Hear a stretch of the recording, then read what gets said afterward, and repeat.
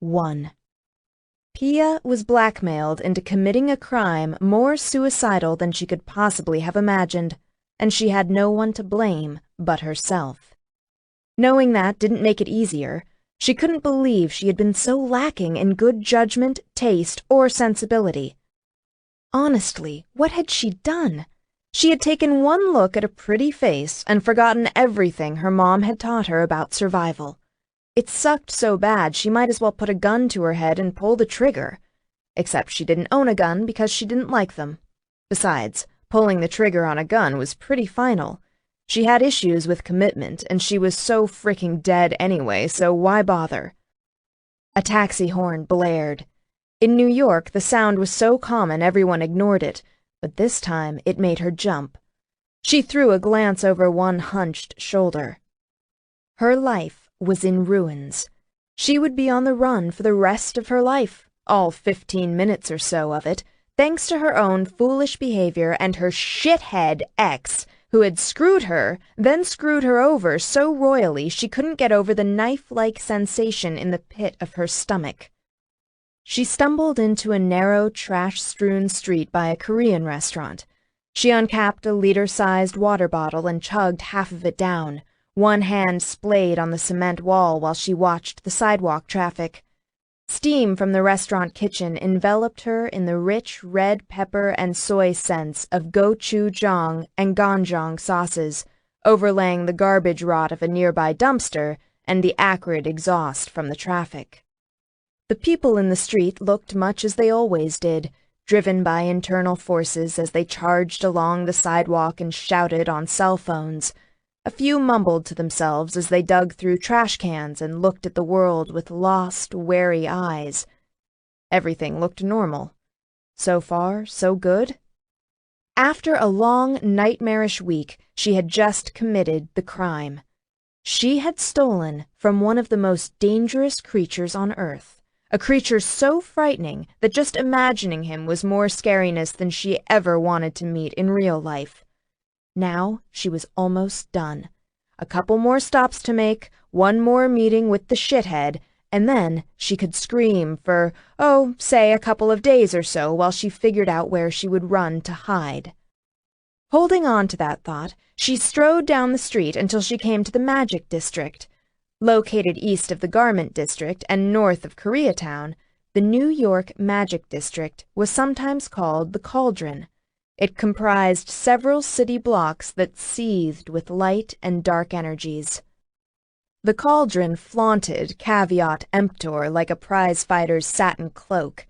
The area was stacked several stories high with kiosks and shops offering tarot readings, psychic consultations, fetishes and spells, retail and wholesale sellers, imports, those who dealt with fake merchandise, and those who sold magic items that were deadly real. Even from the distance of a city block, the area assaulted her senses. She came to a shop located at the border of the district. The storefront was painted sage green on the outside, with the molding at the plate glass windows and door painted pale yellow. She took a backward step to look up. Divinus was spelled in plain brushed metal lettering over the front window. Years ago, her mother had on occasion bought spells from the witch who owned this shop. Pia's boss, Quentin, had also mentioned the witch had one of the strongest magical talents he had ever met in a human. She looked in the storefront. Her blurred reflection looked back at her, a tired young woman, built rather long and coltish, with tense features and a pale blonde tangled ponytail. She looked past herself into the shadowed interior. In contrast to the noisy, none-too-clean surroundings of the city street, the inside of the shop appeared cool and serene. The building seemed to glow with warmth. She recognized protection spells in place. In a display case near the door, harmonic energies sparked from an alluring arrangement of crystals, amethyst, peridot, rose quartz, blue topaz, and celestite. The crystals took the slanting sunshine and threw brilliant rainbow shards of light onto the ceiling. Her gaze found the single occupant inside, a tall, queen-like woman, perhaps Hispanic, with a gaze that connected to hers with a snap of power.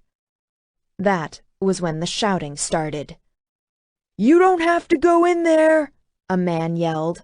Then a woman shrieked, "Stop, before it's too late!" Pia started and looked behind her. A group of 20 people stood across the street. They held various signs. One poster said, "Magic equals highway to hell." Another said, "God will save us." A third declared, "Elder races, an elitist hoax." Her sense of unreality deepened, brought on by stress, lack of sleep, and a constant sense of fear. They were yelling at her. Some of humankind persisted in a belligerent disbelief of the elder races, despite the fact that many generations ago folktales had given way to proof as the scientific method had been developed. The elder races and humankind had lived together openly since the Elizabethan age. These humans with their revisionist history made about as much sense as those who declared the Jews hadn't been persecuted in World War II. Besides being out of touch with reality, they were picketing a human witch to protest the elder races? She shook her head. A cool tinkle brought her attention back to the shop. The woman, with power in her gaze, held the door open. "City ordinances can work both ways," she told Pia, her voice filled with scorn. "Magic shops may have to stay within a certain district, but protesters have to stay 50 feet away from the shops. They can't come across the street, they can't enter the magic district, and they can't do anything but yell at potential customers and try to scare them off from a distance. Would you like to come in?" One immaculate eyebrow raised in imperious challenge, as if suggesting that to step into the woman's shop took a real act of bravery. Pia blinked at her, expression blank. After everything she had been through, the other woman's challenge was beyond insignificant. It was meaningless. She walked in without a twitch.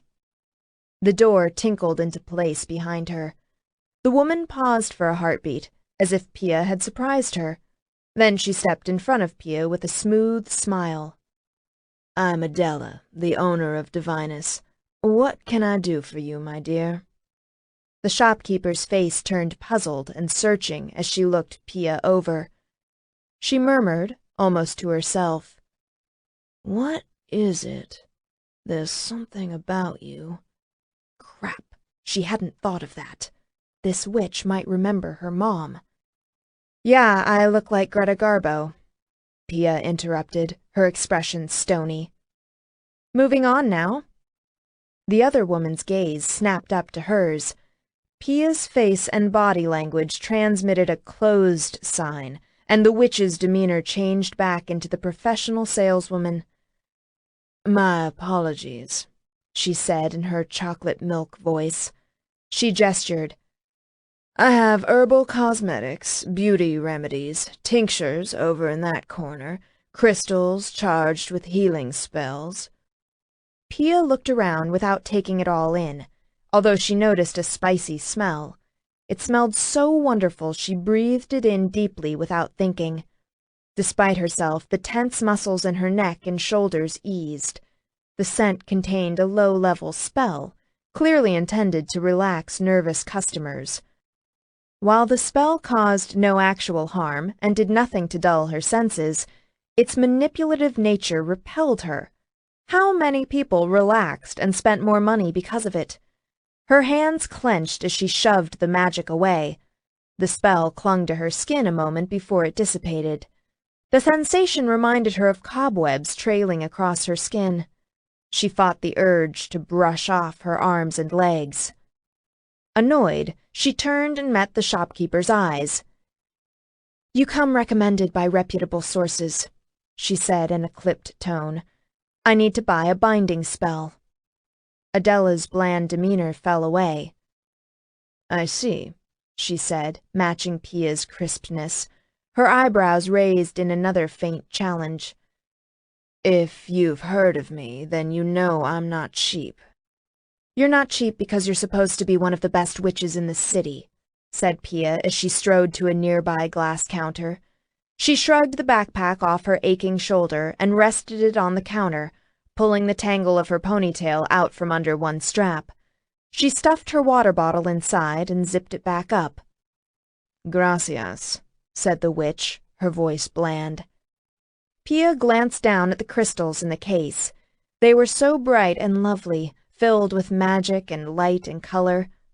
What would it be like to hold one, to feel the cool, heavy weight of it sitting in her palm as it sang to her of starlight and deep mountain spaces?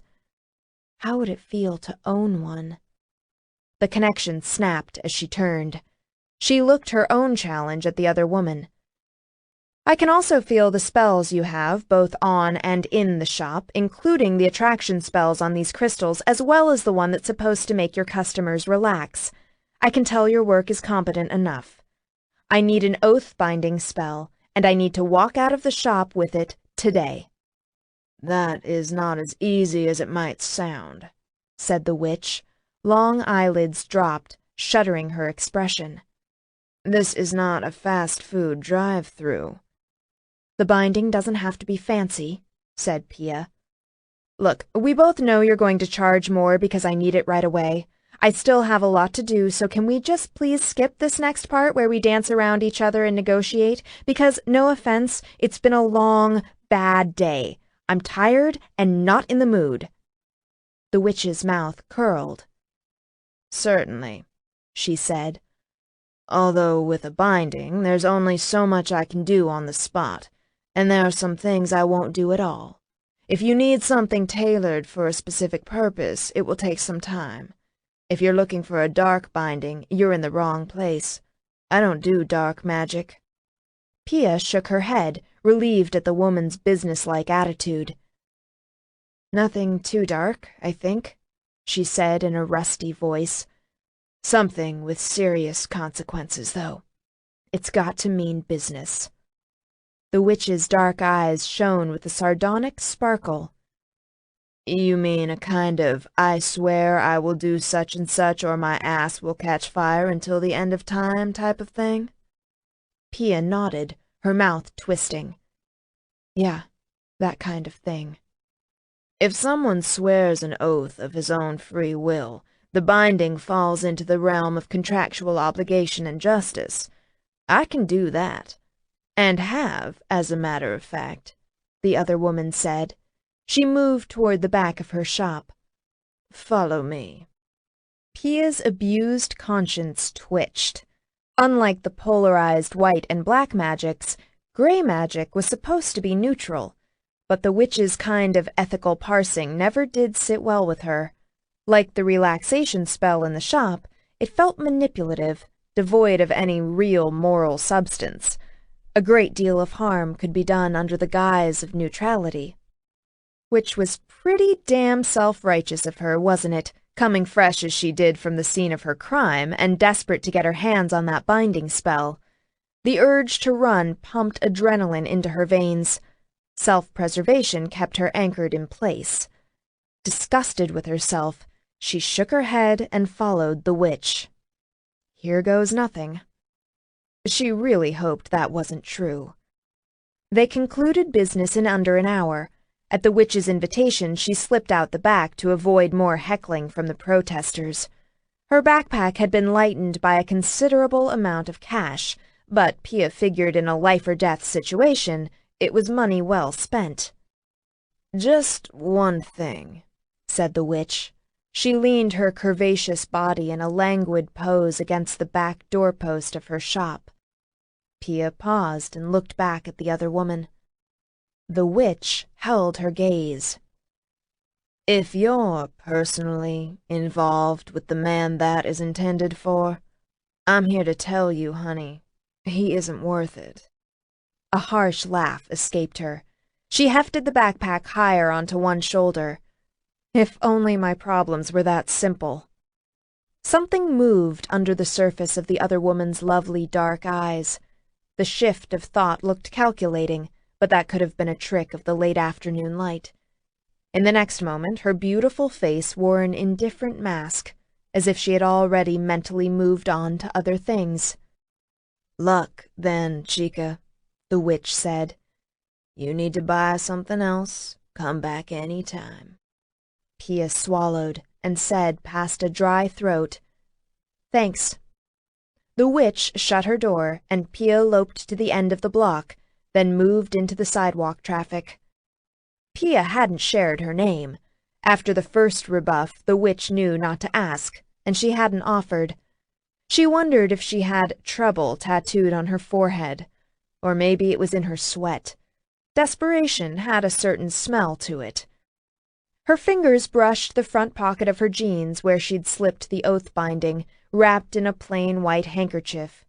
A strong magical glow emanated through the distressed denim and made her hand tingle. Maybe after she met with the shithead and concluded their transaction, she could take her first deep breath in days. She supposed she should be grateful the witch hadn't been more of a shark. Then Pia heard the most terrible sound of her life. It started low, like a vibration, but one so deep in power it shook her bones. She slowed to a stop along with the other pedestrians. People shaded their eyes and looked around as the vibration grew into a roar that swept through the streets and rattled the buildings.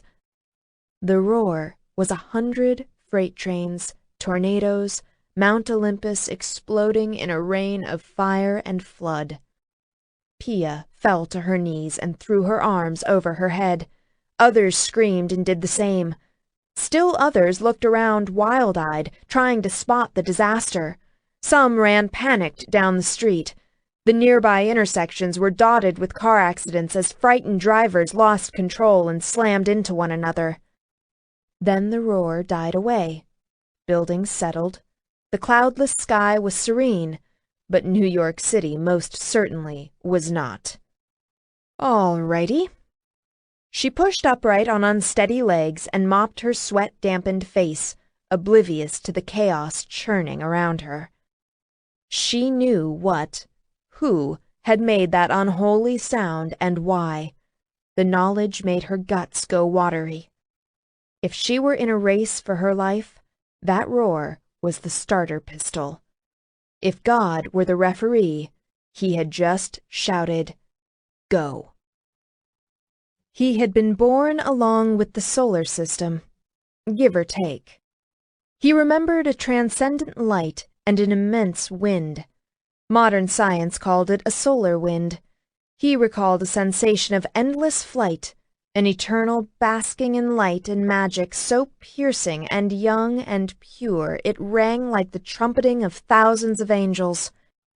His massive bones and flesh must have been formed along with the planets. He became bound to Earth. He knew hunger and learned to hunt and eat. Hunger taught him concepts such as before and after, and danger and pain and pleasure. He began to have opinions. He liked the gush of blood as he gorged on flesh. He liked drowsing on a baked rock in the sun. He adored launching into the air, taking wing and riding thermals high above the ground, so like that first endless-seeming ecstasy of flight. After hunger, he discovered curiosity. New species burgeoned. There were the weir kind, elves, both light and dark fae, tall, bright-eyed beings and squat, mushroom-colored creatures, winged nightmares, and shy things that puttered in foliage and hid whenever he appeared. What came to be known as the elder races tended to cluster in or around magic-filled dimensional pockets of other land, where time and space had buckled when the earth was formed and the sun shone with a different light. Magic had a flavor like blood, only it was golden and warm like sunlight. It was good to gulp down with red flesh. He learned language by listening in secret to the elder races. He practiced on his own when he took flight, mulling over each word and its meaning. The elder races had several words for him. Wyrm, they called him. Monster. Evil. The great beast. Dragua. Thus he was named. He didn't notice at first when the first modern Homo sapiens began to proliferate in Africa. Of all species, he wouldn't have guessed they would flourish. They were weak, had short lifespans, no natural armor, and were easy to kill. He kept an eye on them and learned their languages. Just as other weirkind did, he developed the skill of shape-shifting so he could walk among them. They dug up the things of earth he liked, gold and silver, sparkling crystals and precious gems, which they shaped into creations of beauty. Acquisitive by nature, he collected what caught his eye. This new species spread across the world, so he created secret lairs in underground caverns where he gathered his possessions. His hoard included works of the elves, the fae, and the weir, as well as human creations such as gold and silver and copper plates, goblets, religious artifacts, and coinage of all sorts. Money. Now, there was a concept that intrigued him, attached as it was to so many other interesting concepts like trade, politics, war, and greed. There were also cascades of loose crystals and precious gems and crafted jewelry of all sorts. His hoard grew to include writings from all elder races and from humankind, as books were an invention he, only sometimes, thought was more precious than any other treasure. Along with his interest in history, mathematics, philosophy, astronomy, alchemy, and magic, he became intrigued with modern science. He traveled to England to have a conversation on the origin of species with a famous scientist in the 19th century. They had gotten drunk together, the Englishman with rather more desperation than he, and had talked through the witching hours until the night mist had been burned to vapor by the sun. He remembered telling the clever, drunken scientist that he and humankind civilization had a lot in common. The difference was his experience was couched in a single entity, one set of memories. In a way, that meant he embodied all stages of evolution at once: beast and predator, magician and aristocrat, violence and intellectualism. He was not so sure he had acquired human-like emotions. He had certainly not acquired their morality. Perhaps his greatest achievement was law. Humans in different cultures also had many words for him. Ryu, they called him. Wyvern. Naga. To the Aztecs, he was the winged serpent Quetzalcoatl, whom they called God. Dragos. When he discovered the theft, Dragos Wellibrae exploded into the sky with long thrusts from a wingspan approaching that of an 8-seater Cessna jet. Modern life had gotten complicated. His usual habit was to focus power on averting aircraft when he flew, or, simpler yet, just file a flight plan with the local air traffic control. With his outrageous wealth and position as one of the eldest and most powerful of the weir, life scrambled to arrange itself to his liking. He wasn't so polite this time. This was more of a get-the-fuck-out-of-my-way kind of flight. He was blinded with rage, violent with incredulity. Lava flowed through ancient veins and his lungs worked like bellows. As he approached the zenith of his climb, his long head snapped back and forth, and he roared again. The sound ripped the air as his razor claws mauled an imaginary foe.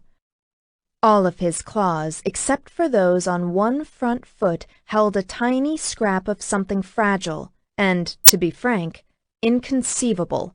This tiny scrap was as ludicrous and as nonsensical to him as a hot fudge sundae topping an ostrich's head. The cherry on the hot fudge sundae was the elusive whiff of scent that clung to the scrap. It teased his senses into a frenzy as it reminded him of something so long ago that he couldn't quite remember what it was. His mind went white-hot and slipped from its mooring in time. Existing in his wrath, he flew until he came to himself and began to think again. Then Rune said in his head, "My lord, are you well?" Dragos cocked his head, for the first time coming aware that his first flew behind him at a discreet distance. It was a measure of his rage that he hadn't noticed. Any other time, Dragos was aware of everything that happened within his vicinity. Dragos noted that Rune's telepathic voice was as calm and neutral as the other male's physical voice would have been had he spoken the words aloud. There were many reasons why Dragos had made Rune his first in his court. Those reasons were why Rune had thrived in his service for so long. The other male was seasoned, mature, and dominant enough to hold authority in a sometimes unruly Weir society. He was intelligent with a capacity for cunning and violence that came close to Dragos's own. Most of all, Rune had a gift for diplomacy that Dragos had never achieved. That talent made the younger male useful when treating with the other elder courts. It also helped him to navigate rocky weather when Dragos was in a rage. Dragos's jaw clenched, and he ground massive teeth shaped for maximum carnage. After a moment, he answered, "I am well." "How may I be of service?" his first asked. His mind threatened to seize again in sheer incredulity of what he had found. He snarled, "There has been a theft." A pause. Rune asked, "My lord?"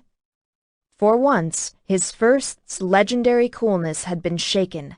It gave him a grim sense of satisfaction. "A thief, Rune." He bit at each word. "A thief has broken into my hoard and taken something of mine." Rune took several moments to absorb his words. Dragos let him have the time. The crime was impossible.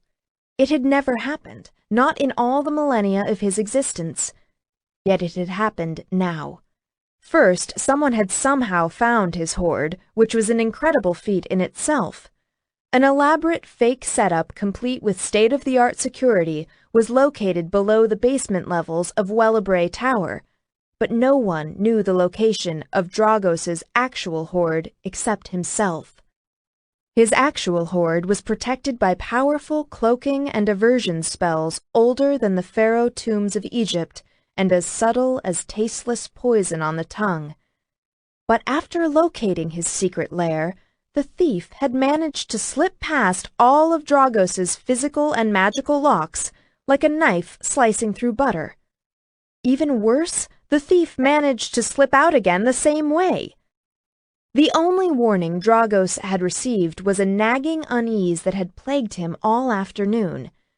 His unease had increased to the point where he couldn't settle down until he went to check on his property.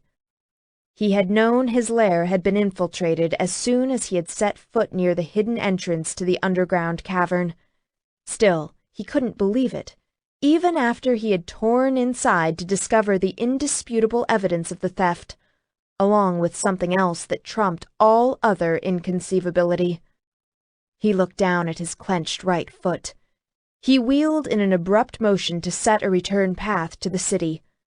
Rune followed and settled smoothly into place behind him, his rear right wingman. "You are to locate this thief. Do everything possible," Dragos said. "Everything, you understand? Use all magical and non-magical means. Nothing else exists for you. No other tasks, no other diversions. Pass all of your current duties on to Ariel or Grimm." "I understand, my lord," Rune said, keeping his mental voice quiet.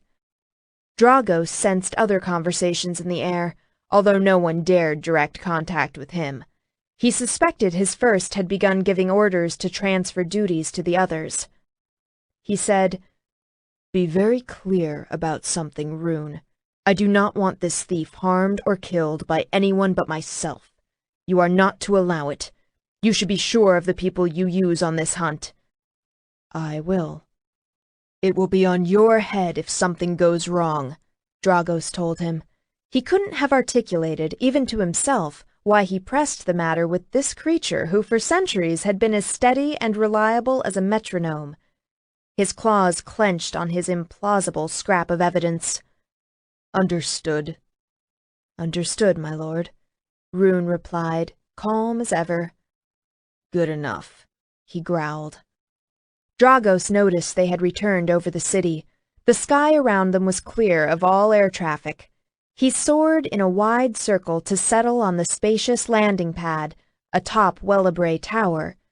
As soon as he settled, he shifted into his human shape, a massive 6'8" dark-haired male with dark bronze skin and gold raptor's eyes. Dragos turned to watch Rune land. The griffin's majestic wings shone in the fading afternoon sun until the other male also shifted into his human form, a tawny-haired male almost as massive as Dragos himself. Rune lowered his head to Dragos in a brief bow of respect before loping to the roof doors. After the other male had left, Dragos unclenched his right fist, in which he held a crumbled scrap of paper. Why had he not told Rune about it?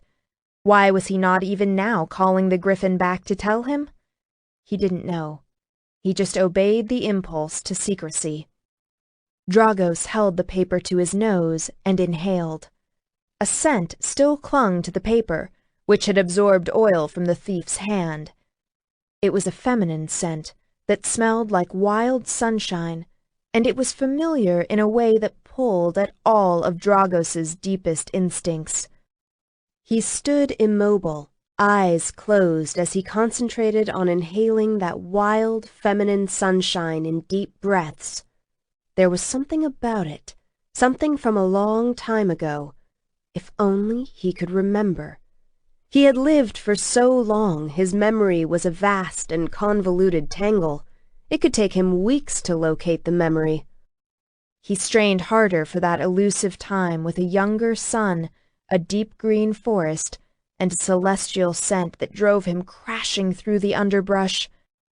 The fragile memory thread broke. A low growl of frustration rumbled through his chest. He opened his eyes and willed himself not to shred the paper he held with such tense care. It occurred to Dragos that Rune had forgotten to ask what the thief had stolen. His underground lair was enormous by necessity, with cavern upon cavern filled with a hoard the likes of which the world had never seen. The treasure of empires filled the caves. Astonishing works of beauty graced rough cavern walls, items of magic, miniature portraits, tinkling crystal earrings that threw rainbows in the lamplight. Art masterpieces packed to protect them from the environment. Rubies and emeralds and diamonds the size of goose eggs, and loops upon loops of pearls. Egyptian scarabs, cartouches and pendants. Greek gold, Syrian statues, Persian gems, Chinese jade, Spanish treasure from sunken ships. He even kept a modern coin collection he had started several years ago, and added to in a haphazard way whenever he remembered. On the ostrich's head was a hot fudge sundae. His obsessive attention to detail, an immaculate memory of each and every piece in that gigantic treasure, a trail of scent like wild sunshine, and instinct had all led Dragos to the right place. He discovered the thief had taken a U.S.-minted 1962 copper penny from a jar of coins he had not yet bothered to put into a coin-collecting book. And on the hot fudge sundae atop that ostrich's head perched a cherry. The thief had left something for him in place of what she had taken. She had perched it with care on top of the coin jar. It was a message, written on a scrap of paper, in a spidery, unsteady hand. The message was wrapped around an offering. "I'm sorry," the message said. The theft was a violation of privacy. It was an unbelievable act of impudence and disrespect. Not only that, it was baffling.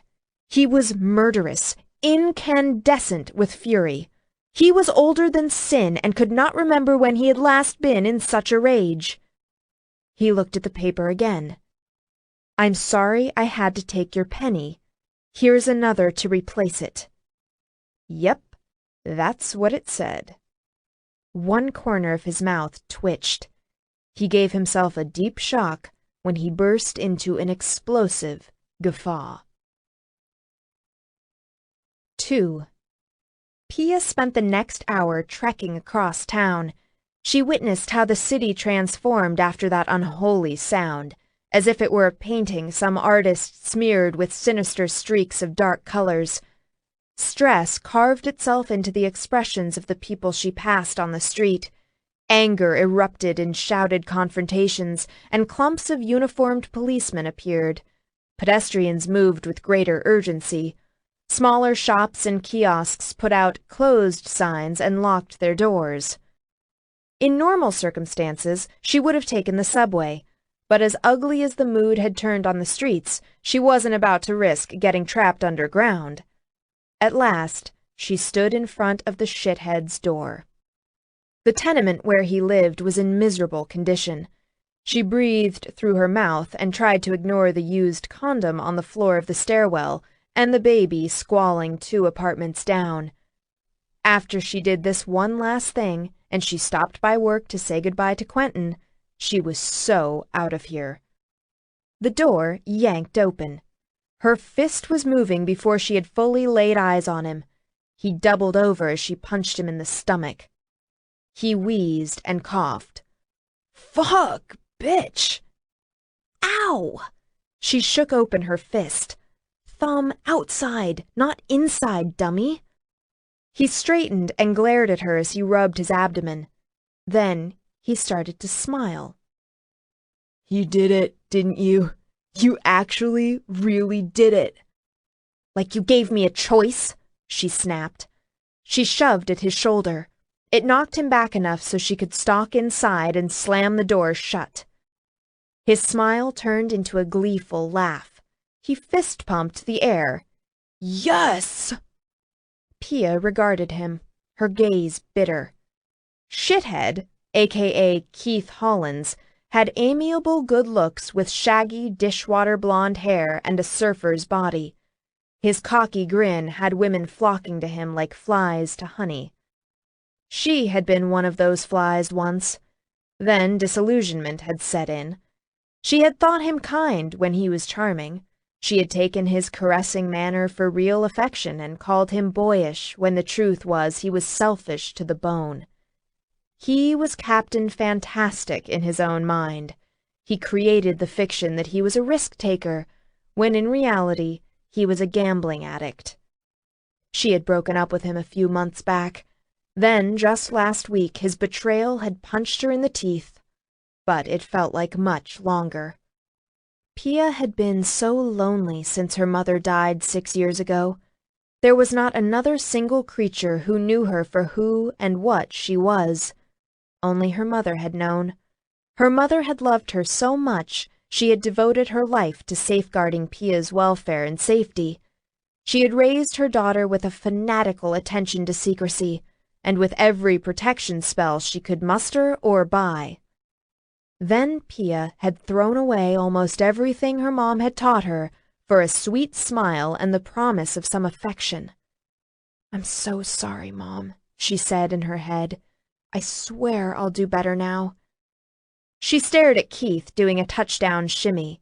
He pretended to slam a football on the ground and grinned at her. "I know I had that punch coming to me. I owed you one. No hard feelings, sugar." "Speak for yourself." Pia's words were coated in frost. "I've all kinds of hard feelings going on over here." She dropped her backpack to the floor and glanced around, even though she was pretty sure they were alone. Fast food wrappers littered the thrift store coffee table. A dirty t-shirt draped the back of the couch. Some things never changed.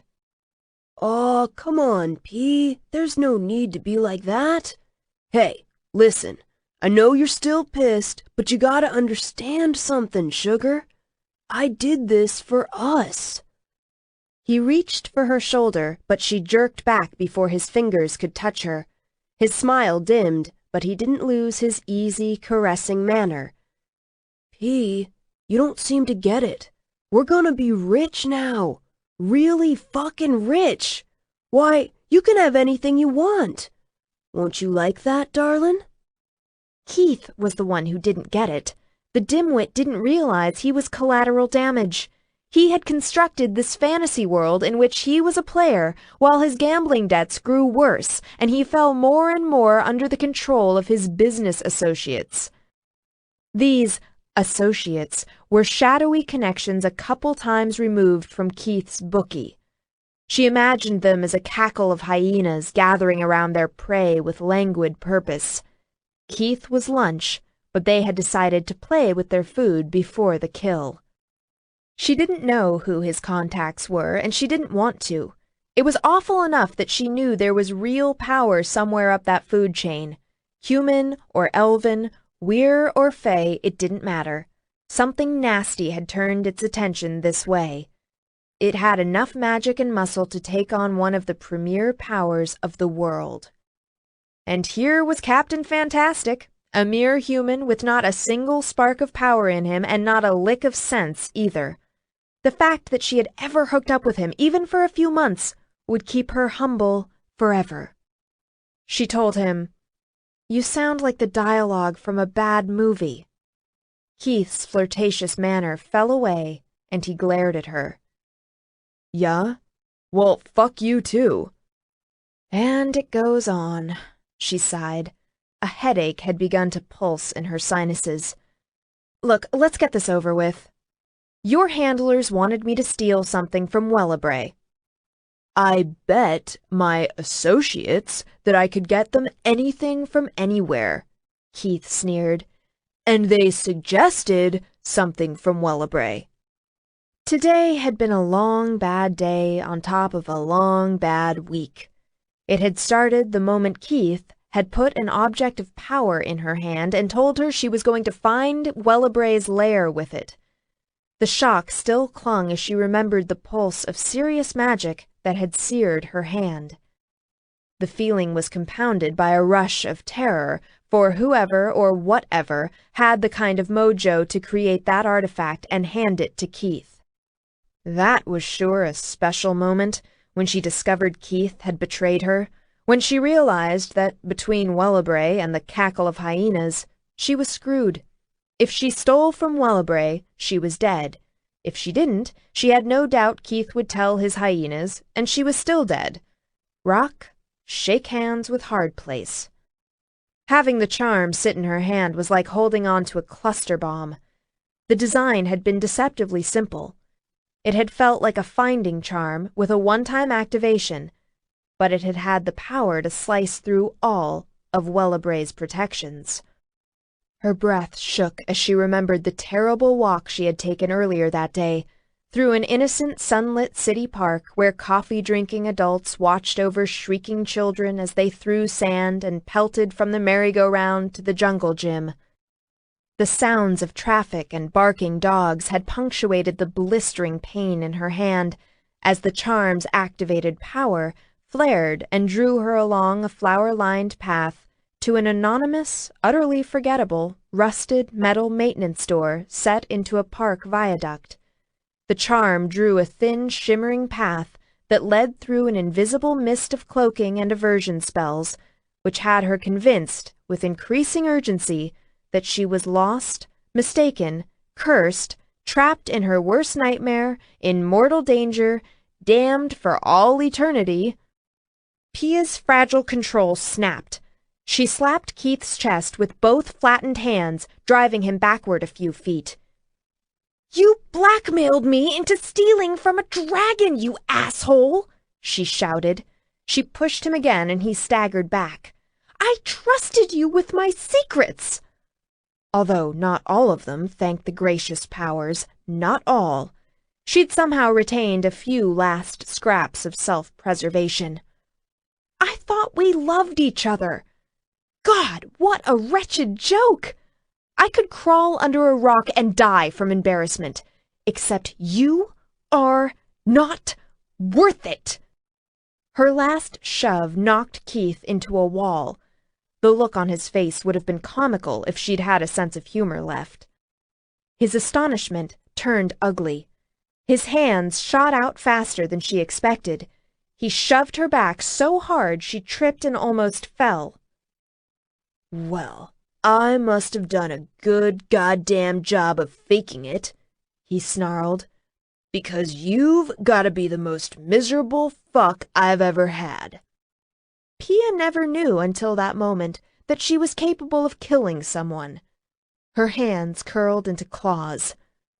"I am an excellent fuck," she hissed. "I am the best thing that ever happened to your sorry, deluded, pre-ejaculating ass. You just didn't have the good taste to recognize it. And you know what? Now I don't even know why I put up with you. I had a better sex life with 5 minutes and my hand in a hot shower." Captain Fantastic's face turned puce. She stared. She'd never seen that color on a person before. He cocked back his arm as if to hit her. "You do that, and you never get what you want. Plus, you lose a hand." The frost in her voice turned to an ice pick. He froze. The ruthless stranger that had taken over her body brought her up nose to nose with him. "Go ahead," she said, settling into a soft and even tone. "Amputation might be a little therapeutic right now." She stared him down until he dropped his hand and took a half step back. The move wasn't much, but it meant a lot to her battered pride. In a contest of wills, she'd pinned him to the mat. "Let's get this over with," he snapped. "About time." She dug into her jeans and gave him a folded piece of paper. "You get what I stole when you read that out loud." "What?" He gave her a blank look. It was clear things had taken a turn beyond his comprehension. As a non-magical human, he couldn't feel how the paper glowed with power from the binding spell.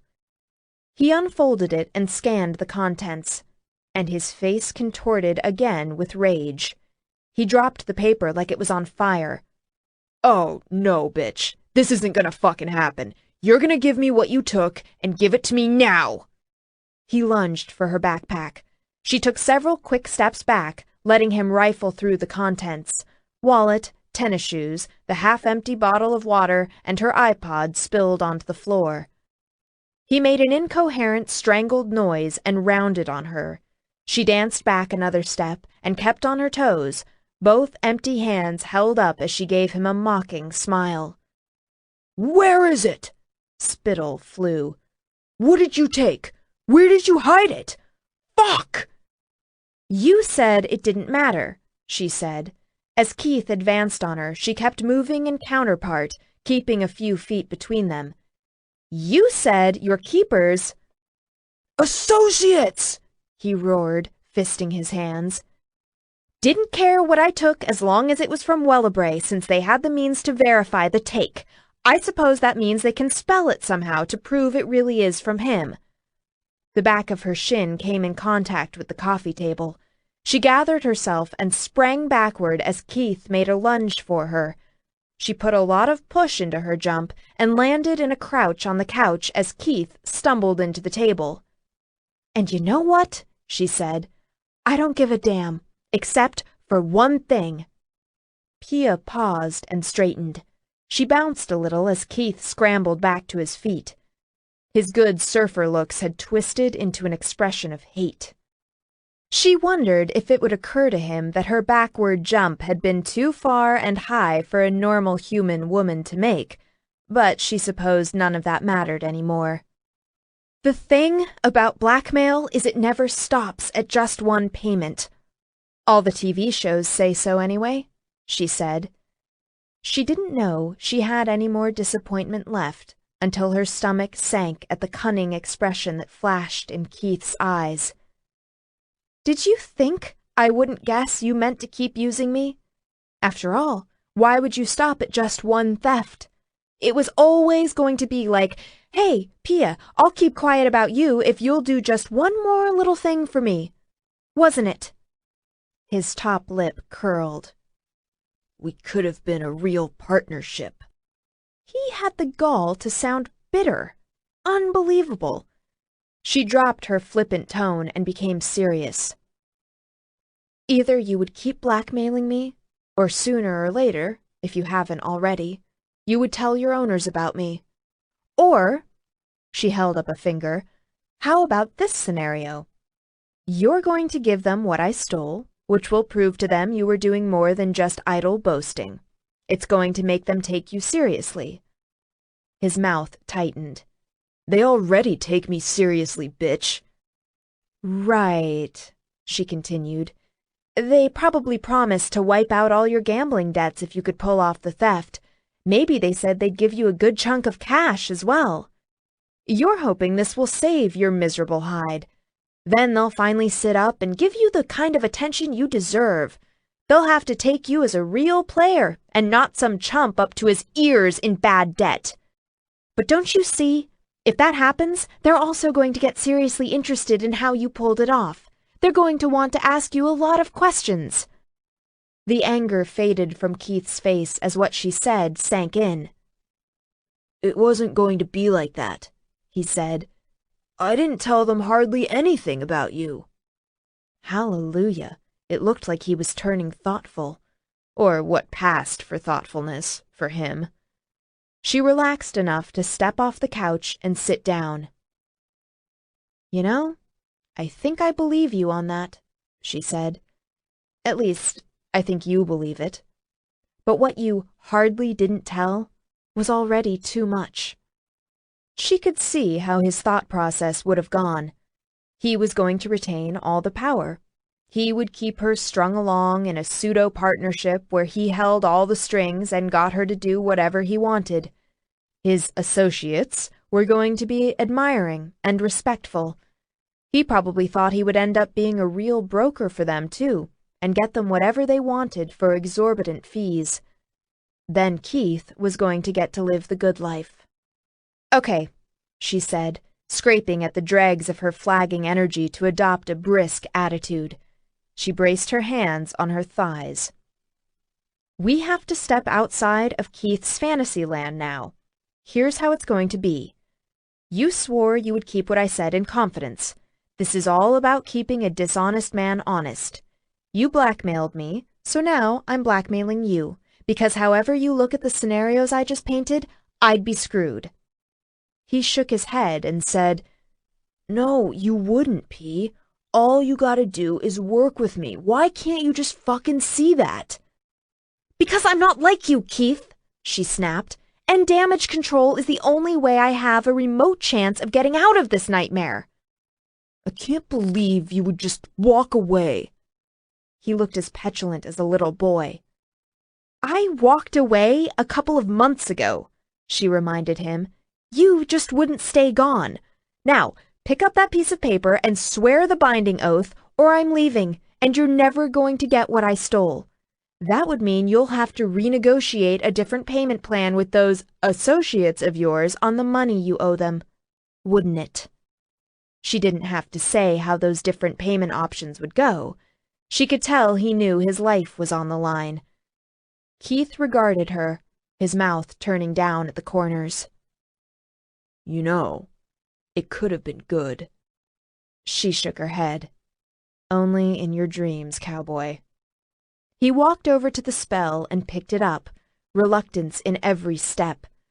She held her silence as he paused one last time. She could tell he was trying to think of a way to get out of reading it, but there was nothing he could do, and they both knew it. He read it in a fast, ill-tempered tone. I, Keith Hollins, hereby swear never to talk about Pia or her secrets in any way, either directly or by inference or silence, or I will lose my ability to speak and suffer unremitting physical pain for the rest of my life. He gave a shout as the magic activated. The paper burst into flame. Pia sighed as a weight lifted, just a little, from her shoulders. She went to stuff her things into her backpack. Keith said, Okay, I did what you wanted. Now we go to pick up what you stole. What is it? A gem? A piece of jewelry? It had to be something you could carry. Avarice crept back into his eyes. Where did you hide it? She shrugged. I didn't hide it anywhere.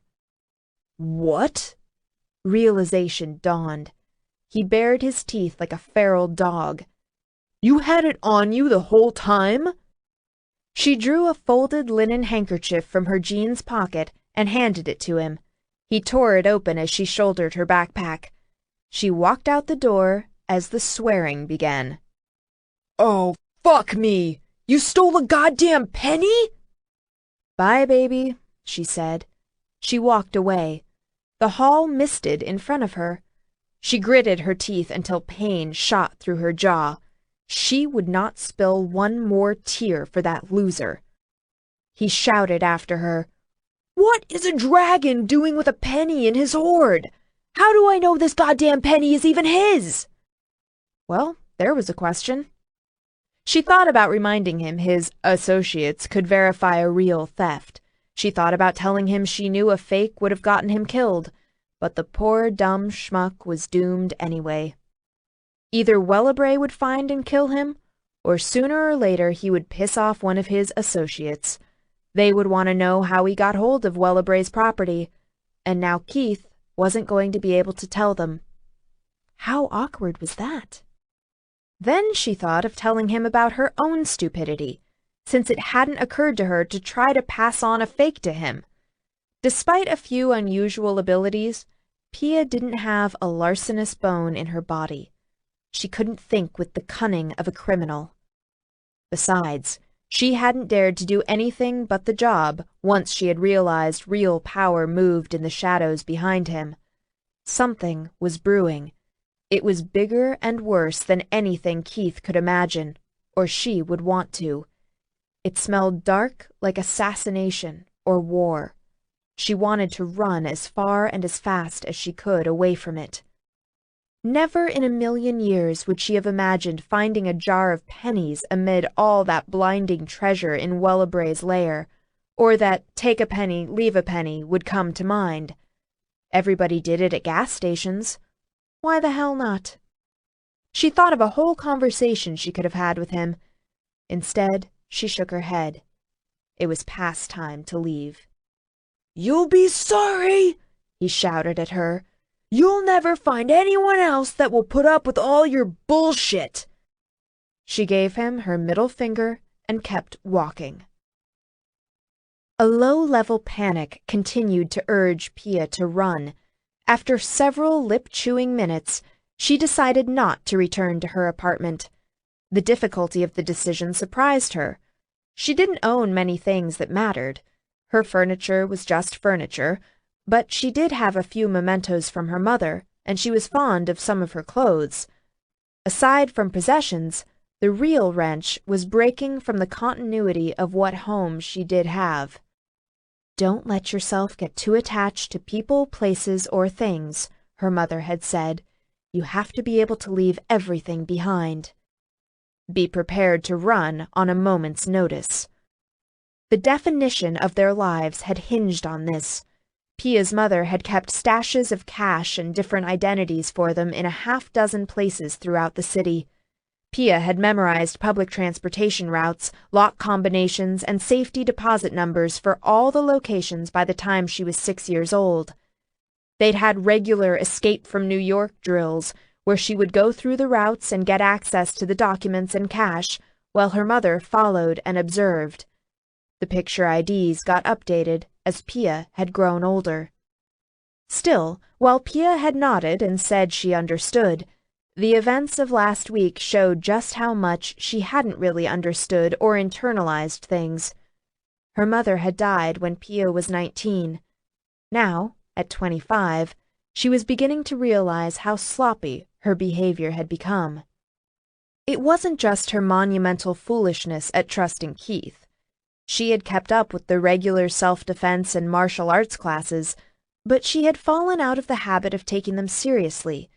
Instead, she treated them like they were for exercise and entertainment. Now her mother's early lessons were coming back to haunt her.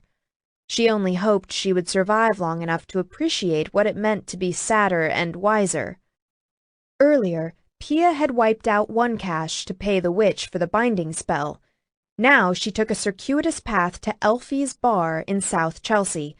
She managed to hit one safety deposit box before banks closed, and a second, less conventional cache, hidden at her old elementary school playground.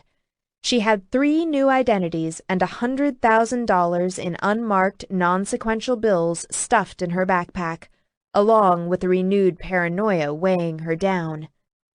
When she pushed through the front door to Elfie's bar, she had begun to feel like she was wearing half the dirt in the city.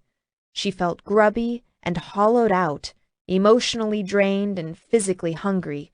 Stress had clogged her throat for days, and she hadn't been able to choke down much food. Elfie's was open for lunch during the day. Lunch, served from 11 to 3, was a supplemental part of the business, as Elfie's came alive at night. Quentin, the owner, could have turned it into one of New York's premier clubs if he had wanted to. He had the charisma and style for it. Instead, Quentin kept a lid on the business getting too big. Elfie's was known as a good neighborhood club with a steady, loyal clientele of mixed breeds from all 3 races. They were the city's very own island of misfit toys, the flotsam and jetsam of societies, not being fully weir, fey, elven, or human, and thus not fully belonging anywhere. Some were open about their mixed-breed nature and argued the benefits of living out of the closet. Many, like Pia, hid what they were and pretended to fit in somewhere. She had worked at Elfie's since she was 21, when she had pushed through those same front doors and asked Quentin for a job. It was the only place she had found after her mom had died that came close to feeling like home. She pushed her way to the server's end of the bar and sagged against it. The current bartender on duty, Rupert, paused in slinging drinks and looked at her in surprise. He lifted his chin, silently asking if she wanted him to get her a drink.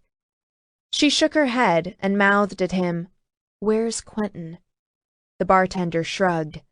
She nodded, waved at him, and he went back to work. Air conditioning licked her overheated skin.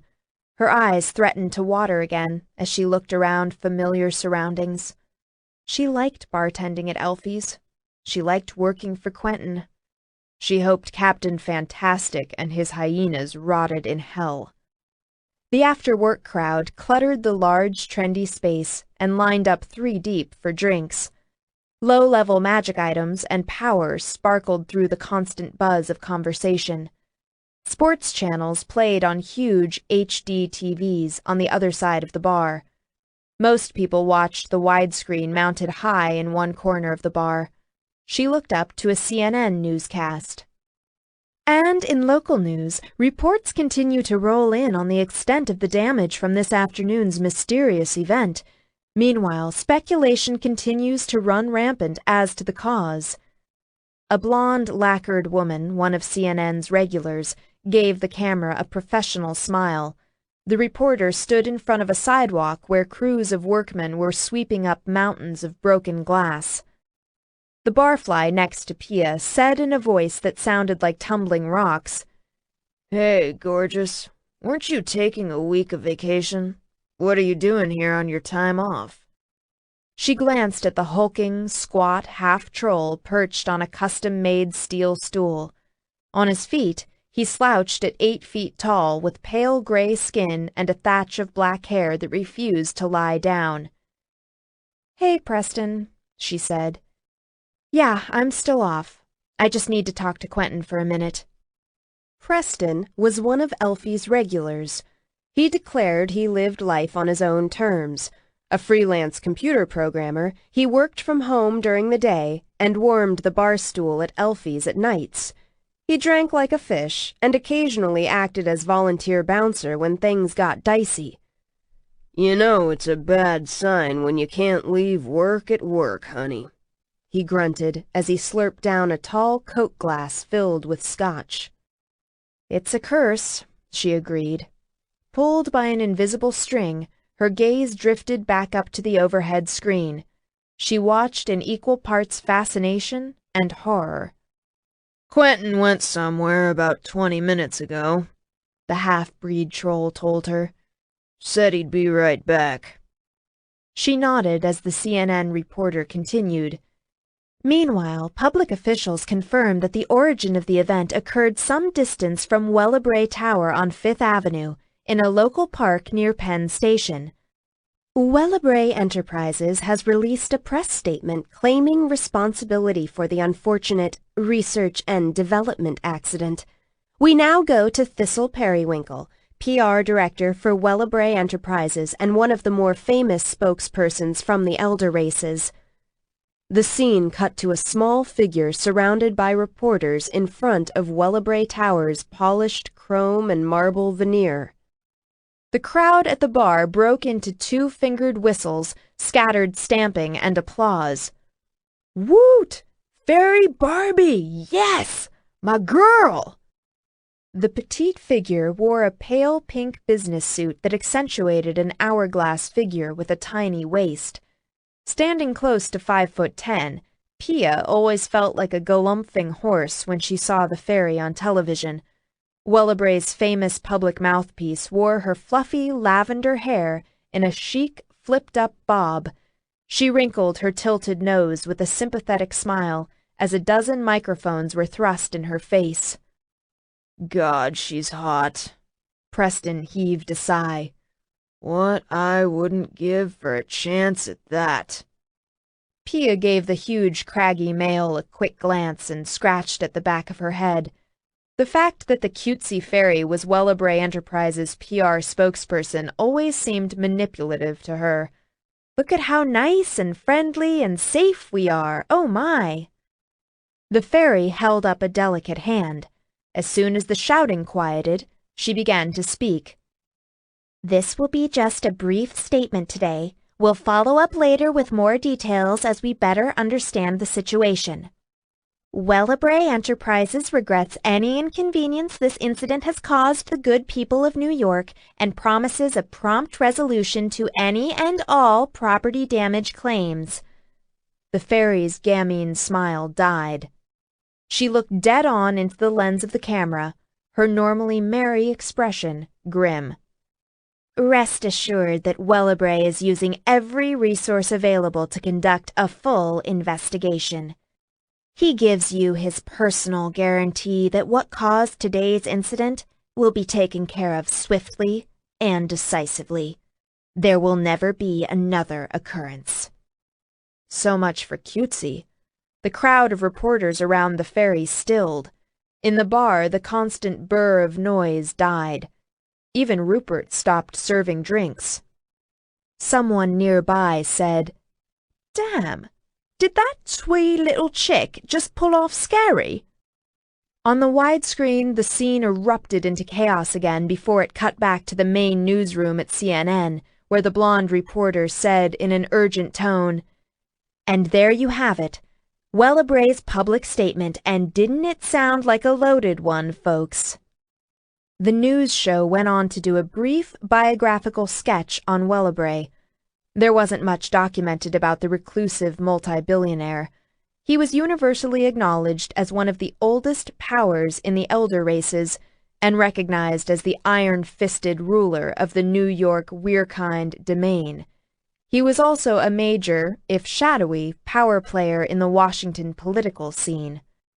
Close photographs and film segments of him always blurred. The most detail cameras had been able to capture of him was from pictures taken at a distance. The network showed a couple of snapshots of a group of tough-looking, powerful males.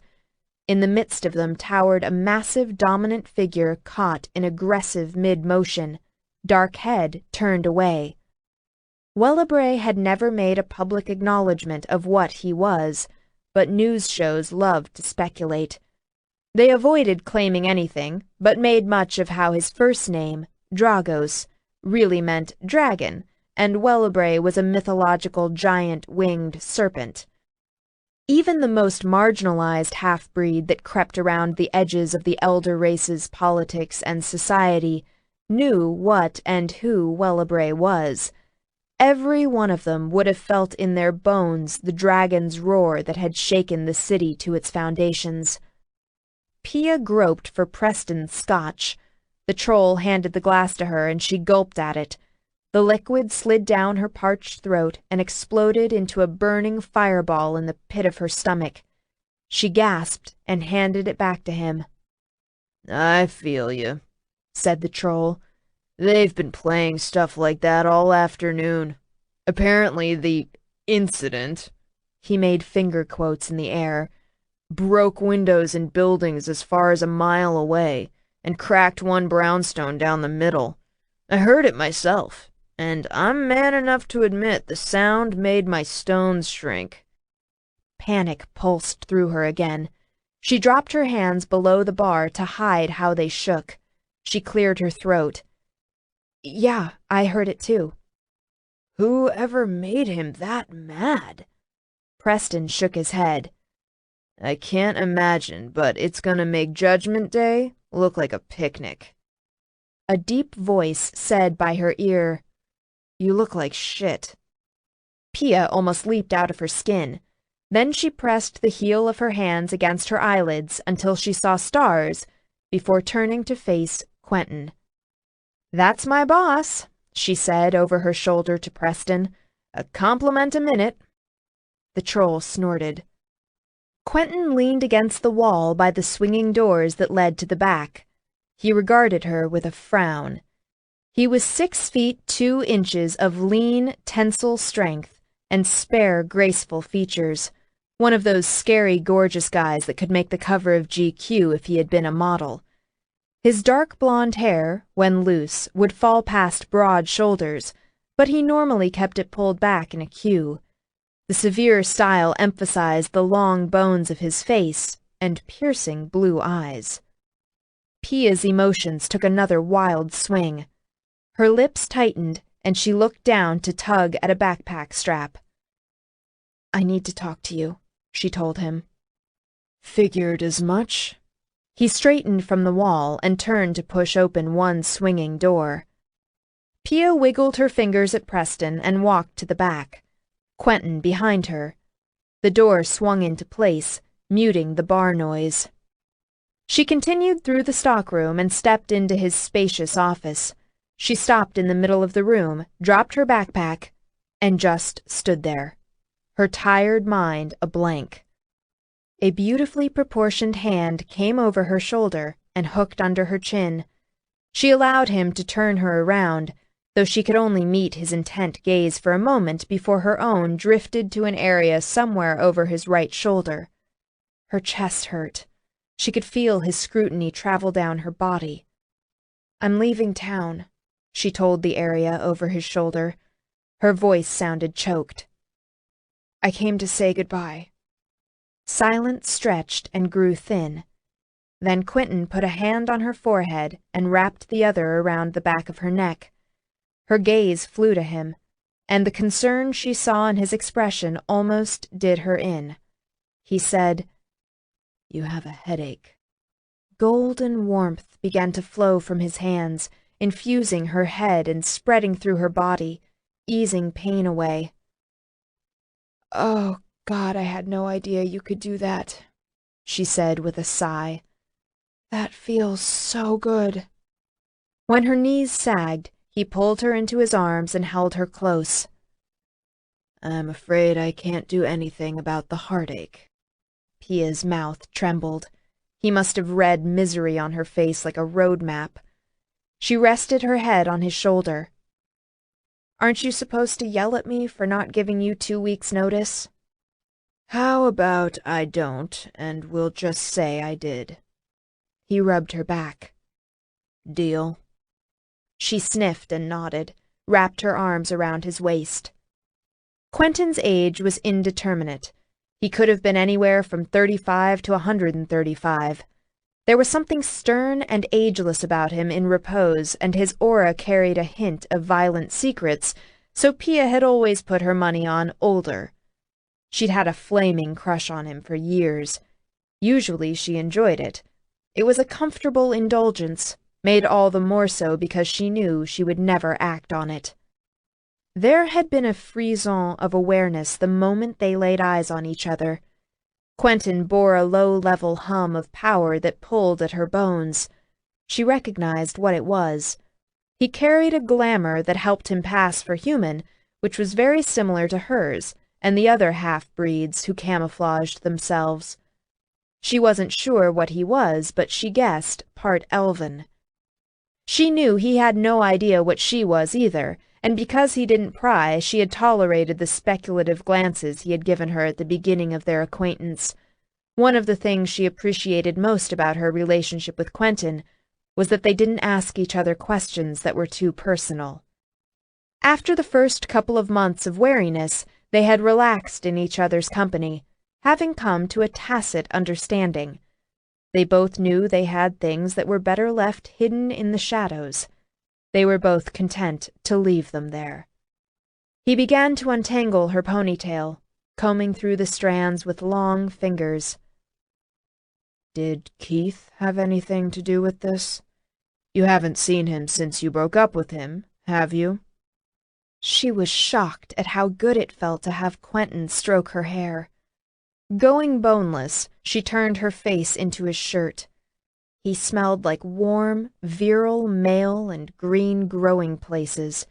It felt so good to be held by a strong, steady man. For a few moments, she allowed it to banish her chill as she pretended she belonged in his arms and that she was safe. What a dangerous, stupid pretense. She stiffened and pulled out of his arms. "Yes, I have seen him, and no, it wasn't romantic. Keith has contributed to this," she admitted, not willing to lie, not only because she cared for Quentin, but also because she had never been able to figure how much truth sense he had. "But it's complicated." Quentin strolled to close his office door. He leaned against it and folded his arms. "Okay. So I'll get it uncomplicated. Just tell me where he lives." Alarm flared. "No! You've got to swear to leave him alone." Quentin cocked his head, regarding her with far too much acuity for her comfort. "Why? You don't still care for him, do you?" "God, no!" She scratched at her head with both hands and then rubbed her face. "That isn't it at all. Look, you don't understand because you don't know anything, I get that, and I can't explain it to you. I shouldn't have even come to say goodbye. This was a big mistake." She gestured at him to move from the door. He didn't budge. Only then did she realize his position at the door had been deliberate. She huffed, angrier at herself than she was at him. She had to start getting smarter real fast or she was going to be barbecue. Quentin caught and held her gaze, his eyes going stormy. "Just tell me what kind of trouble you're in," he said slowly and deliberately, "and I will take care of it. I won't ask questions you either can't or don't want to answer. All you've got to do is tell me what's wrong."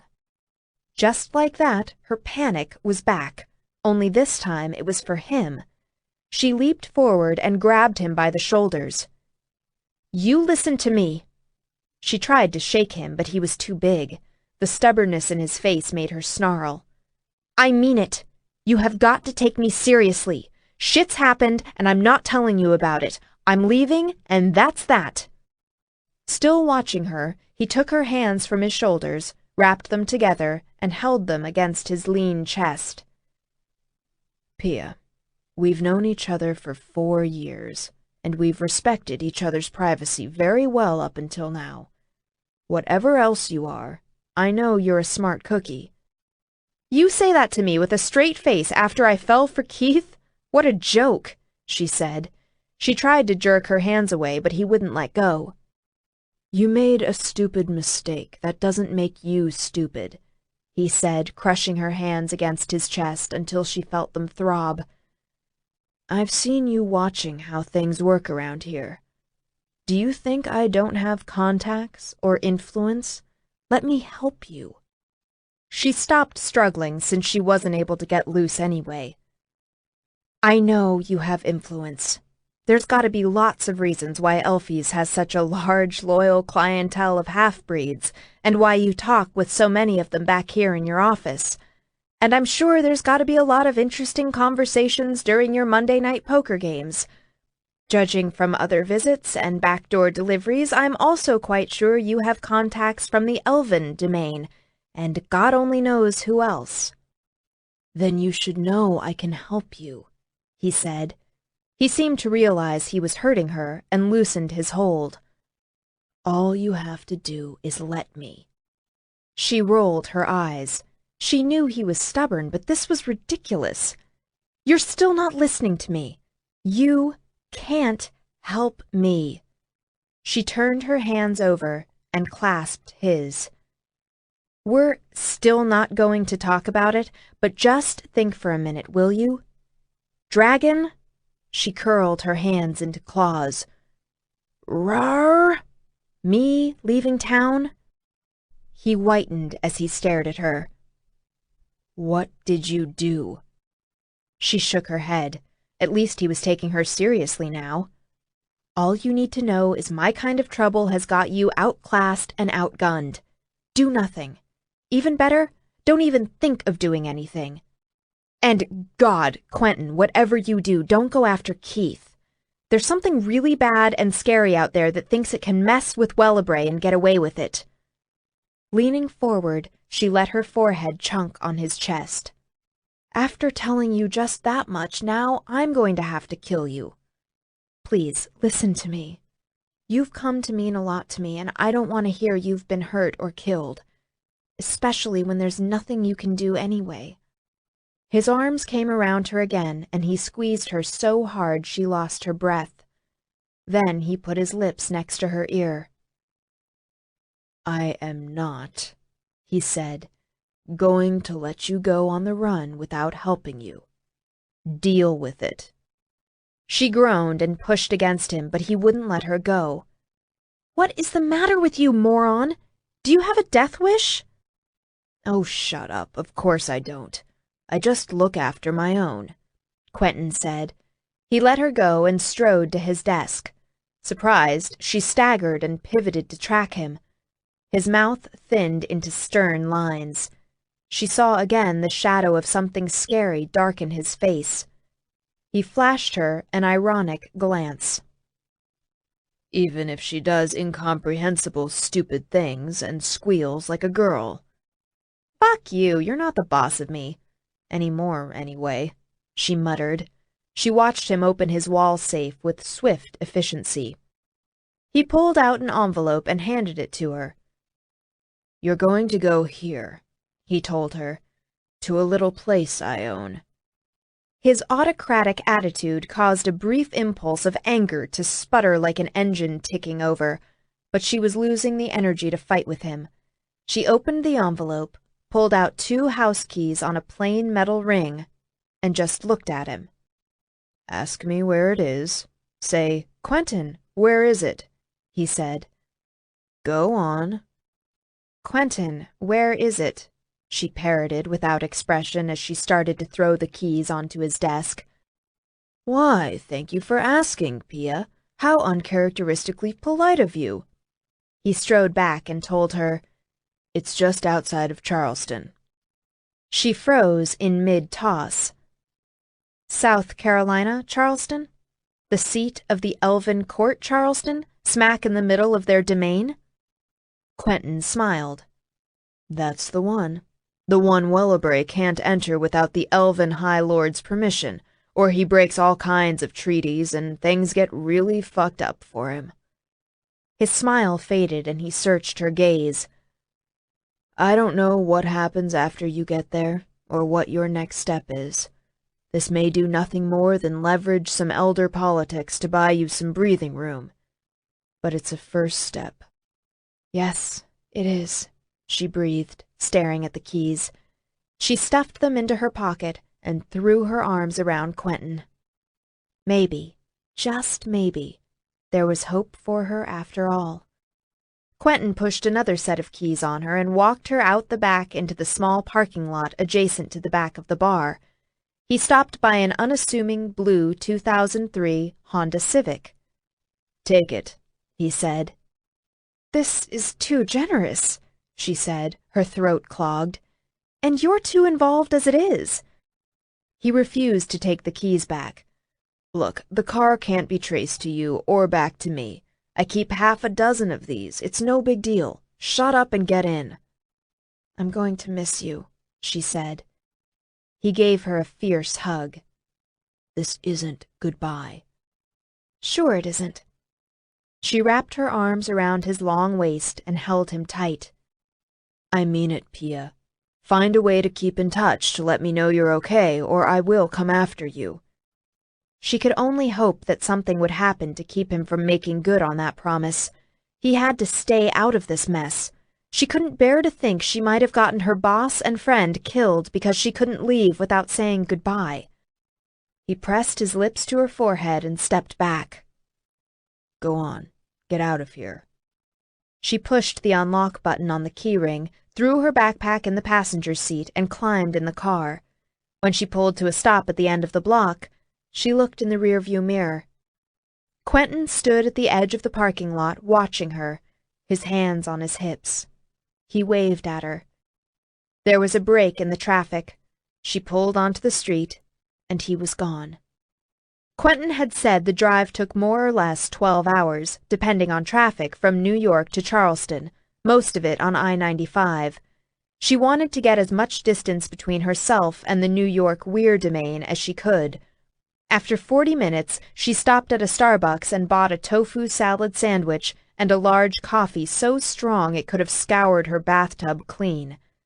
Then she drove until she couldn't see straight. The domain of the elder races lay superimposed over the human geographical map. There were 7 elder domains in the United States, including the Weir domain seated in New York and the Elven court that was seated in Charleston. Each domain had its own lord or lady who enforced its laws.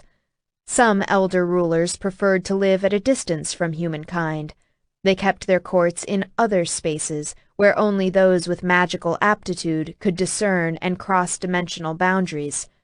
Others, like Dragos, lived in the human realm. She wasn't clear where the Weir elven border was, so she drove until she was sure she had crossed over.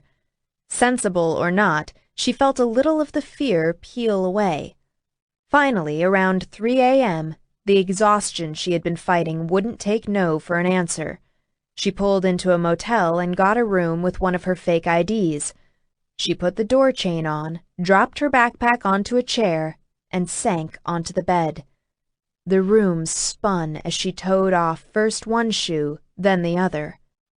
I could sleep for a month, she thought, as she got sucked down a whirling drain into black. She wasn't that lucky. Dragos stood at the edge of his penthouse balcony atop Wellebrae Tower. He looked out over his city as the sun approached the horizon. This late in the day, the deepening sunlight was a heavy golden weight with the richness and complexity of a rare, aged white burgundy wine. His feet were planted wide apart, hands clasped behind his back. The balcony was one of his favorite places to meditate. There was no railing. It was a large ledge that ran the circumference of the building, which took up a city block. The balcony was a handy, more private place to launch or land when he didn't feel like going to the roof, which was used by his sentinels and certain other privileged members of his court. He could enter or exit the penthouse from any number of large, French-style doors. Wellebrae Enterprises was the umbrella for any number of businesses, and it consistently ranked in the top 10 of the world's largest corporations. Casinos, hotels and resorts, stock trading, shipping, international risk assessment, private army for hire, banking. He employed thousands of Fae, elves, Weir, and humans worldwide, although the majority of Weirkind preferred to live in New York State so that they could live within the law and protection of his domain. Those Weir who clustered in Dragos's court and occupied key positions in his companies tended to be predators of some sort, the type of shapeshifter that thrived in a competitive, volatile, sometimes violent environment, although there were a few tough-minded exceptions, like Wellebrae Enterprises' PR fairy Thistle Periwinkle, known to her friends as Trix. Like Rune, his first, all 7 of his sentinels were immortal creatures strong in power. They were also raptors of some sort. There were the 4 griffins, Rune, Constantine, Graydon, and Bane, each responsible for keeping the peace in one of the 4 sectors of his domain. The gargoyle Grim was in charge of corporate security for Wellabray Enterprises. Tiago, one of the 3 known Thunderbirds in existence, headed Dragos's private army. Last but not least was the Harpy Ariel, who was in charge of investigations. She had not taken well to giving over the investigative reins on this theft to Rune. She was not known for having a serene temperament. There was a reason she had risen to such preeminence in his court. Dragos's smile was grim. The Harpy was one hell-spawned bitch when she lost her temper. He reached into his shirt pocket and withdrew the scrap of paper left by his thief. The message was scribbled on the back of a 7-Eleven receipt. The thin paper was already getting dog-eared from his handling. He opened it and read what the thief had bought yesterday: a pack of Twizzlers and a large cherry Coke Slurpee. "Rune," he said telepathically. His first's response was immediate. "My lord?" "You will go to—" he squinted at the faded lettering on the receipt, "the 42nd Street 7-Eleven store and retrieve all of their security footage for the last 24 hours. There is a good chance our thief may be caught on it." "Really?" drawled Rune, his hunter instincts engaged. "Leaving now. Back within the hour." "Oh, and Rune, bring back Twizzlers and a cherry Coke Slurpee." He wanted to know what these things were. "Sure, you got it," said his first, clearly taken aback. "Dragos?" "What?" He squinted and stretched, basking in the last of the sunlight. "Any idea what size Slurpee you want?" His first's mental voice sounded odd. They had known each other and worked together for several 100 years now. Dragos said, "You know my tastes well enough. Will I like it?" Now that Dragos was back in control of his temper, Rune fell into their normal, friendly informality. I don't think so, buddy. I've never known you to do junk food before." "Make it a small, then." Dragos held the receipt up, sniffed, and frowned. Even to his sensitive nose, the receipt was starting to lose that delicate feminine scent and smell like him. He strode inside. The penthouse took the tower's top floor. Just below that were his offices, meeting rooms, an executive dining hall, training area, and other public areas. The 3rd floor down housed his sentinels and other top court and corporate officials. If it had been a standalone building, it would have been a mansion.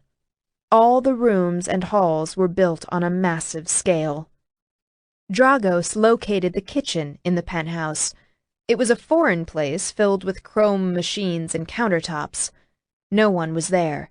He went in search of the communal kitchen responsible for serving the dining hall and all the sentinels, court, and corporate executives' needs. He located it on the next flight down. He strode through the double doors. A half-dozen kitchen staff froze. In the corner, a brownie gave a squeak of dismay and faded into invisibility.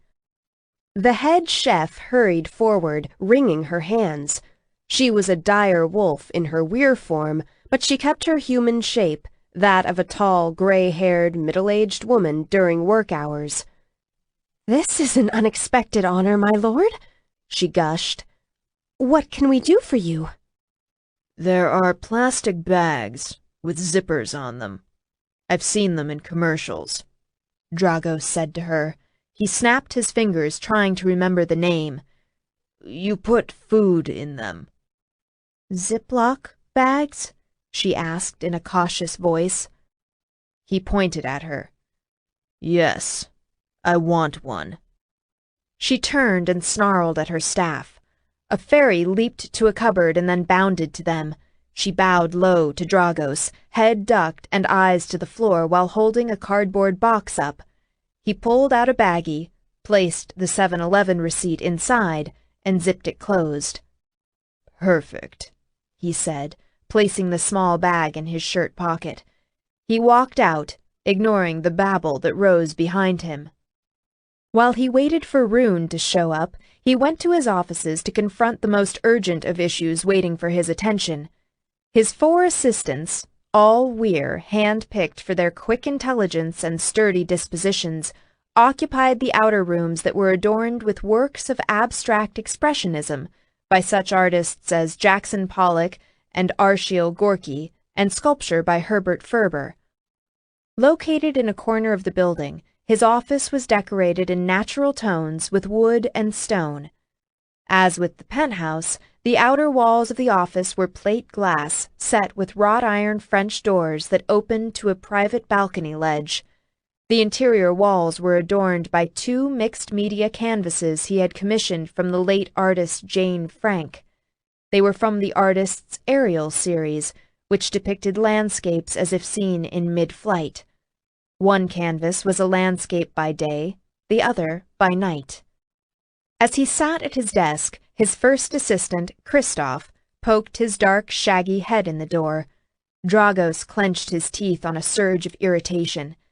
Head bent to the contracts laid on his desk, he said, "Approach with caution." The Weir's ursine nature and shambling demeanor masked a Harvard-trained MBA with a quick-witted, canny mind.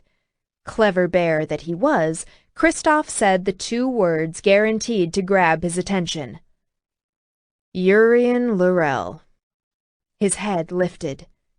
Urian Laurel, the Dark Fae King, was one of the 7 rulers of the Elder races. His domain was seated in the greater Chicago area, and he was the guy Dragos most loved to hate. He sat back and flexed his hands. Bring it. Arms overflowing, Christoph lunged forward and spilled documents onto his desk. I've got it. The link we were looking for between Laurel and weapons development. Here are hard copies of everything. Transcontinental Power and Light's 10K filing with the SEC, last year's proxy statement and annual report, and its quarterly corporate earnings conference calls. I've marked the relevant pages and typed up a report. Formed in the latter part of the 19th century, Transcontinental Power and Light, Inc. was one of the nation's largest investor-owned utility companies. The Dark Fae King was the largest individual shareholder. Dragos picked up the 10K filing and began to flip through it. The U.S. Securities and Exchange Commission document was thick, some 450 pages in length and dense with statistics, tables, and graphs. Urian Laurel and he shared so many differences of opinion. Laurel's utility company was partial to mountaintop removal mining. Dragos preferred mountaintops to stay where he could see them. Urian's fleet of aging coal-burning power plants emitted over 100 million tons of carbon dioxide annually. Dragos preferred to breathe clean air when he flew. Urian wanted to see him dead. Dragos preferred to see Urian not just dead, but utterly destroyed. It's because you prefer to live in an other land. You don't care how much you pollute this side of things, you anachronistic bastard, he muttered. He said to Christoph, "Summarize." His assistant said, Transcontinental has set up a partnership called RYVN. The acronym, well, it doesn't matter. Riven has applied for a Department of Energy grant to clean up an old Energy Department site in the Midwest that produced nuclear fuel and defense applications back in the 50s. Riven says they want to explore building a new electricity-generated nuclear plant on the site, along with new contracts with the Defense Department. His eyes flashed lava hot. He hissed, "Defense applications." Christoph nodded, dark eyes bright. Weaponry. The financial documents he held smelled like printer ink and paper, but Dragos scented the blood of an imminent kill. "Get a hold of our DOE contact," Dragos said. "Make sure he knows to reject Riven's grant application and why. After you've done that, I want you to destroy the Riven partnership. When that's gone, go after the individual partners and dismantle them one by one. Head the project yourself." "Right," said Kristoff. "No mercy, Chris. When we're done, no one will dare partner with Urian on something like this again." Kristoff asked, "Project budget?" "Unlimited." The Werebear turned to go, and he added, "And, Chris, make sure they know who shut them down. Especially Urian." "You got it." Kristoff gave him a grin. So many differences of opinion between him and the Dark Fae King. So much hate, so little time.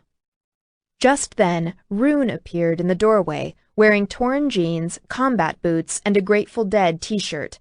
The griffin's tawny hair was windblown.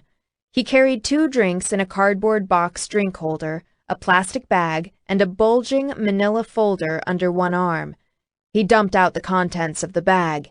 Packets of Twizzlers tumbled across the desk. Dragos tore open one packet. Rune shoved straws into the drinks, gave him one, and kept the other. "I've got the footage," said Rune, gesturing to the folder under his arm. "Do you know what we're looking for?" "Make prints of anyone who buys Twizzlers and Cherry Coke Slurpees and bring them to me. Just those 2 things, nothing else. It will be a female, although she may be in disguise." Dragos bit into a red rope of candy. He stared in disgust at the remaining half in his hand and threw it in the trash can. Then he picked up the drink and sucked on the straw with caution. Rune burst into laughter at his expression. "I said you wouldn't like it." "So you did." He slam-dunked the Slurpee. "Apparently you will be watching the tapes for someone with no taste." "This shouldn't take long. Thank the powers for fast forward," Rune said. He swiped up a few of the Twizzlers packets, winking at Dragos. "Since you don't like them," he said, and left. Dragos went back to work, but his concentration had splintered for other matters. He kept 3 wide screens on the opposite wall on different news channels.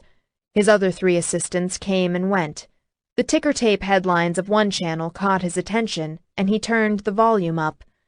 The preliminary cost estimate for the property damage he caused that afternoon was already in the tens of millions. The news crew conducted interviews of pedestrians. One woman said tearfully, "Forget about property damage. I heard that sound earlier today, and I'm going to be in therapy for the rest of my life. I want to know if Wellebrae is going to pay for that." He pushed the mute button. It was turning out to be one expensive damn penny. Outside the wall-sized windows, early evening fell into full night.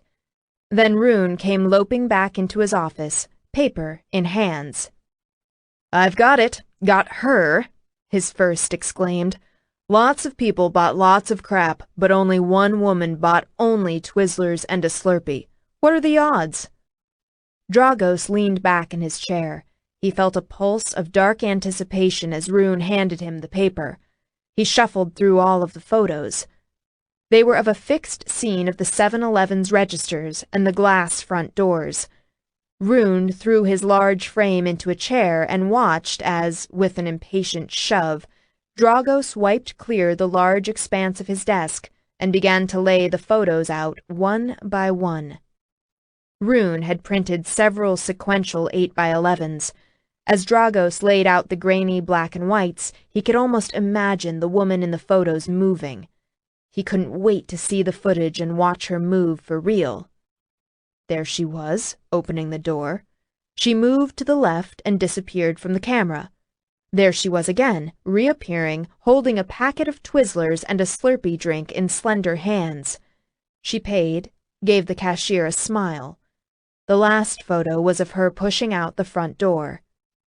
He went over them again with more care. The angle of the shots made it difficult to say for sure, but she seemed a normal height for a tallish human woman. She was whippet graceful, with long bones and delicate curves. The camera caught the dip and hollow of her collarbones.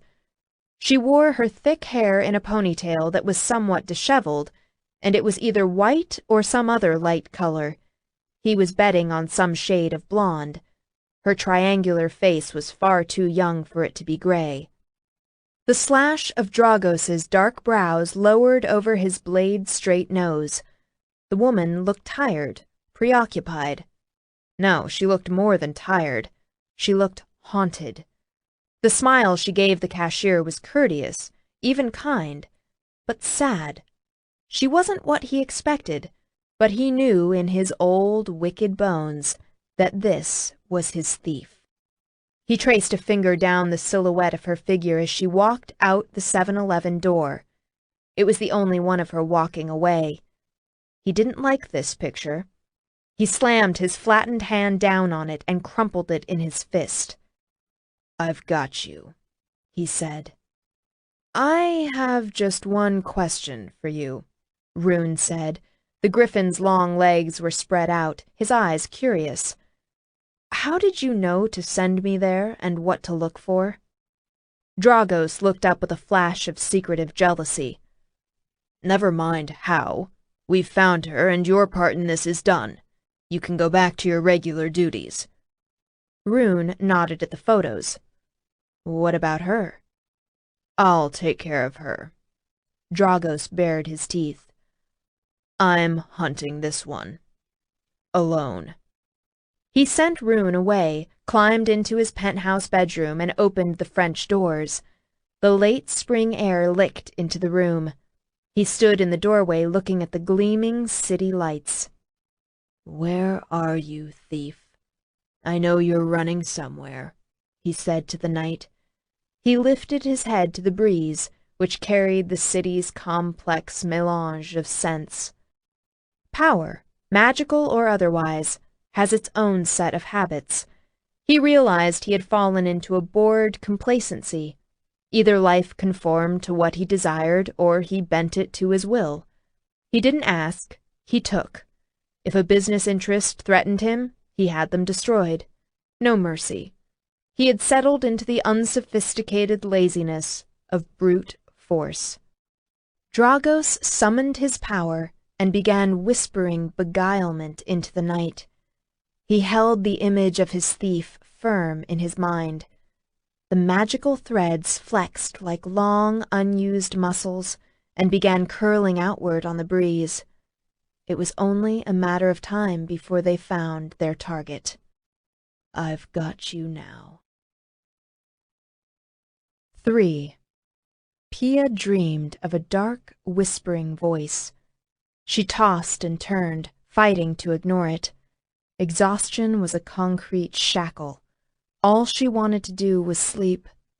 But the voice insinuated into her head and sank velvet claws deep. She opened her eyes to find that she was standing at the edge of a spacious balcony that hung high over New York. The night scene was dazzling. Lights of all colors were spray-painted on massive skyscrapers against a purple-black background. She looked down. She was barefoot and stood on flagstones, not concrete. There wasn't a railing. She shrieked and fell on her ass as she stumbled back. She scrambled backward until she put several feet between herself and the precipice. Then she noticed her long bare legs pouring out from a simple, white negligee. The negligee accentuated her runner's light, strong build, slender muscles, both racy and muscular. Negligee? She fingered the satiny material. She didn't own a negligee, did she? She could have sworn she hadn't gone to bed in it. By the way, where had she gone to bed again? A gentle, pearly luminescence lit the flagstones around her. The blood rushed through her body on a surge of adrenaline. Oh, shit. She was glowing. This was so not good. She pushed the hair out of her face. The glow made her feel more naked than she would have if she'd been nude. She hadn't lost control over the dampening spell since she was a child. She fumbled for the spell that would shield the luminescence and make her skin appear human. It was dangerous for her to be so exposed, but she seemed to have forgotten how to cast the spell. "There you are," a deep, quiet voice said.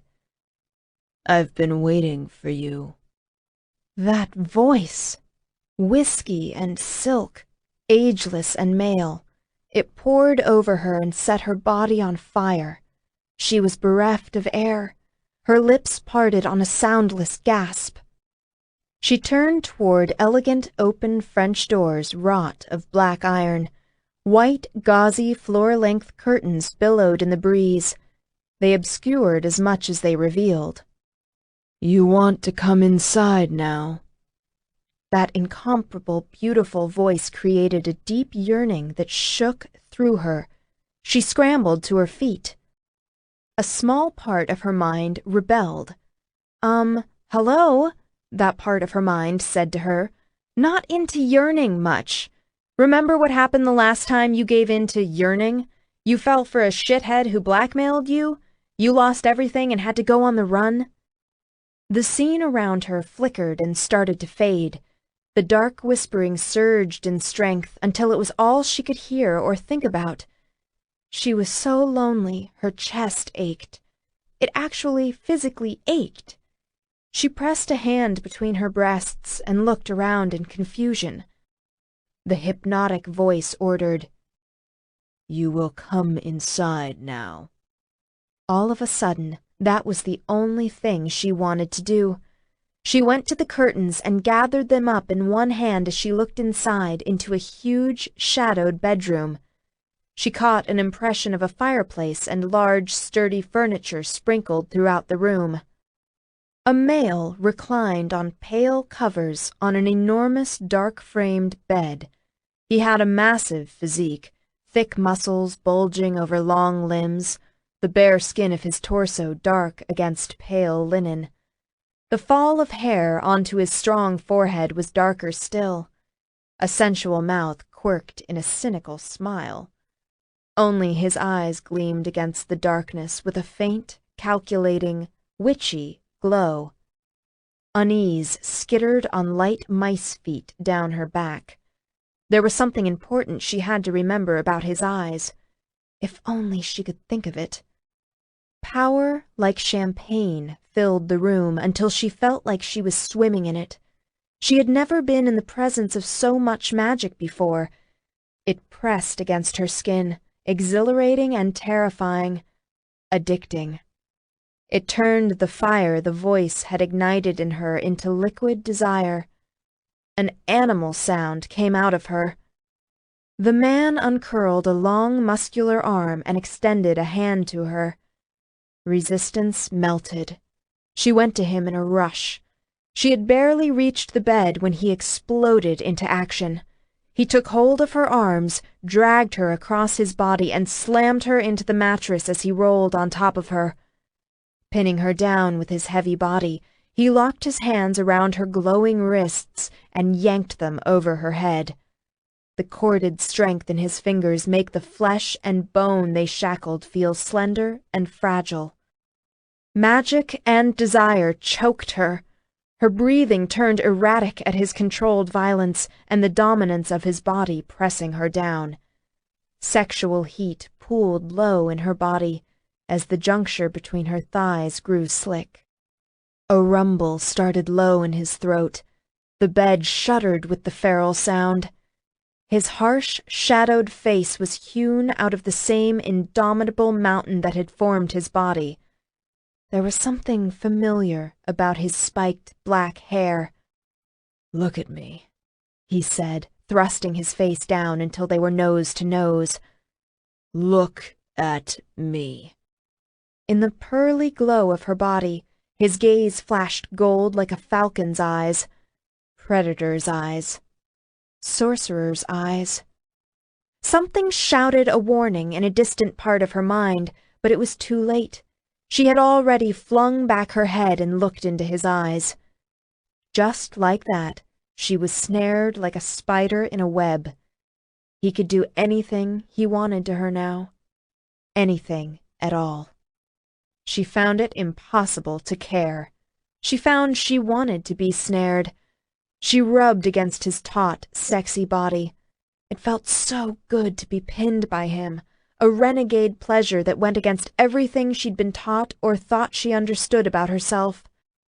"Oh, what's the matter with you?" she groaned. She arched her neck and tried to angle her hips just right.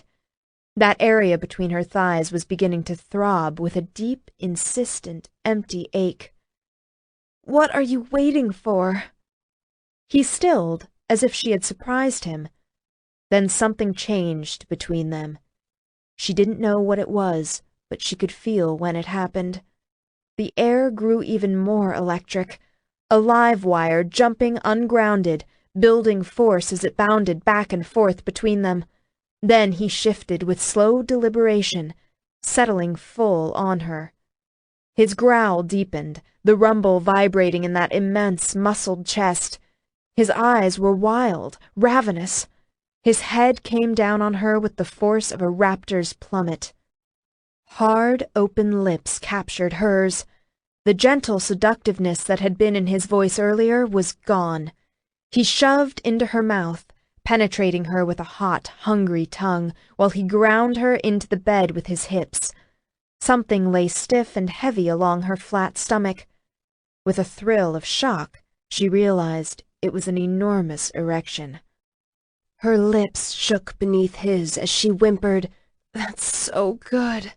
She worked her back muscles, trying to rub her hips on his cock. He sucked in a breath and muttered a shaken curse.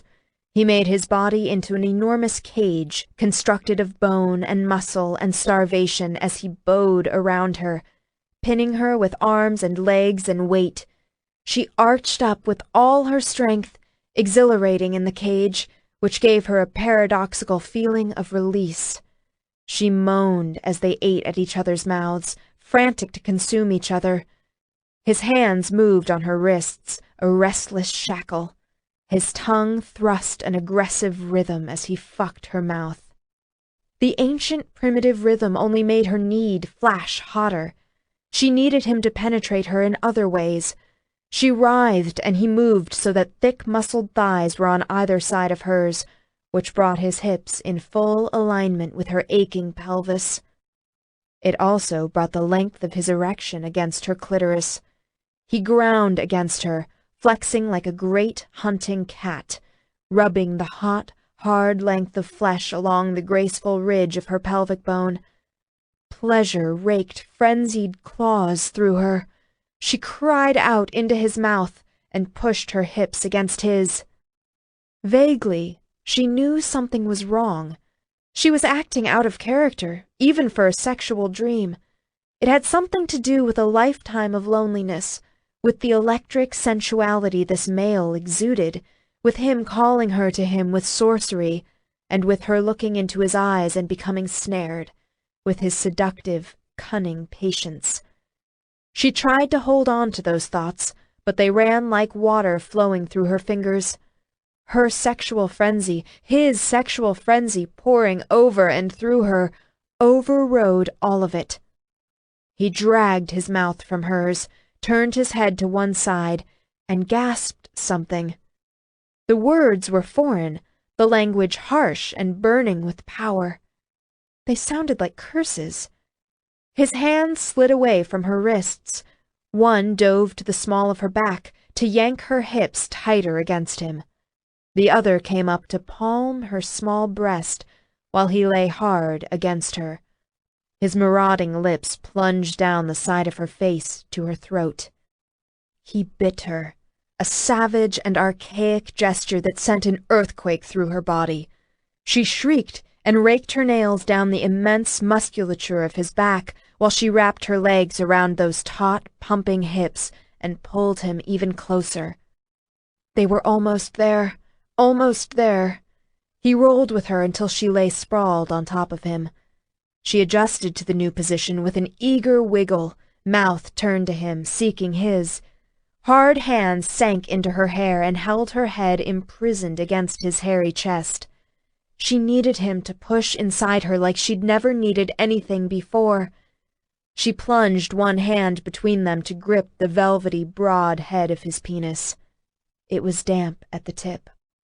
Then, his lungs working hard, he pulled her head back until their lips were just touching, still pushing his hips against her pelvis in that slow, hard, sexual rhythm, rubbing his thick cock against her palm. He whispered into her open mouth, "Tell me what your name is." Okay, wait. She had to remember something about that. She struggled to think past the burning need for him.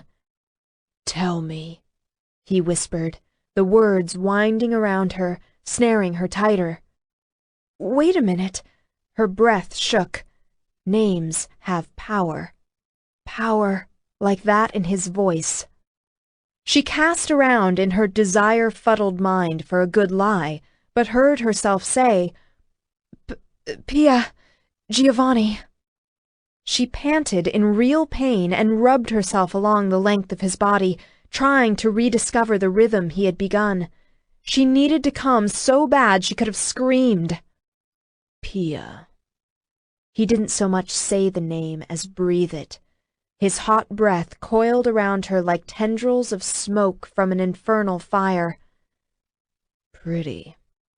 God, it felt unbelievable as he stroked her all over with nothing but the power in his voice. He licked her hot skin and murmured, again with that caressing, dark, seductive voice, "But that's your human name, isn't it, darling? You're some kind of weir. I need to know your real name." Then, as if he couldn't help himself, he cupped the back of her ass and pushed up against her so hard his hips left the bed. But just wait. Giving him her real name would give him power over her. "May all the gods have mercy, tell me!" The agonized groan came up from his core and blasted her swollen, moistened lips. The ghost of her mother's voice touched her desire-crazed thoughts with cool lucidity. "Don't ever tell your real name to anyone, my love," she had said to Pia. Over and over her mother had repeated this lesson. She spoke it with power of her own in her voice, so that the lesson would be fixed in Pia's mind, because she had been a bit of a flighty child at times. If you tell someone your real name, you have forever given that person power over you. It is your most precious, private treasure. Keep it safe as you guard your life, for your name is the key to your soul. The dream spell shattered. "No," she whispered. Was she denying him or her mother? She tried to clamp down with her legs on his torso to hold on to him, clutching at that black, spiky hair with greedy fingers. He roared. He sounded like he was in as much pain as she was. He wrapped hard arms tight around her, but she was already growing insubstantial. The raw silk of his hair melted through her grip. She threw out her hands, reaching for him. For a moment, she felt his questing fingers brush along hers. Then, he was gone. She hurtled to wakefulness and plunged upright in her bed with a soundless shout. Her heart hammered like she had just raced a marathon. Her dirty clothes were soaked in sweat. The motel bedspread tangled underneath her. The air conditioner rattled, blowing stale, deodorized air through the room. The remnant of magic lay flat in the air like soured champagne. Her hungry body wept. With a moan, she plunged one hand between her legs and pressed. It only made her ache more. She had never felt such a wretched, unconsummated lust. She curled into a miserable ball, starving for that dream lover and terrified of him at the same time. Something deep inside her started to whisper his name. Then panic shut it down. She couldn't think it, couldn't let what happened become too real because that would be beyond disastrous. Then she jerked as she realized that she was still glowing. The low-level glamour that hid her skin's pearl-like sheen was fed from her own life force. It was supposed to remain active at all times, even when she slept. Her mother had helped her put the spell in place. She hadn't lost control over it in years. She renewed the spell and dampened herself to look human again. She was so screwed. Grimacing, she curled into a tighter ball. Dragos exploded out of his bed, face contorted, one hand holding his painful erection. His balls ached so badly he stumbled forward to grip at the edges of a nearby mahogany dresser. He bowed over it, shuddering. What the hell? The beguilement he sent was supposed to seduce his thief with her deepest fantasy, her most heartfelt desire. He had expected anything but this, a dream of riches or power, success or even fame. But sex?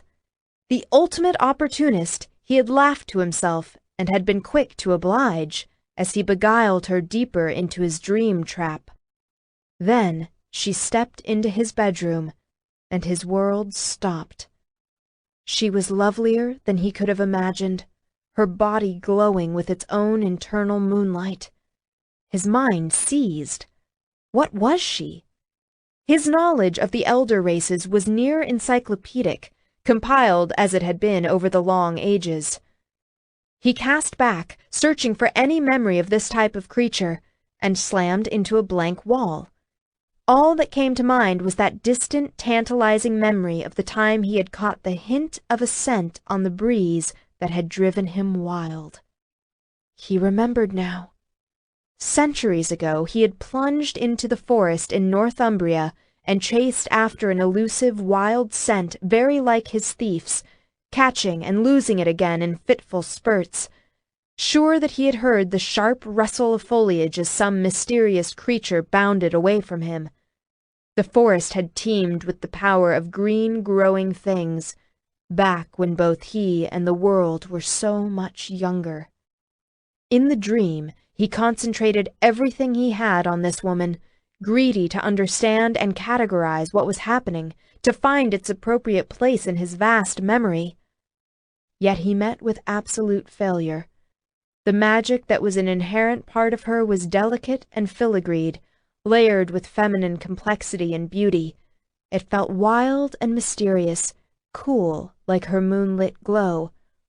His whole body had tightened with shock as he watched her walk toward him with a graceful roll of slim hips, generous lips parted, and her gaze radiant with sensual yearning.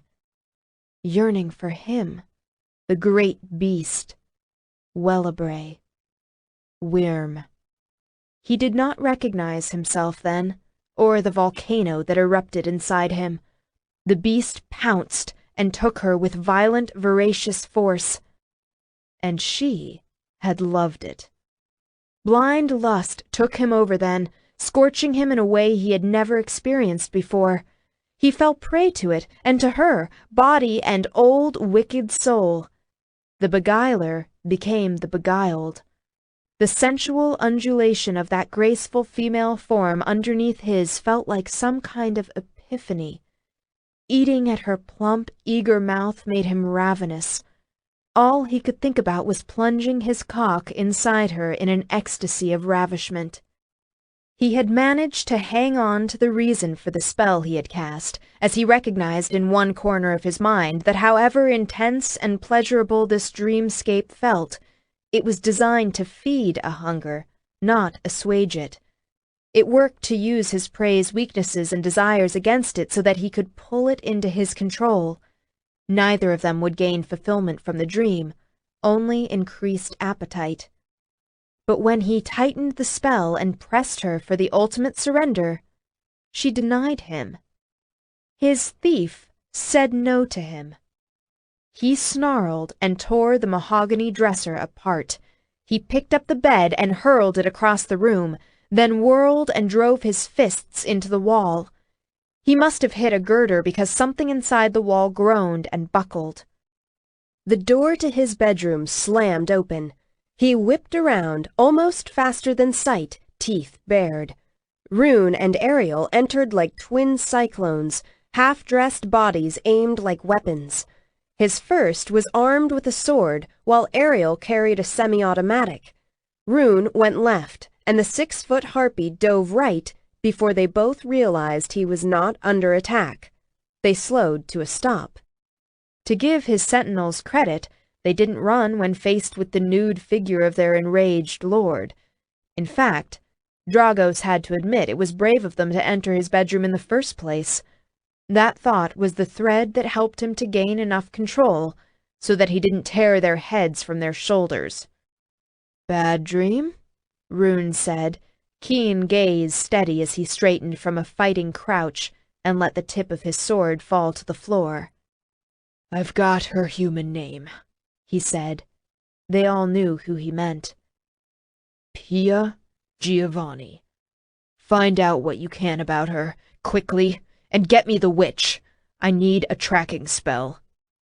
The Harpy, Ariel's sleek brows lifted as she glanced from his ruined room to the pre-dawn sky. For a moment, her life trembled by the merest thread. If she had spoken a single word just then, she would have died in flames. "Damn you, move!" The floor of the penthouse shuddered at his roar. They raced out the door. So they were smart as well as brave. The lingering traces of the beguilement clawed at him. He yanked clothes on and stalked outside to pace the balcony. The penthouse was a prison. Even the vast, spread-out, noisy panorama of the city felt like a cage. He wanted to lunge into the air.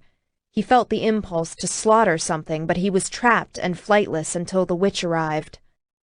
The dragon stood at the edge of the ledge, fists clenched, and with narrowed eyes he watched the small, quick-moving humans in the street 80 floors below. A short time later, Rune said telepathically, "My lord, the witch is here." "My office," he said. He moved along the penthouse balcony until he stood 1 floor above his office. Then he leapt to the ledge below. Rune and the witch had already entered the room. The griffin was unaffected by his sudden appearance, but the witch stared as he straightened to his full height. A human Hispanic woman with a tall, imperious beauty, she was quick to lower her gaze when he opened the French door and strode inside. Wellebrae Enterprises had for some years contracted with the best witch in the city. Dragos had never bothered to learn her name, but he recognized her. She was afraid of him, which he ignored. All humans were afraid of him. They should be. He growled, "I need a tracking spell put on a woman." The witch inclined her head. She said, "Certainly, my lord. Of course, no doubt you already know that the more information I can be given on a target, the better I can craft a tracking spell for it." "Her name is Pia Giovanni," Dragos said. He handed her the stack of photos from the 7-Eleven security footage. "This is what she looks like." The witch went still, her eyes on the top photo. Her expression was a perfect blank, but some minuscule change in her posture or breathing, roused the predator in him. A smooth, fluid shift of his body brought him closer to her. He could sense her body heat and the pulse at her neck and wrists, which beat more rapidly at his proximity. He scanned her with truth sense as he asked, "Do you know this woman?" The witch's dark gaze lifted to his. She said, "I have seen her in the magic district. I didn't know her name." Her face remained that perfect blank, revealing nothing. It was not, he thought, the blithe calm of innocence, but one of educated discipline. Still, she did speak the truth. The predator in him eased back. He nodded at the photos. "Is her name and a photo enough for you?" The witch said, "I could cast a spell with these things, but it would be more durable and it would last longer if you had something of hers that I could use as an anchor. A good tracking spell is more complicated than a finding. It must shift and move as the object changes direction." Unsurprised, he reached into his shirt pocket and pulled out a Ziploc bag that held a battered receipt. "It just so happens I do have something we can use." 4. Shaken by such a rude awakening, Pia rolled off the bed and lurched into the bathroom to take a shower. She hadn't carried any toiletries in her backpack beyond hand lotion and chapstick, so she had to make do with the motel's paper-wrapped sliver of plain soap. It took forever to work some through her long hair and lather a washcloth, but at least the water was hot and plentiful. The skin at the side of her neck felt tender as she scrubbed herself.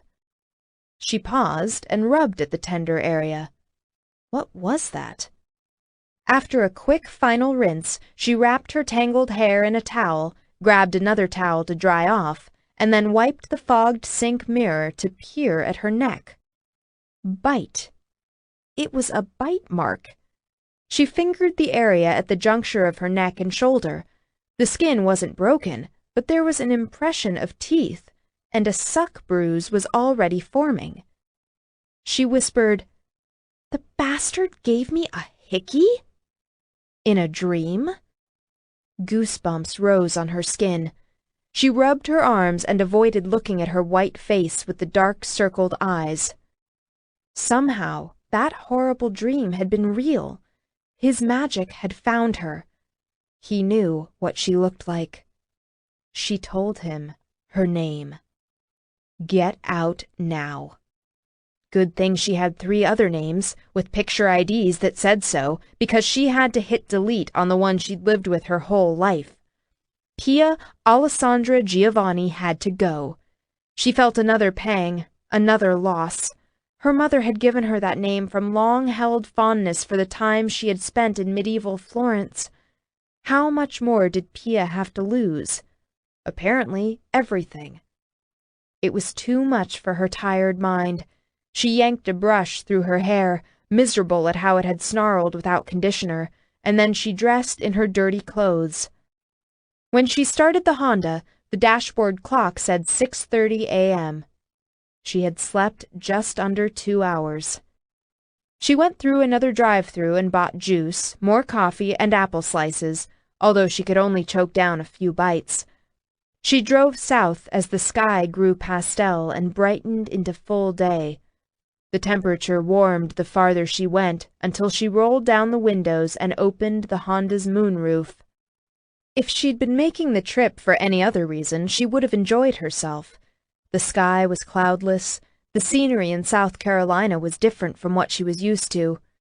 The foliage was a couple weeks farther along in bloom than in New York, and the land felt strange to her senses. She began to pass properties vivid with greenery and profuse with camellias, roses, azaleas, and magnolia trees blanketed in pink blossoms. Silvery Spanish moss draped along the branches of old oak trees, like fashion stoles adorning beautiful women.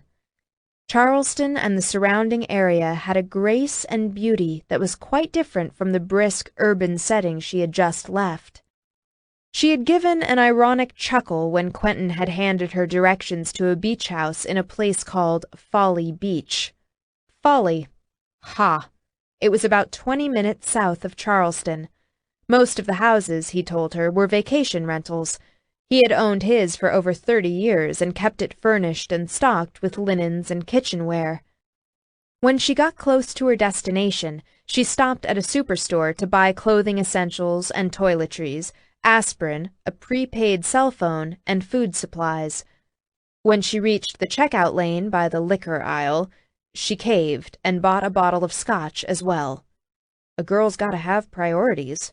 If she didn't deserve a drink after the nightmare week she had just suffered, she didn't know who did. She threw her purchases in the Honda's trunk. Soon after, she drove at a slow pace down a small coastal road on Folly Beach. She stared at the glimpses of the Atlantic Ocean she could see between cottages. The smell of the ocean gusted into the car. The sunlight was different here, clearer and thinner, and she got the sense of a nearby place drenched in magic. There was a dimensional passageway somewhere near to other lands. She wasn't surprised, given that the seat of the Elven Court was located either in or near Charleston. Quentin's house was at the end of the road, on the beach side. It was larger than many of the cottages she had passed, with its own short off-street driveway and garage. After parking, she shouldered her packages and entered the house, which had an empty feel to it, although thanks to a monthly cleaning service, it was at least fresh and clean. There were 3 bedrooms to choose from. She put away the food and then picked the largest bedroom with an ensuite bathroom. She threw the toiletries on the bathroom counter and piled her new clothes and underwear on top of a dresser. She found towels and bed linens and made the bed, moving slowly and methodically. As soon as the bed was made, she took off her jeans, climbed under the covers, and curled up as she hugged a pillow. Soon she would start thinking about her next steps and try to make a plan. Even if Wellabray couldn't come this deep into the elven domain, he had more money than God, and probably more employees, too. She didn't dare stay too long. She would close her eyes for just a little while. She woke with a start several hours later. For several bleary moments she couldn't remember where she was or why. Then memory flooded in, and she sagged back against the pillows. Okay, life sucked. But at least she didn't have another freaky sex dream where she got bitten. The room felt sticky and overwarm. Though the curtains were drawn, it seemed from the diffuse light that the sun was at a much lower angle than when she had first lain down. She pushed out of bed and dressed in some of her new clothes, low-hipped capris, sandals, and a red tank top with spaghetti straps. Her breasts were high, rather small, and firm, so she didn't bother with a bra. She peered outside. It was early evening, maybe around 5 o'clock. She went to the bathroom to splash her face with cold water. After dragging a brush again through her recalcitrant hair, she pulled it back in another ponytail. Then she went to the kitchen/dining room area, which was separated by a counter and bar stools. The dining area had sliding glass doors that opened to a large deck with a few simple pieces of patio furniture. Stairs led to the beach. She went down the stairs. She stood on the sun-warmed sand and breathed deep for several minutes as she gazed at a limitless horizon and listened to the murmurous dance of a calm ocean as it played against the shore. Kicking off her sandals, she walked close to the water's edge and let sea foam surge across her toes. It was very cold. The tension that had taken up residence between her shoulder blades eased. She watched a seagull hover over the water and let herself exist in the moment. Then she walked along the water's edge. With the onset of early evening, there were few people on the beach. A woman with 2 children wandered along the water's edge about 50 yards away, picking up shells and rocks, until someone shouted from a cottage and they went inside. She sighed and tried to think through the obstacle course in her head. She bounced from idea to idea like a pinball in an arcade machine. At least the sleep had helped to clear her mind. She wondered if Keith were still alive. She was surprised to find she felt sadness at the thought. She wondered at the shadowy power that had given her an artifact strong enough to get past Wellabray's aversion wards. She shied away. Don't think about that. Then she thought about Quentin's fierce protectiveness, his stubborn insistence on helping her, and the bone-cracking hug he had given her. Her eyes watered. Okay, don't think about that either. Keith was gone. Quentin was gone. Her life was gone. She scowled and scrubbed at her eyes. So, what did she know? Wellabray knew her name. Got that problem covered. He knew what she looked like. He might even know what she smelled like, so she could change her appearance, maybe dye her hair and cut it short, but she would have to be extra smart to obscure her scent trail. I can't stay here, and I need to ditch the Honda. I need to get new wheels and make it an arbitrary switch, difficult to trace, maybe change rides a couple of times fast. It might slow him down. I need to move in a random way and disconnect completely from Quentin and my past. And I need to find a way to block that bastard from my dreams. To do that, She would need more magical expertise than she could muster. Her mother could have kept herself obscured, in both a psychic and physical sense, but her blood didn't run as strong in Pia. While she had a highly educated sense for magic, she couldn't do half the things her mother could have done. The last gift Quentin had given her the night before had been an 800 number that he had made her memorize. "I know people in Charleston," he'd said. "If you need help, call them." Did she dare? Who were these people? She turned north and started walking back to the beach house.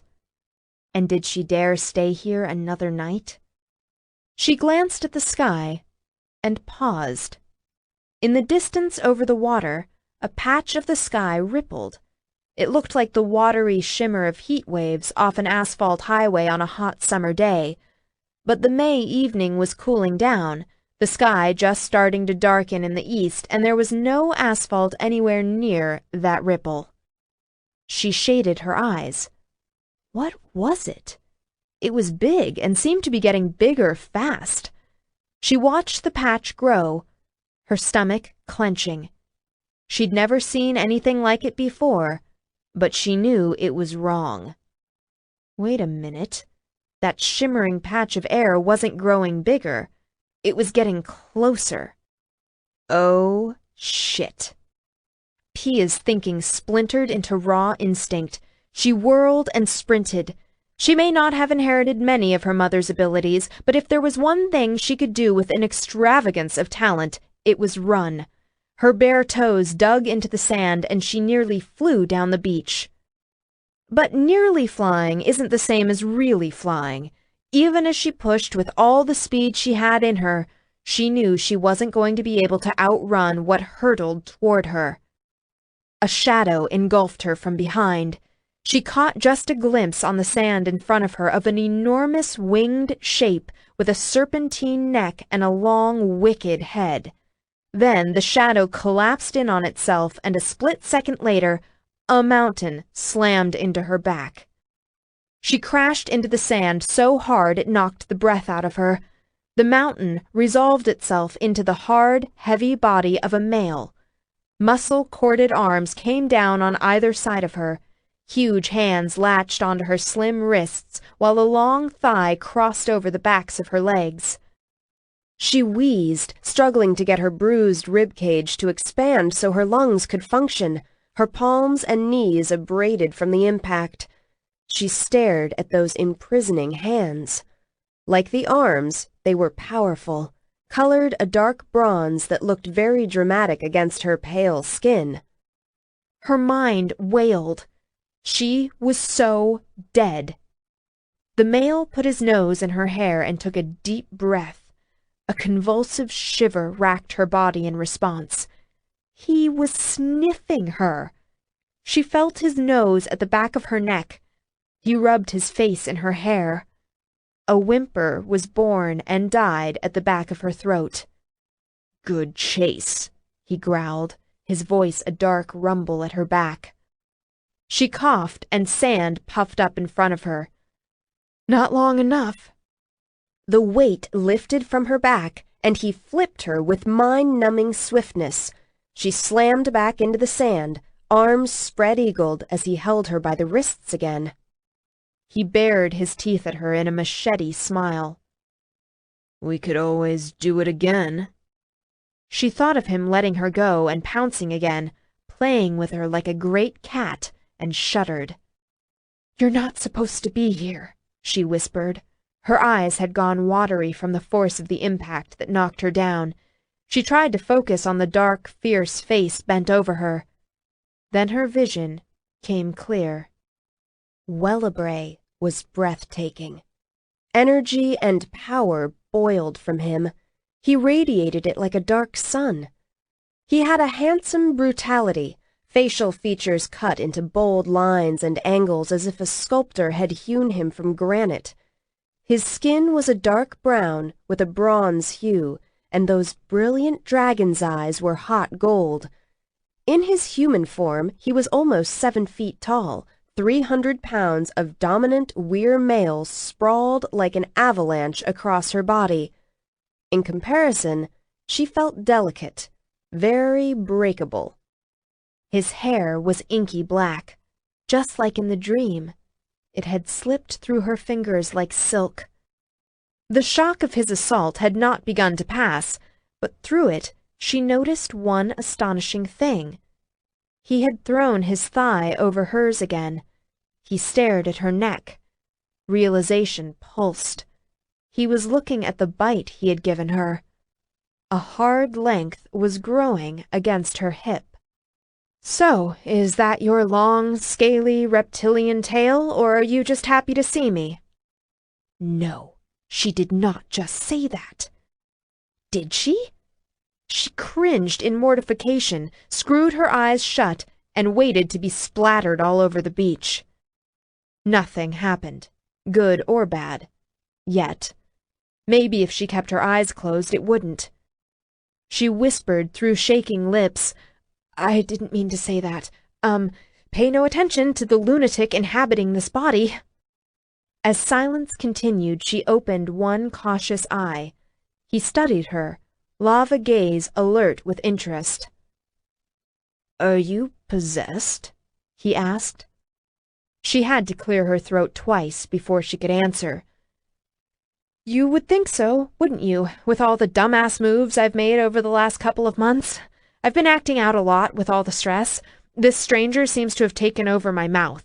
She doesn't seem to come installed with a brake. No offense." The corners of her lips lifted in a tremulous smile. "I bet you want your penny back, huh?" He shifted with sinuous grace, letting go of her hands to kneel over her. His predator's stare narrowed further. "What do you think?" Her hands fluttered up and, unable to help herself, she straightened his shirt collar with shaky fingers. Her fingers looked like delicate white twigs against the thick column of his neck. Dragos stared down at her hands. She let them fall to her chest and clasped her hands together. "I think," she said in a low voice, "that you would do anything to get your property back.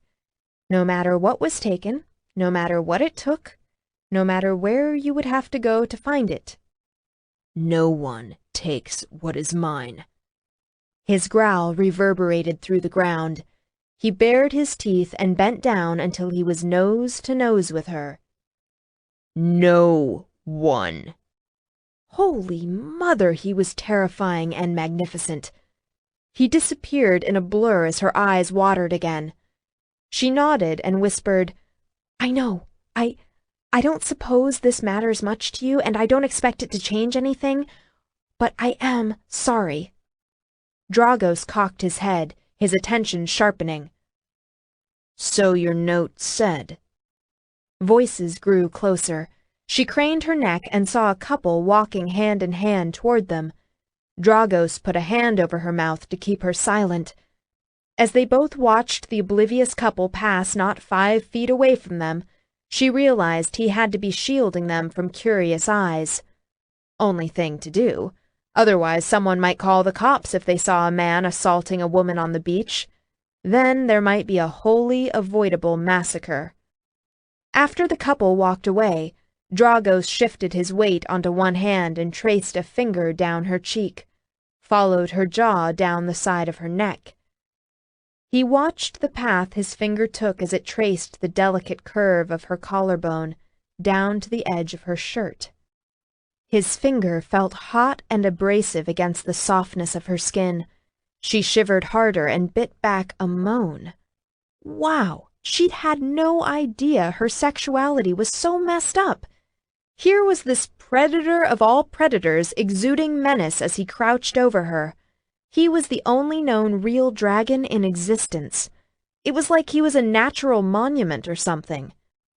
Oh my God, not only is he older than the Grand Canyon, but he's like the Pope and the Fae King and the President of the United States all rolled up into one. To some ancient cultures, he had been a god. He was going to hurt her so bad before he killed her so dead, and all she could think of was how hot his kiss had been in the dream, and how delicate the touch of his finger was as it traced down her body. Her mind stuttered. She looked down at his hand, her breathing roughened as her heart raced. Dragos picked up a lock of her hair and fingered it. Then he held it up to the evening sunlight. He turned it this way and that, staring at the strands. He did nothing at all to keep her pinned in place. The possibility of her escaping from him was that inconceivable. The force of his regard was such that her whole body trembled. A flush of sensual heat torched any coherent thought she might have had left. Her sex moistened in a liquid rush. She couldn't have been more humbled, more mortified, or felt more naked. With a Weir's ultra-sensitive nose, of course he could smell every minuscule body change. He had to be aware of her growing arousal. He could no doubt read every passing emotion in the pheromones she exuded, whereas she couldn't tell anything about him. His gaze was so shuttered, his expression so severe. She knew nothing at all about what he was thinking. Except... Pia looked down the length of that tremendous male body as he held himself poised over her, down the long torso that tapered from those wide shoulders to the hips that looked so lean and tight. He was dressed for function, not fashion, in jeans and a plain white Armani button-down silk shirt, rolled at the arms and tucked at the waist. She sucked at her bottom lip, staring at the indisputable evidence bulging underneath the zipper of his jeans. The bulge, like the rest of his human form, made her eyes widen. All righty. As far as size went, the details in the dream hadn't been wish fulfillment in the slightest. She wondered if he could still be aroused while he ripped her head from her shoulders. He was a dragon, a weir-kind beast, by general knowledge one of the most ancient of the elder races, and by reputation wicked and cunning and ruthless. Normal human-like thought patterns just didn't apply. "Well, this is socially inexplicable," she muttered. "Hush," Dragos said. She hushed, blanked her mind, and waited, while she watched him study strands of her hair. Her hair had always seemed somewhat coarse to her, so thick and such a pale blonde it was almost white. The ends sparked with gold highlights in the sun. When she wore it loose instead of in the usual ponytail, it hung halfway between her shoulders and waist. Dragos fisted his hand in the long, bright strands and held it to his nose, inhaling. There it was. There was the mystery he didn't know how to solve. He'd thought of it as wild sunshine, but that was when he'd had the merest scrap of scent on a piece of paper. The actual reality floored him. Somehow her delicate feminine fragrance did more than capture the essence of the sunlit air. Somehow it took him back almost further than he could go, back to the morning of everything, when he basked in transcendent light and magic. That ancient time, so piercing, young, and pure. He found his unhurried way back to the present and studied her hair again as he fingered it. It felt like Chinese silk, and the highlights were the same color of some alluvial gold deposits he had known. He had a 13th century Peruvian statuette that was the same color. He dropped the handful of hair and proceeded to study everything else about this mysterious, unpredictable female. "I didn't think you would be so young," he said.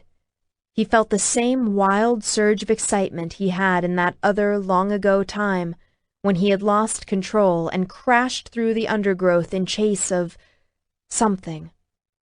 He looked at her supine body lying so still and submissive underneath him, and exercised a ruthless clampdown on his self-control.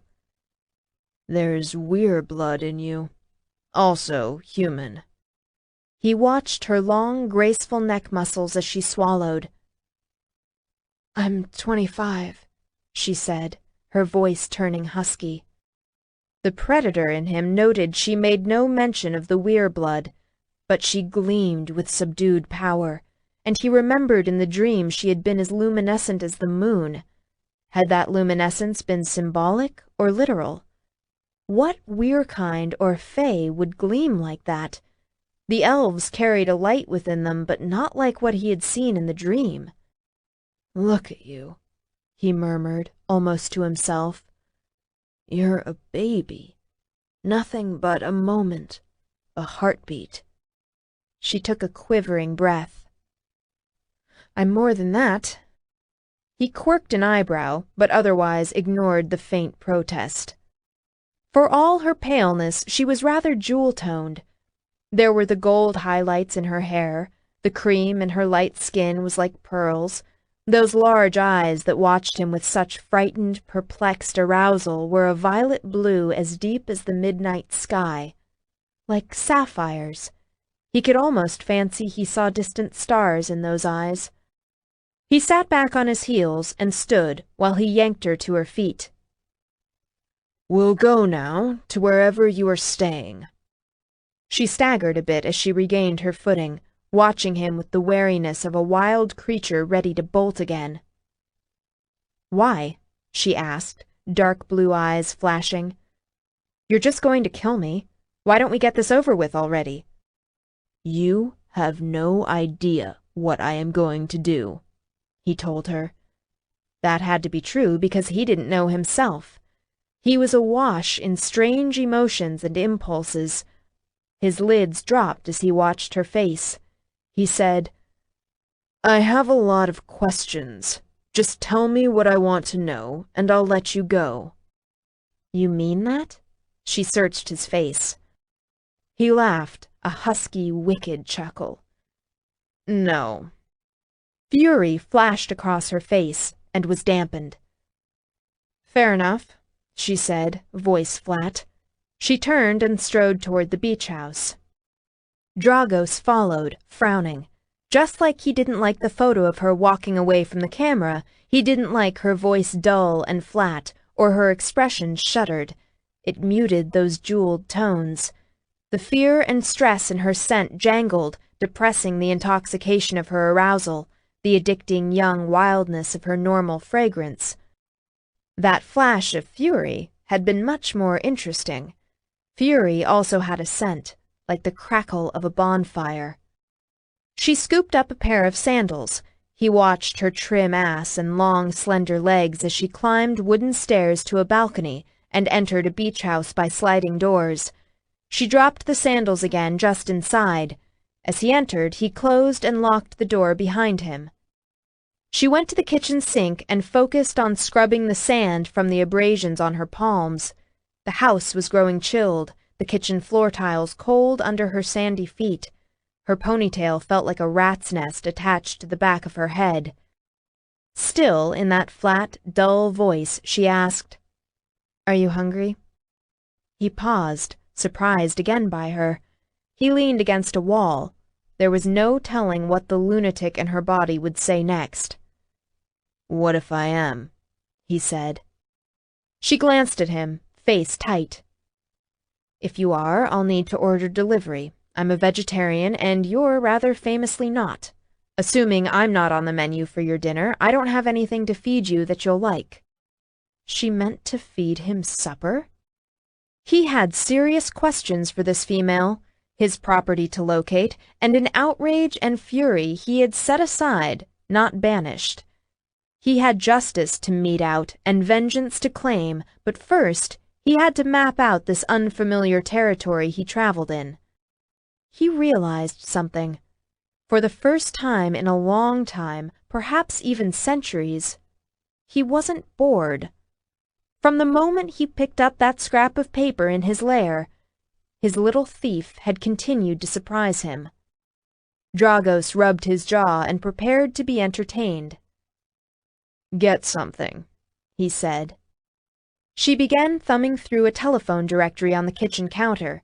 She flipped past the yellow pages and the red pages for business to the green pages for elder businesses.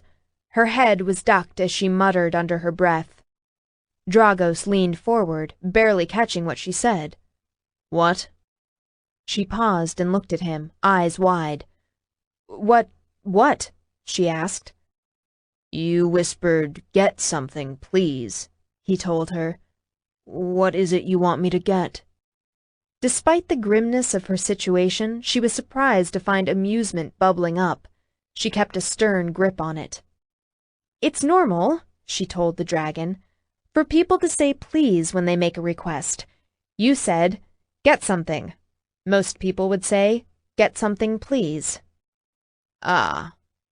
Dragos folded his arms. "But I did not ask for anything. I ordered it." She pinched the bridge of her nose. "That you did." Her finger traveled down the green page and stopped at the number for an elder restaurant. Hands shaking, she punched in a number. A youthful, musical voice answered the phone. Elvin. All too aware of the keen gold gaze focused with relentless patience on her, Pia said, "I'm calling from a beach house on Folly Beach." She rattled off the address. "Will you service this area?" "Of course we will," said the voice. "We know the address well." "We would like a dozen porterhouse steaks," she said. She looked at her captor. "Dragos, do you want them raw or cooked?" "Just seared," he said. The person on the other end of the connection drew in a swift breath. "We will be with you as soon as we can," he said. "It may take a little while. Delivery in about an hour." "Soon as you can will be fine," she said. She deleted the number from the cell phone's memory, clicked the off button, and placed it on the counter. She didn't think Dragos had looked away once since they had entered the beach house. It was just one more thing to add to a growing list of things that felt unreal. Then she stood, staring at her hands. An hour, she thought. God, it felt like forever. Her shoulders sagged. She didn't think she had any more adrenaline left to pump into her system. "They'll be here soon. Now what?" He pushed himself away from the wall. "Now," Dragos said, "you tell me why you stole from me, and how. Most especially, we will discuss how." 5. Pia kept her gaze down. She touched one abraded palm with a finger. "My ex-boyfriend blackmailed me into doing it." "Keith Hollins," he said. Startled, her head jerked up. "You know who he is?" His black eyebrows rose. "I know a lot of things." His sentinels had worked fast that morning before he left New York. While the witch had cast the tracking spell for him, Ariel and several others had run a background check on Pia Giovanni. They winnowed through other possibilities until they found the right one. A team had been dispatched to search her apartment and follow any leads they found. Soon after the spell was in place and he had collected preliminary information, Dragos had taken flight, arrowing south for his prey. "Your boyfriend is dead," he told her. Just like that, she had had too much. Her vision grayed, and the world tilted. Dragos leaped forward, hard arms snaking around her before she could collapse. He eased her onto a bar stool and pushed her head down.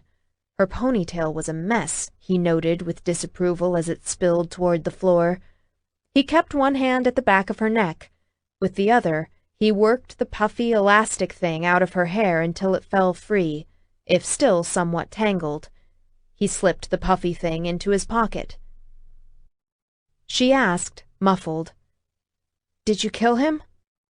"No, nor did my people." The skin at the back of her neck was chilled. He felt the shiver ripple through her. "They found him earlier today. Bad death." Damn that poor idiot. I tried to warn him. She covered her face with her hands.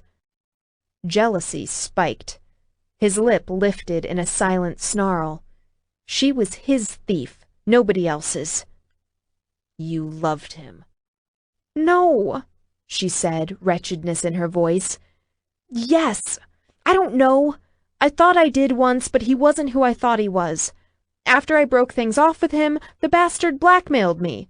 I knew he was going to get himself killed. I even tried to warn him, but he wouldn't listen to me. He got what he deserved, but it's still hard to hear about someone I used to care about." She clenched her fists. "Let me up, I'm not going to faint." He released the pressure he had been putting on her neck. She sat upright in the bar stool. She looked composed, but her skin was ashen. There were goosebumps along her bare arms and shoulders. "You are too cold," he said. "That means shock, I think. We will change that." He noted the bottle of scotch on the counter by the sink. He retrieved the bottle along with a coffee mug from the cupboard. He poured a drink and shoved it into her hands. "Drink that while I find a blanket." She looked at him askance as her fingers curled around the mug. "Yes, I know," he said, impatient. "I'm going to rend you limb from limb someday, when I feel like it. In the meantime, you will not faint, you will get warm, and you will stop being distressed." His nostrils pinched. "I don't like how it smells." Her pretty mouth fell open. "You don't like—" A hysterical giggle bubbled out and turned to outright laughter. She listed on the bar stool, the coffee mug tilting. He covered her hands with one of his own, steadying the mug, and pressed a finger against her lips. "Stop that." "Sure," she hooted. "Whatever you say." He wasn't by any stretch of imagination an expert on emotions, let alone female emotions. Scowling, he tapped her lips. "I'll just, I don't know, be happy until you decide to start rending," she hiccuped. "How will that do, Your Majesty?" "I was being sarcastic," he said. "Which is very reassuring, coming from a pissed-off dragon," she told him. "Kinda like the whole, tell me what I want to know and I'll let you go joke. Definitely has its own charm. I bet all your other prisoners love it." Her slender body continued to shake. She was out of control. He would get no sense out of her as long as she was this overwrought. Dragos cupped her chin. He stared into her eyes, intending to beguile her into a sense of calm. Instead, he came up against a mental barrier.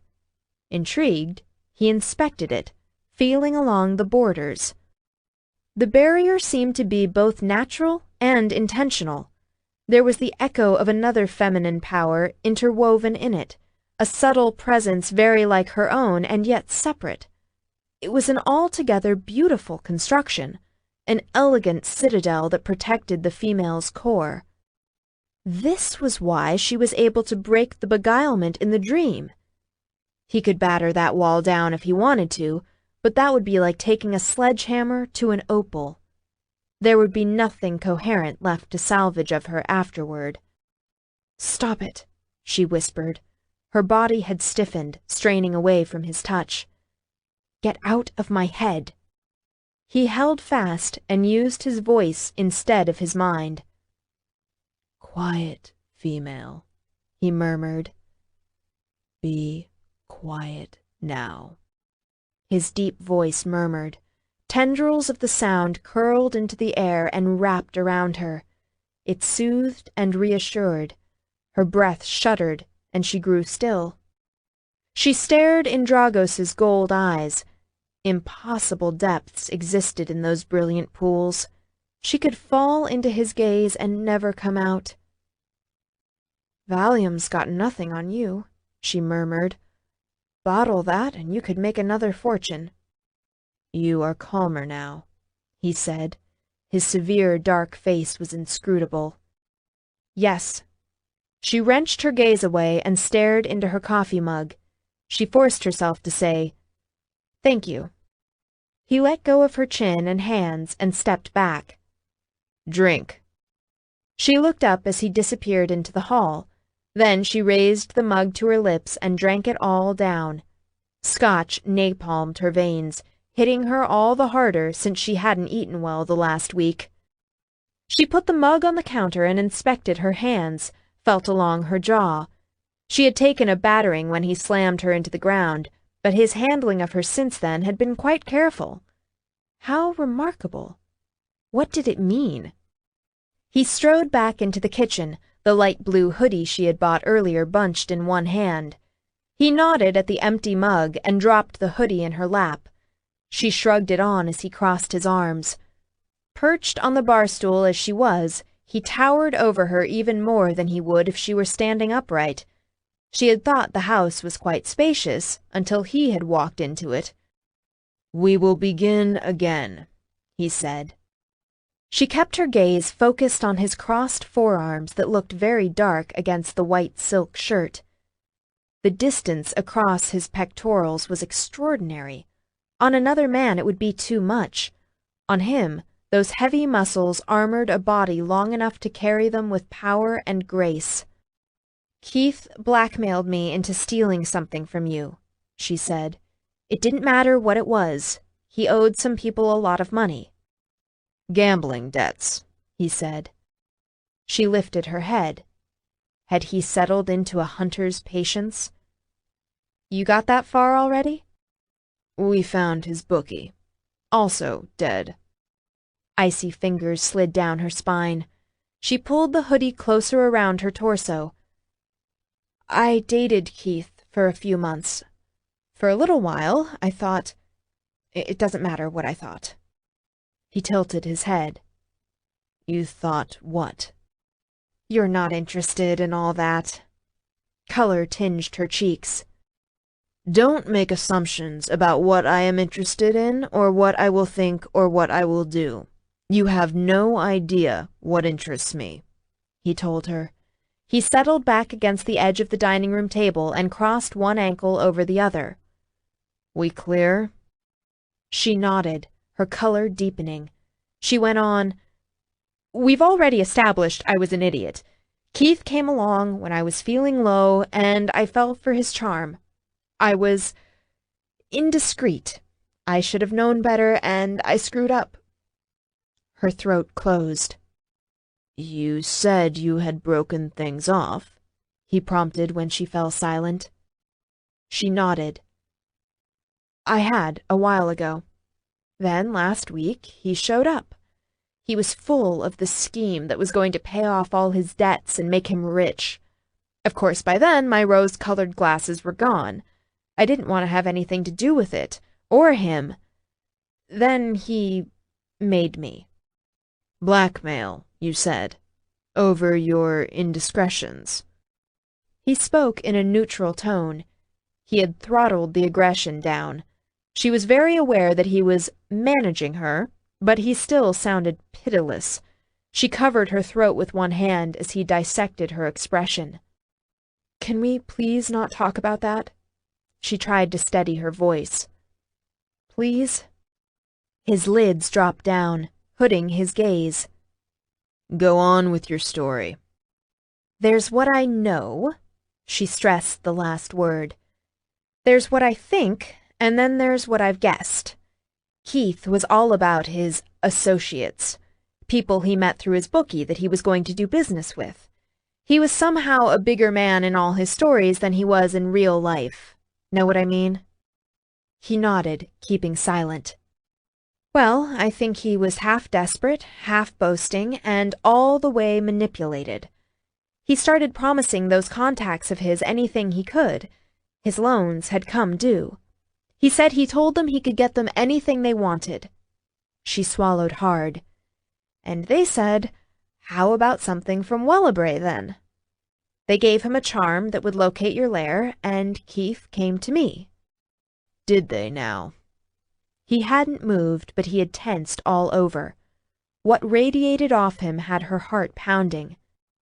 She licked lips that had gone dry and whispered, "I think Keith told them something about me, but not much. He would have wanted to keep me a secret because he wanted to be the big player, and he thought he could control me. He was hoping to set up a repeat business. But I think someone very nasty and powerful was manipulating him. And now, thanks to me, they've got something of yours." "They do indeed." He bared his teeth in that machete smile. I'll have to thank you later for that one. She whispered. That charm scared the shit out of me. If I didn't do what he wanted, I knew Keith would sing like a canary. Would he give me up? In a heartbeat, if it would save his own ass. Then they would come after me. So I was in that damned if you do, damned if you don't place. Where's the charm now? His eyes had gone pure gold, all dragon. It disintegrated when I used it. His eyes narrowed. I would have felt my spells fail if it had nullified them, but they were all still in place when I went to investigate. She cupped her ear with one hand and rubbed her neck, a stressed, defensive gesture as she remembered the pain from using the charm. He moved closer as that pitiless dragon gaze dissected her face. She whispered, The charm didn't nullify anything. Between it and your spells, I felt like I was being ripped apart. Yet you still got through them. She didn't bother to reply. Instead, she searched his face. His expression was savage, catapulting her thoughts forward to consequences that were more far-reaching than just her own future. Her lips felt numb. A charm that powerful could find anything hidden, couldn't it? Depending on the strength of the user, yes. Anything hidden. There were things in the world that should never be found, dangerous things, or fragile, and precious creatures whose lives depended on secrecy. A finding charm as strong as the one Pia had used could slice like a knife through someone's every defense. She shivered and huddled into herself. Despite her fears and preoccupation for her own safety, this had never been about her. Dragos frowned as he considered the minefield she had maneuvered in order to get to his hoard, the unknown charm acting in opposition to his spells. The conflict of opposing magics might have killed another person. That elegant citadel inside her mind was probably what had saved her life. Despite her obvious upset, he didn't think she realized how much danger she had been in. He wondered if it was her conscience that made her so upset. He was fascinated by the concept of a conscience. He dropped a heavy hand onto her shoulder, gripping the slender bone and sinew. Her body shifted in subtle ways as she leaned into his bracing hold. He shifted the conversation back to an earlier point.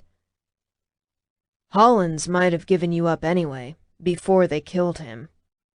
No, she sighed. He didn't, which may actually be why they killed him. How can you be so sure? After he blackmailed me, I blackmailed him, she told him. She squinted at him with one eye. Was that approval gleaming in his gaze?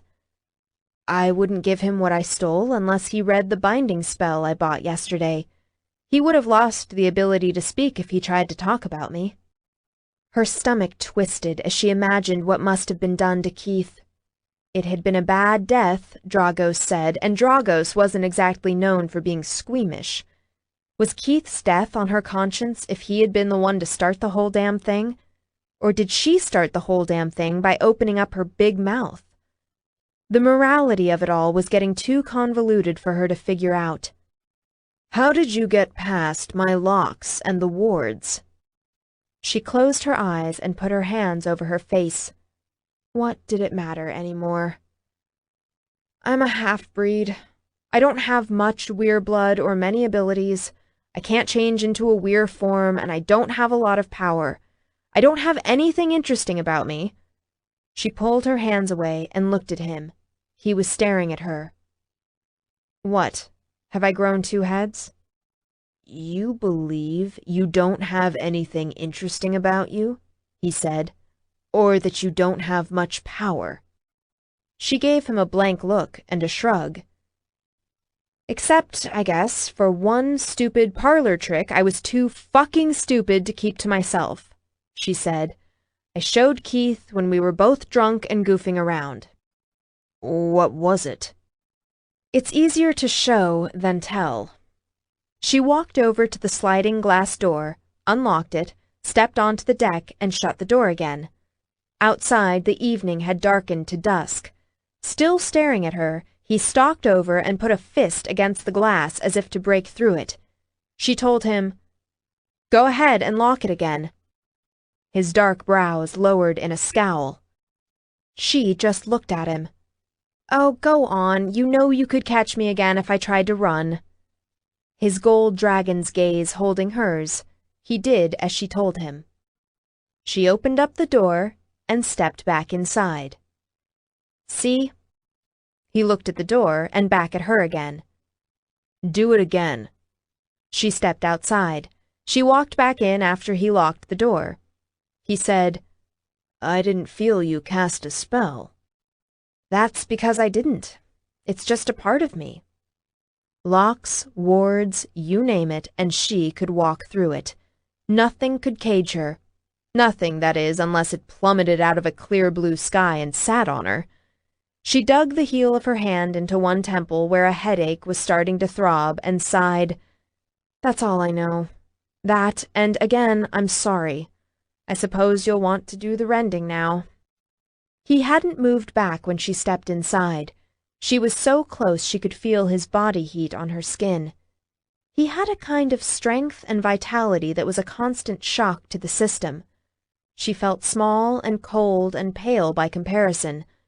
Despite the colossal danger this creature represented, she had quite an irrational desire to curl up in his warmth. He cupped her head. The broad palms and long fingers cradled her skull. Oddly, she didn't feel afraid, and she didn't resist when he tilted her face up. The predator bent over her. "You committed a crime," he said, "and you owe me. Say it." What was this? She could gain no hint by searching his face. Her shoulders sagged and her mouth drooped. "What if I don't want to say it?" "You will make recompense," said the Lord of the Weir. "You will serve me until I deem the debt is paid. Is that clear?" "No rending?" she asked. Her gaze clung to his. Could she believe him this time, or was this another cruel joke? He shook his head and smoothed back her hair. "No rending. You told me the truth," he said. "I could sense it as you talked. You committed a crime, but you were also a victim. This is justice." He bent his head until his nose just touched the top of hers, inhaling. His voice was much softer as he continued, "But when I go after who orchestrated this, that will be vengeance." She shuddered, going limp with relief. Her hand smoothed over the heavy muscles in his chest. She felt encompassed by him, and against all good sense or sanity, she felt safe. Her spine lost its starch. She leaned against him, just a little. She did it sneakily so he wouldn't notice. "I don't like that word, serve.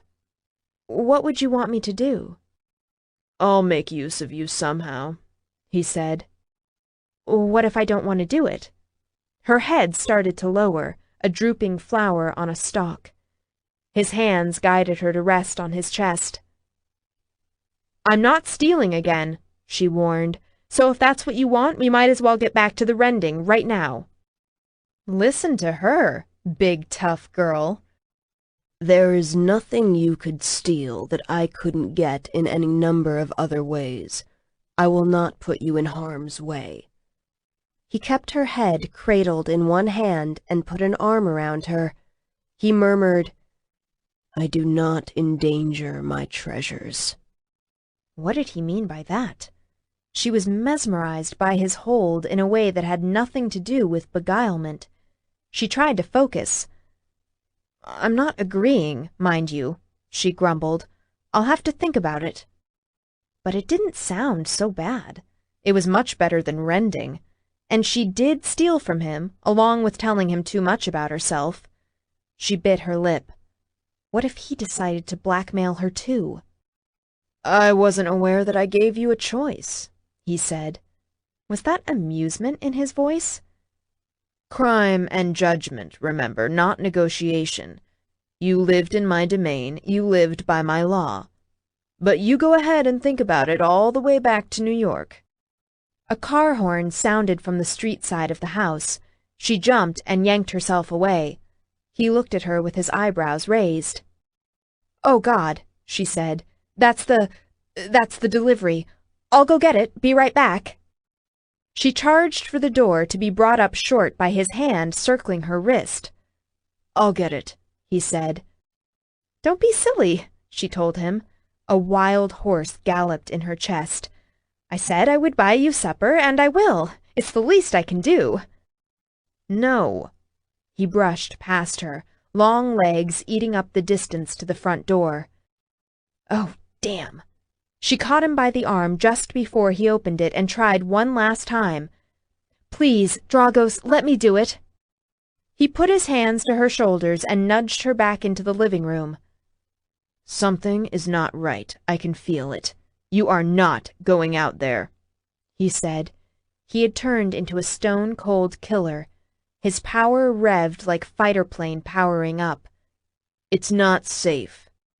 How did this get so messed up? She wrung her hands. He not so much walked outside as flowed, that great, magnificent body of his turning into a weapon. A sound sliced the air. Dragos spun backward, his legs buckling. It all happened too fast. She caught up a heartbeat later. She stared at Dragos, who had collapsed on the walk. A dozen tall elves stepped out of various hiding places, from behind her Honda, the nondescript Ford idling at the curb, and nearby shrubbery. They held weapons trained on the sprawled figure. 6-foot longbows. She launched toward Dragos, who was lying on his back. Darkness appeared on one white-clad shoulder. It began to spread. She fell to her knees beside him. "You shot him!" she shouted. She stared at the stern-eyed elves encircling them. "Do you know who he is?" One of them stepped forward. He was a silver-haired male, beautiful in the way that all elves are, with a gracious light that somehow made all other creatures leaden by comparison. Despite his slender build, he not only looked powerful, he carried more power than anybody else in the clearing, except for Dragos. "We know who he is," said the elf. He stared down at Dragos, his beautiful face cold. "Wyrm." She turned back to Dragos. Even though he lay wounded, he looked utterly without fear, his raptor's stare turning from the elves to focus on her. She tore open his shirt to stare at the bleeding hole over his left breast. Her uneven breathing sounded loud in her ears. "I don't get it. None of you are carrying guns. Where's the arrow?" she asked. She tore off her hoodie and pressed it to the wound. "Elven magic," Dragos responded through gritted teeth. "No simple arrow could mark him," said the elf, "but this one has already melted into his body. It will continue to release poison into his bloodstream for a number of days." "What did you do?" she shouted. Her face contorted. She clenched her fists and started to her feet. Dragos grabbed her wrist. "Pia," he said when she fought against his hold, "it would take a lot more than this to kill me." "We have disabled him," the elf told her. "You don't understand," she told Dragos. "I called them. It's my fault." She tried to pry his fingers open. It was like trying to pry open a steel shackle. She looked up at the elf. He had shifted his attention to Dragos. "You entered our lands without permission. Treaties have been broken. There will be consequences. For now, the poison will keep you from changing into the great beast. Since we have clipped your wings, we will give you 12 hours to get beyond our borders. If you are not gone by then, there will be more than 12 of us who will come for you." "I broke his law," Pia said. "He was just coming after me." "His law is not our law," said the elf, "and he broke ours. Wyrm, release your hold on the female." "She is mine," Dragos bared his teeth, gold eyes flaring to lava. His growls shivered through the ground at her knees, and long fingers clenched on her wrist. He tensed and began to rise. The other elves sighted down their longbows at him. "You will release her now or forfeit the 12 hours' grace," their leader said. Pia flung her free hand out at the elves, fingers spread and palm out. "Stop!" She leaned over Dragos. Bending close to that feral face was one of the braver things she had done in her life.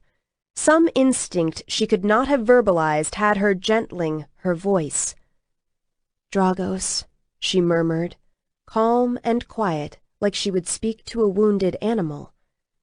"Can you look at me, please? You know how normal people say please. Pay attention to me, not them." That lava gaze turned to her, burning and alien. He may not be able to change, but he was immersed in the dragon. "Thank you," she breathed. She dropped her free arm and stroked at his black hair. Dragos tracked the movement and then looked at her face. "I know you're very angry, but I promise you, this is not worth fighting over," she whispered. She tugged just a little at the inky ends. Inspiration struck. "And you promised me you wouldn't put me in harm's way, just a few minutes ago, remember?" His dangerous face clenched. "You're mine," he told her. For a blistering instant, she had no idea what to say to that. Then, hey, another light bulb moment came along and she was on a roll. "Letting go of my wrist doesn't change a thing," she murmured. She mimicked what he had done to her earlier and stroked a finger down the side of his face, then laid her hand against his cheek. "Please." His fingers loosened, and he let her pull away. She got to her unsteady feet, somehow managed to stay upright, and turned to face the elven leader, who gave her a slight bow. He stared at her. "Do I know you from somewhere?" Interior alarm bells started to ring, but all the light bulbs had left her high and dry. She shook her head and said, "We've never met." "I'm sure I've seen you before. You look—" The elf's sea-colored gaze widened. "You look exactly like—" Dragos curled a hand around her ankle. "Yeah, I look like Greta Garbo," she interrupted in a loud voice. A pulse of dread dampened her skin. "Shut up, elf." "I get that a lot." "My lady, I am so honored to meet you," the elven leader breathed. He bowed low to her. His previous generic respect turned to reverence. When he straightened, his face was alight with joy. "You have no idea how we hoped and prayed that something of your mother still remained in this world." All the other elves stared at them, their faces alight with curiosity. She scowled at the elven leader. "I have no idea what you're talking about," she told him. He seemed to start and come to himself. His joy became muted, but she could still feel it beating in him. He smiled at her and said, "Of course. Forgive me. I am mistaken." Then his telepathic voice sounded in her head like deep bell chimes in the wind. "My name is Farian. I knew a woman once who looked much like you. Meeting her was one of the greatest gifts of my life." "I am honored that you would share that with me," she said, "but it is dangerous for me that we talk of this, and I am not that woman. In fact, I am very much less than that woman." "Not to my eyes," he said. "Please allow us to offer you sanctuary. I know our Lord and Lady would greet you with joy every bit as deep as my own. We would treasure your presence among us." She hesitated, and for a moment, oh, she was tempted. The thought of such a welcome wrung at her lonely heart. But Farian's reverence brought her up short. She didn't think she could bear to live with such regard. Not when she was so much less than what he thought she was, nothing very special at all. Just a glow-in-the-dark nightlight and a stupid parlor trick and a big mouth that got her into too much trouble. Living with the elves, where she would feel like a fraud while she aged and died and they remained forever the same, would just be a different kind of loneliness.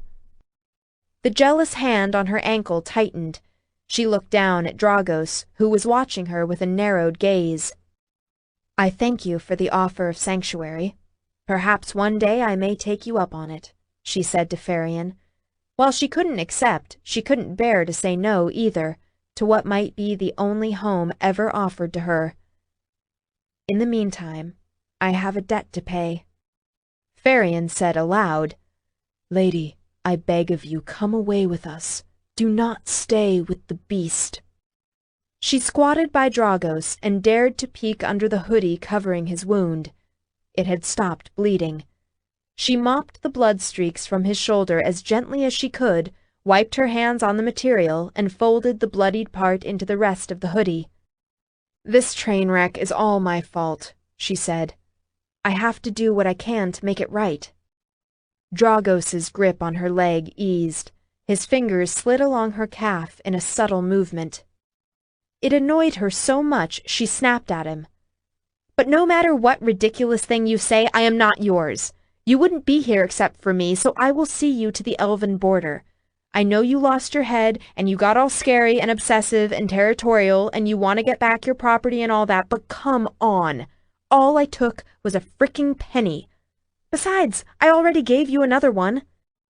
One corner of his long, sexy, cruel mouth lifted in a smile. The elves refused to touch Dragos, so she had to help him as much as she could. By the time he had pushed himself off the ground and she had gotten herself insinuated under his good arm, the elves had disappeared. She knew better than to believe they were gone. "You took a 1962 penny," Dragos said. His teeth were gritted. "You left a 1975 penny. It's no replacement." She stared at him. "Oh my God, it's scary you noticed that." "I know everything in my hoard and exactly where it is," he told her, "down to the smallest piece." "You could go to a doctor, get checked out for OCD," she panted. "There might be medication for that." His chest moved in a silent laugh. She focused on putting one foot in front of the other. He leaned on her as little as possible, otherwise they both would have crashed to the ground again. He still felt like a Volkswagen had been hung around her neck. They got inside. He collapsed on the couch. He draped an arm over his eyes and stretched out one leg until his boot hung over the end. He left the other foot planted on the floor. Between the blood and the buttons she'd popped when she ripped it open, his Armani shirt was ruined.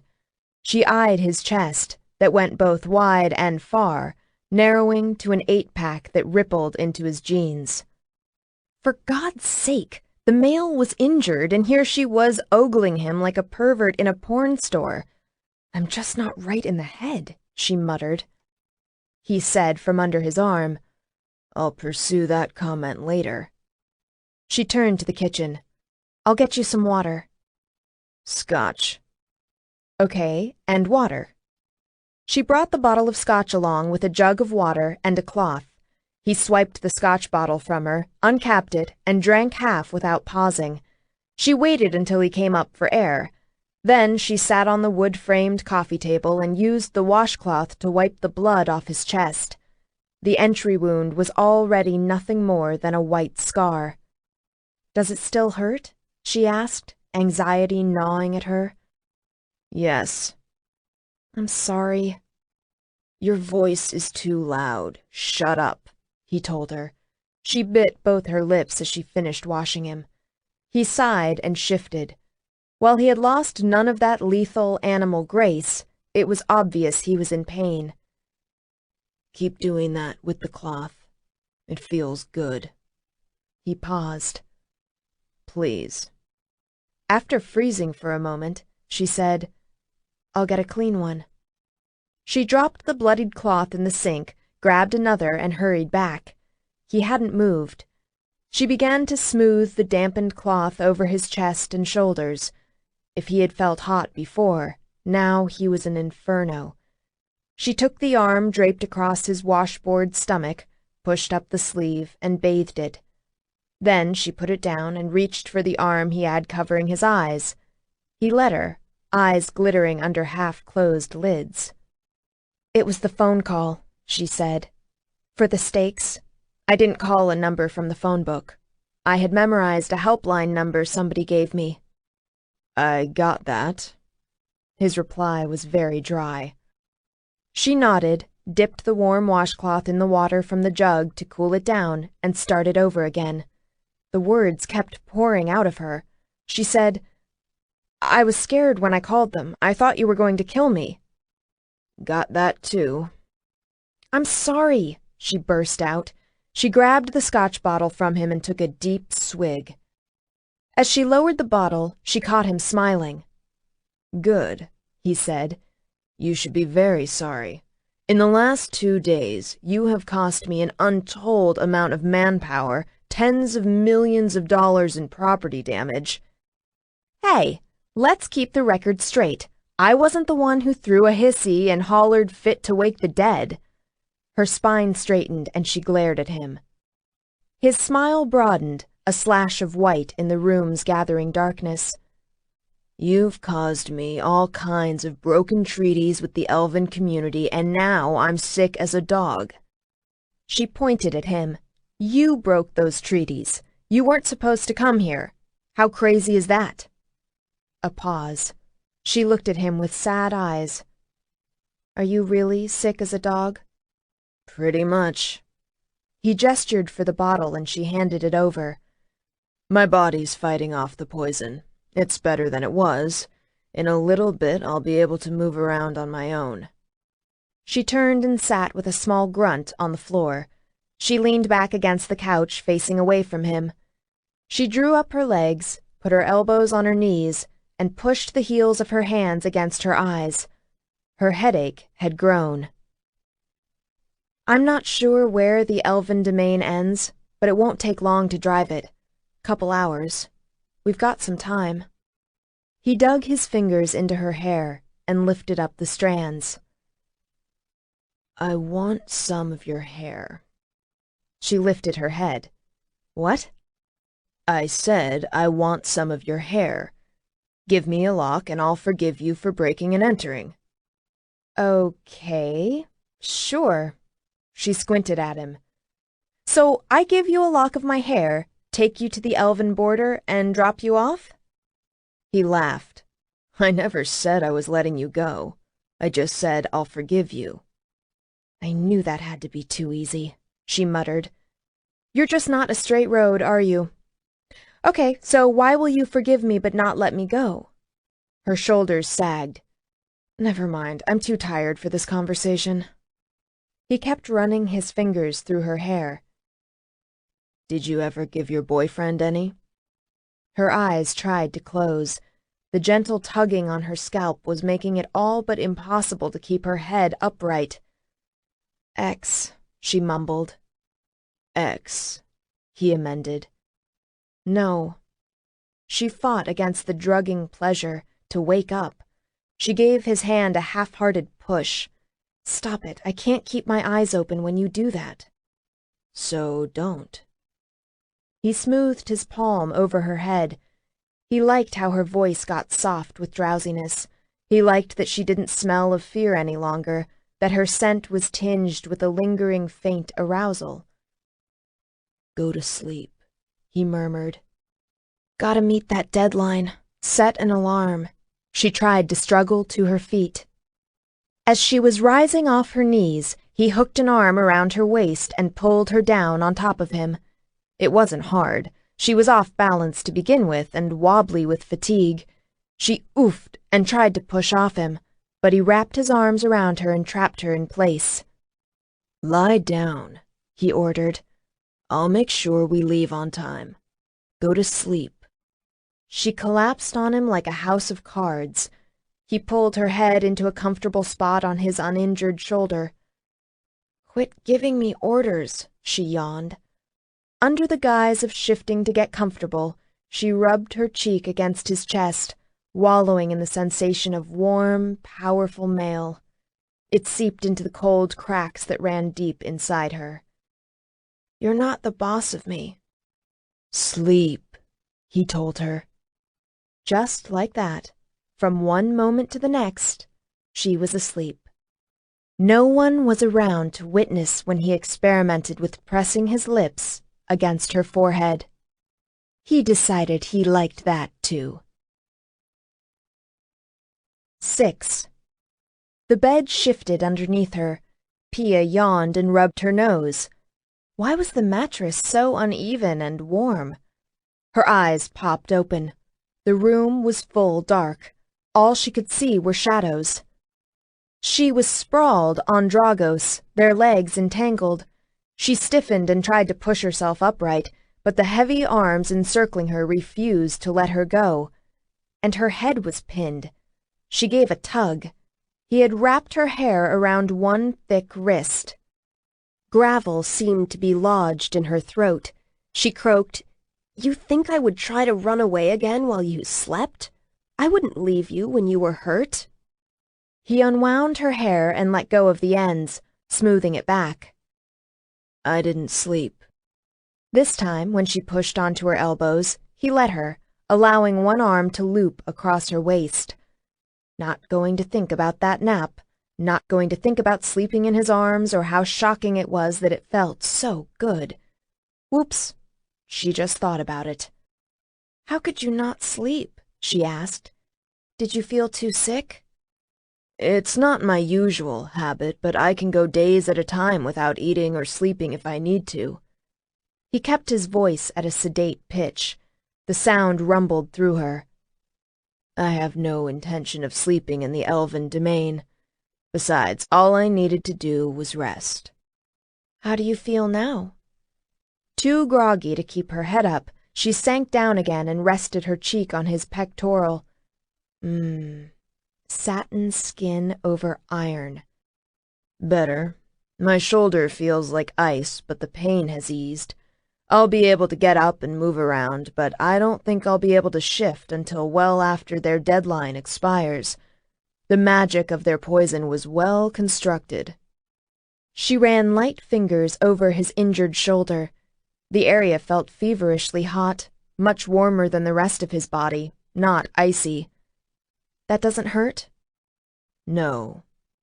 He captured her hand and brought it up to his mouth. She stiffened as he slipped her forefinger into his mouth and sucked. Just like that, the intense lust from the dream came roaring back. His hold on her waist shifted her until he brought them into better alignment, pelvis to pelvis. The evidence of his arousal jutted long and thick under his jeans. She groaned and tried to wriggle away. All she managed to do was rub their bodies together. She choked, "Stop it." He took his time, sucking his way to the tip of her finger. His dark voice brushed her like a lazy tiger rubbing against her skin. "Why? You wanted me in the dream. I wanted you. I have smelled your arousal since. Only a few hours have passed. We have time before we need to leave." He licked her palm, a sensation that shot all the way down her body to throb between her legs. She gasped. What happened was in a dream. "So, we both still want it." His lips moved to the delicate skin of her wrist. The pulse at her wrist beat a frantic tattoo against his mouth. His tongue traced the vein. She was not just shocked, but bewildered. He was such a sledgehammer kind of male, but this sensuality had a knowledgeable gentleness she didn't know how to handle.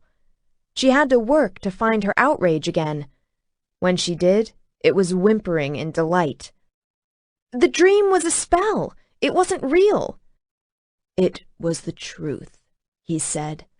Long fingers began to tease their way under the hem of her shirt to trace along the skin at her lower back. "The beguilement brought you what you wanted most." Her skin prickled and she felt suffocated. She struggled hard to get free and meant it this time. For a moment, his arms tightened on her as if he would refuse to let her go. Then his hold loosened. She scrambled to her feet, collided with the coffee table, and knocked something over. Wetness soaked the carpeting at her bare foot. She had kicked over the jug of water she'd used to sponge him clean. She held out her arms as she went forward until she came to the wall. Her fingers slid along the smooth plaster until she found a switch. She flipped the switch and then stood with both hands braced on the wall, eyes squeezed shut against the sudden light. Her face felt like it was on fire. Keith and the horrible mistakes she made, ignoring her mother's advice, opening up and sharing, all because she wanted to be in love and to be loved. She wanted to be trusted and to trust. All because she wanted a lover and a mate, a real home, a safe house, a place she didn't have to run from, and dare she think it? Maybe someday even children. The muscles in her arms were too tight. She rubbed her damp cheek on her shoulder. The couch springs protested. She felt rather than heard him come up behind her. An inferno of energy boiled along her hypersensitive nerves. Dragos pressed his body to her back. He pressed his hands over hers, so much bigger and darker than the slender feminine ones that trembled underneath. Her distress bruised the air. He lowered his cheek to the top of her head. His court was at times a tumultuous place. Some were mated, many were single. All the weirkind lived with a frank sensuality, and all too easily hot emotions ran to violence. He took a female on occasion, but his couplings were always simple. It was straightforward sex with no complications. But he had been a witness to many other couplings that were much more complex. Hurt feelings, misunderstandings, jealousies, broken hearts, infidelities, passions. It all played out in a backdrop to court life. This was a complex female, no simple sex for hire. He considered what to do, examples of things he had seen, discarding one thing after another. Then he said in a quiet voice, "I don't understand. Will you please explain to me?" Damn him. Now he knew that saying please got to her. He was starting to say it.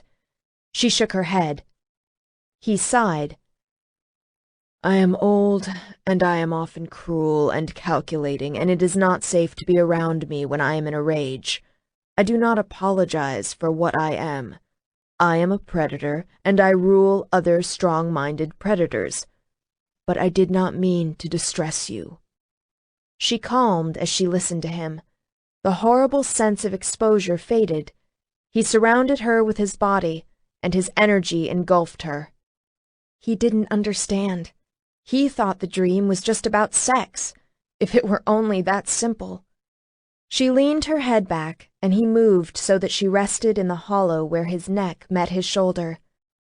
She said, "The dream was manipulative. It was outside of reality. You might choose to do things in a dream that you might not choose to do when you're awake." "But it was true?" His breath puffed the delicate hairs at her temple.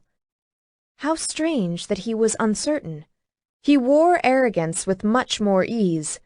That shouldn't be as charming as she thought it was. She really wasn't right in the head. "There was a truth in the dream," she admitted.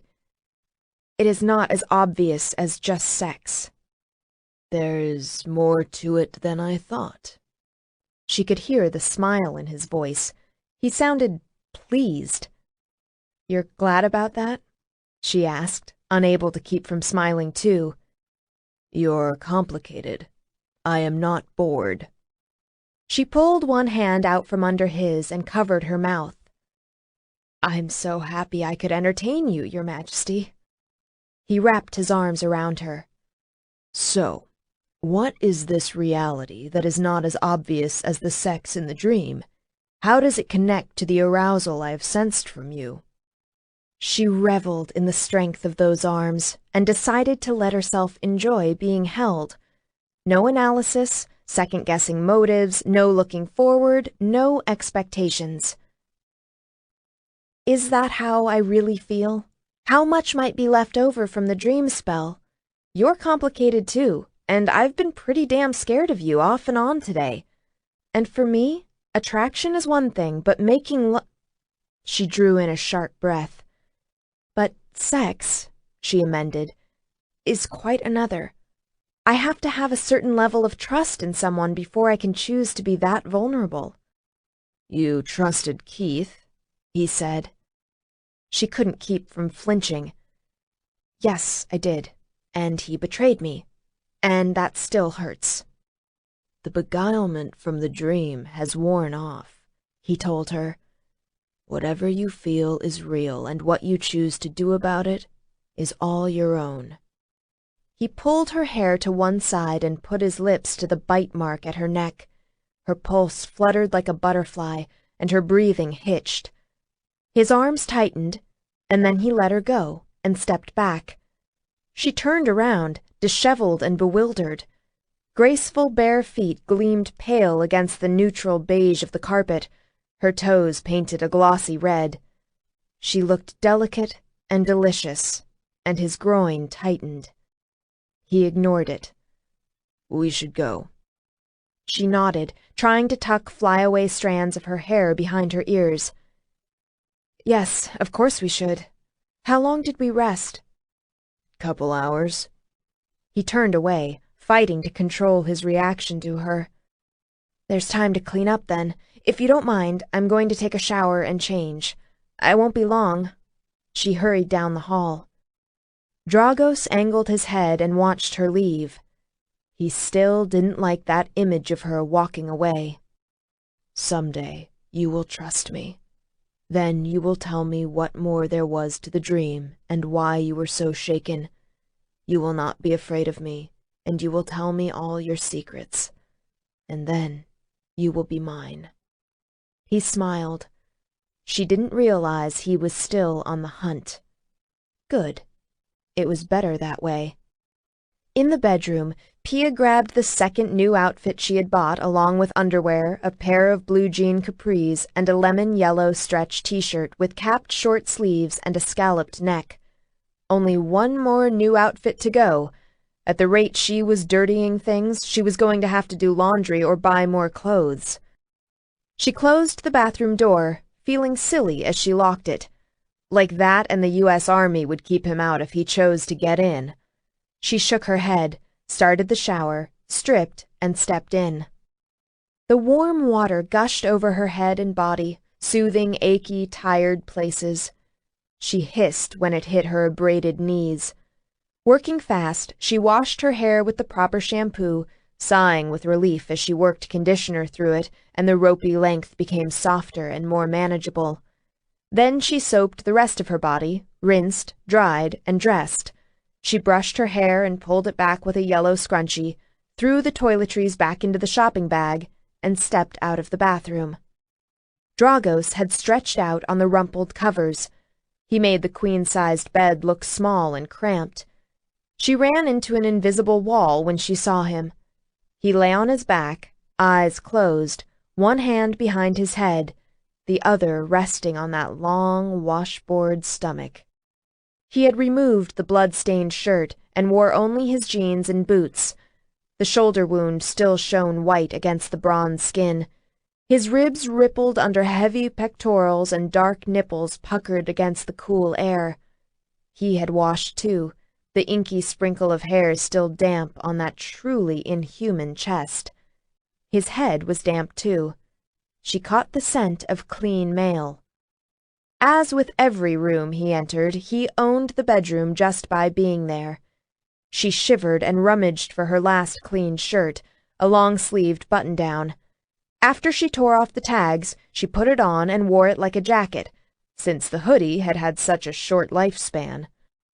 His presence was too overwhelming. She could not bring herself to sit near him on the edge of the bed. Instead, she crouched to slip on anklet socks and her tennis shoes. Her gaze darted from Dragos to her various belongings scattered around the room. She looked at her backpack with the documentation for 3 new identities, and almost $100,000. Then she looked back at the supine male. "Are you ready?" she asked.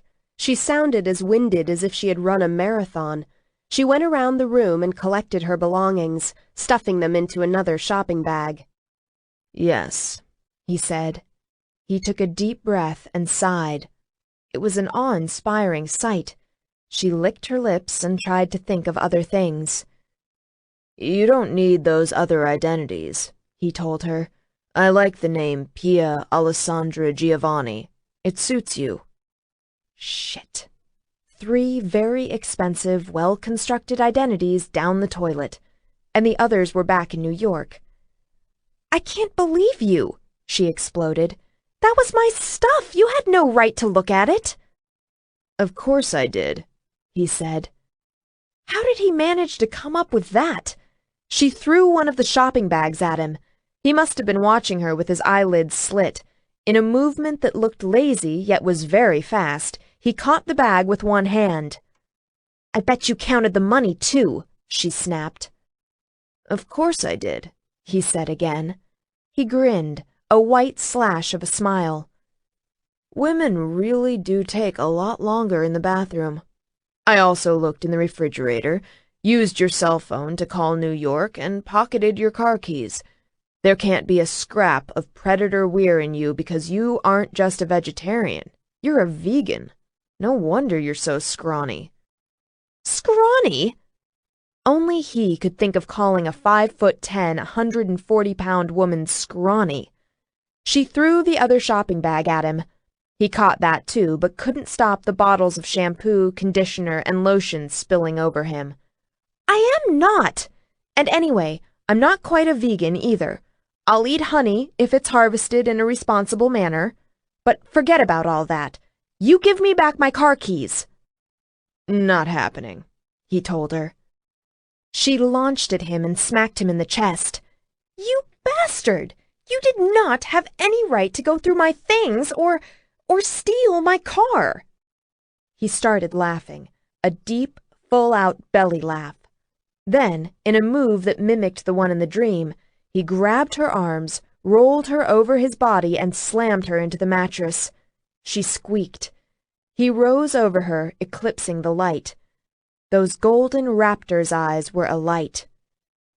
"There is not another entity in the world who would dare to act that way with me." She froze, and the blood drained from her face.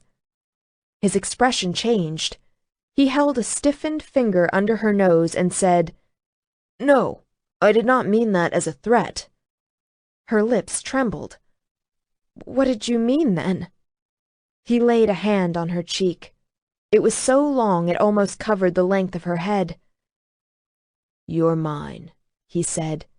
"You can deny it, argue, throw fits, try to run away, but you're still mine."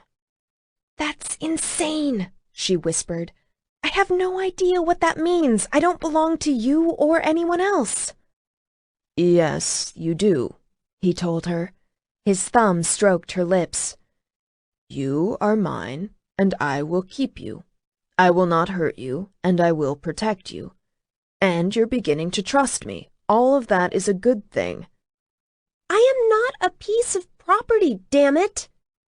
"But you are in my possession."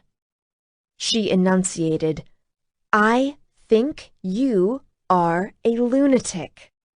"Since you are too, that works well enough." His mouth curled into a smile. He lowered his head slowly, watching her. When she tensed, he whispered, "You're safe. I just want to taste you. No more." He waited inches above her lips. This was so wrong on so many levels. She looked from his patient eyes to his mouth. The tension melted from her traitorous body. He felt her resistance go. His mouth covered hers. Her eyes fluttered closed. His lips, warm and firm, moved feather-light against hers, discovering their shape and texture. It was nothing like the dream when they were both hard and rough with each other. This kiss was slow, confident, unhurried, and sensuous. Pleasure spiraled down through her body and grew liquid. She murmured and touched his jaw. He licked and nibbled at her lips, his breathing deepening. As her fingers traveled up from his jaw and threaded through his hair, he opened his mouth and drove into her with his tongue. The pleasure spiked higher, sharper. He angled her head so he had better access and could dig deeper into her mouth, his body hardening. He drove his thigh between her legs and pushed up against the area that had grown wet in response to him. She made another muffled noise as she kissed him back with escalating excitement. He growled and pushed harder with his thigh, deeper with his tongue. He hit just the right spot. She gasped and arched her pelvis. Both her arms were now wound around his neck. He cupped her ass and pulled her up more tightly against him. He wound his other arm underneath her neck, holding her pressed along the length of his body. He found a wicked rhythm with mouth and thigh that stole all thought from her until she was so torched she was eating at him with the same lack of control as she had in the dream. He devoured her with starved greed. She ran her hands over his bare shoulders. His nude torso was all over her, his thick, hard erection pressing against her hip. She wanted his clothes off. She wanted him inside of her, holding her down as he pounded into her. Oh my God, she wanted to pull way the hell back now. She yanked her mouth away and said, gasping, "Stop! It's too much!" He reared back his head and hissed. He crushed her to him and didn't move, his body strung tight. His gaze had turned to lava again, golden eyes burning. She turned and buried her face against his hard, bunched biceps. She whispered, "I'm just not ready." "The boyfriend," he snarled. "Ex-boyfriend, and I'm so over him." She peeked at him. He was looking down at her, the planes and angles of his dark face cut sharp. "You said you were still hurt." She laid her fingers against that taut mouth and traced it, obsessed with the shape and texture of him. "I am hurt because I chose to trust someone and was betrayed. I am no longer hurt by him, nor would I want anything to do with him if he were still alive. The most I would be tempted to do is beat the crap out of him again." The tension in his body started to ease. She felt his mouth pull into a smile under her fingers. "You beat the crap out of him?" She smiled back, eyes crinkling at him. "Well, no," she admitted, "but I did get a lot of satisfaction out of pushing him until I smacked him into a wall." He studied her. The ivory of her skin was flushed a delicate pink, lips swollen and dusky red from being kissed. Those night-dark violet eyes sparkled at him. However she claimed she felt, her body was lax and trusting as it curved to fit his. The scent of her intense arousal was delectable. All her jeweled tones had been polished bright. "You are utterly gorgeous," he said. He pressed his lips against her forehead. Her eyes widened in shock.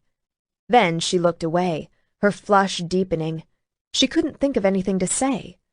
On impulse, she hugged him tight. It seemed to surprise him because he held still and then hugged her back, crushing her to him before letting go. He rolled away from her and onto his feet in one smooth, lithe motion. "Now we really must go." She wobbled to her feet, not as graceful as he had been. He helped her pick up the things that had spilled from the shopping bags and insisted on carrying them and her backpack.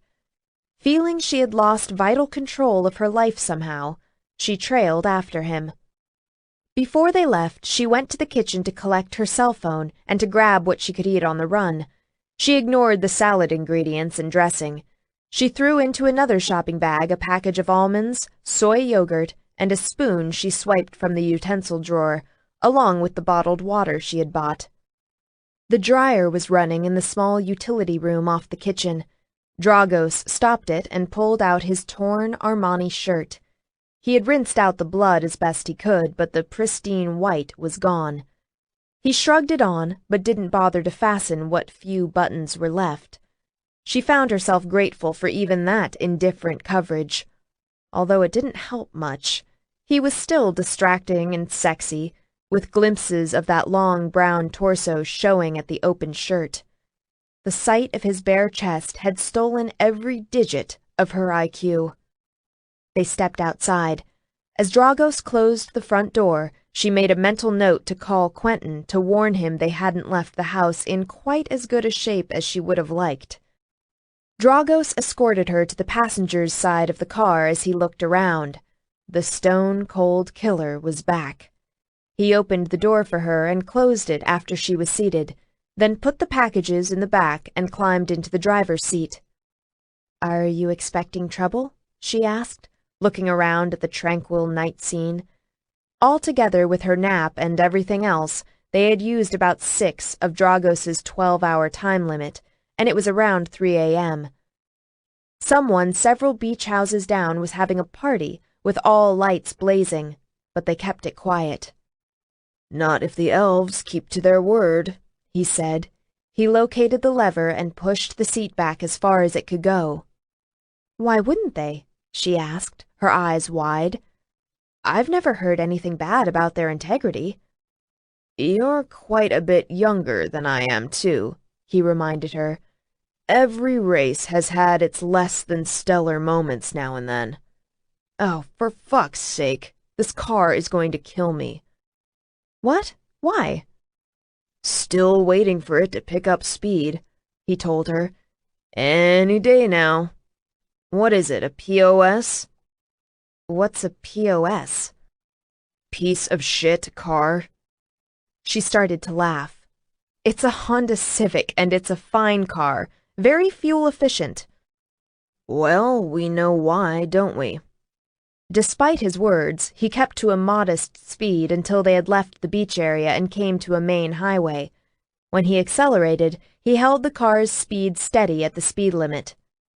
"What kind of car do you have?" She opened her yogurt. She was starving. "My favorite is the Bugatti." She might have known he would have a car worth over $1 million. No doubt it did something extravagant like hit the sound barrier in 60 seconds. She started to eat. "How many other cars do you have?" "Maybe 30 in the whole fleet. I don't keep track of them all. The ones I drive are the Bugatti or the Hummer. Sometimes the Rolls. My people drive the others." "Of course they do," she said. His people. She shook her head. Such extravagant wealth was unimaginable. He glanced at her sideways. His lip curled. "What the hell are you eating?" She wiped the corner of her mouth with a thumb. "Soy yogurt." "Is that food? I tried what you bought the other day, the Twizzlers and the Cherry Coke Slurpee. I couldn't get either one out of my mouth fast enough." She burst out laughing. "Come on, it couldn't have been that bad." "It was," he told her in a serious voice. "It was very much that bad." "How did you know?"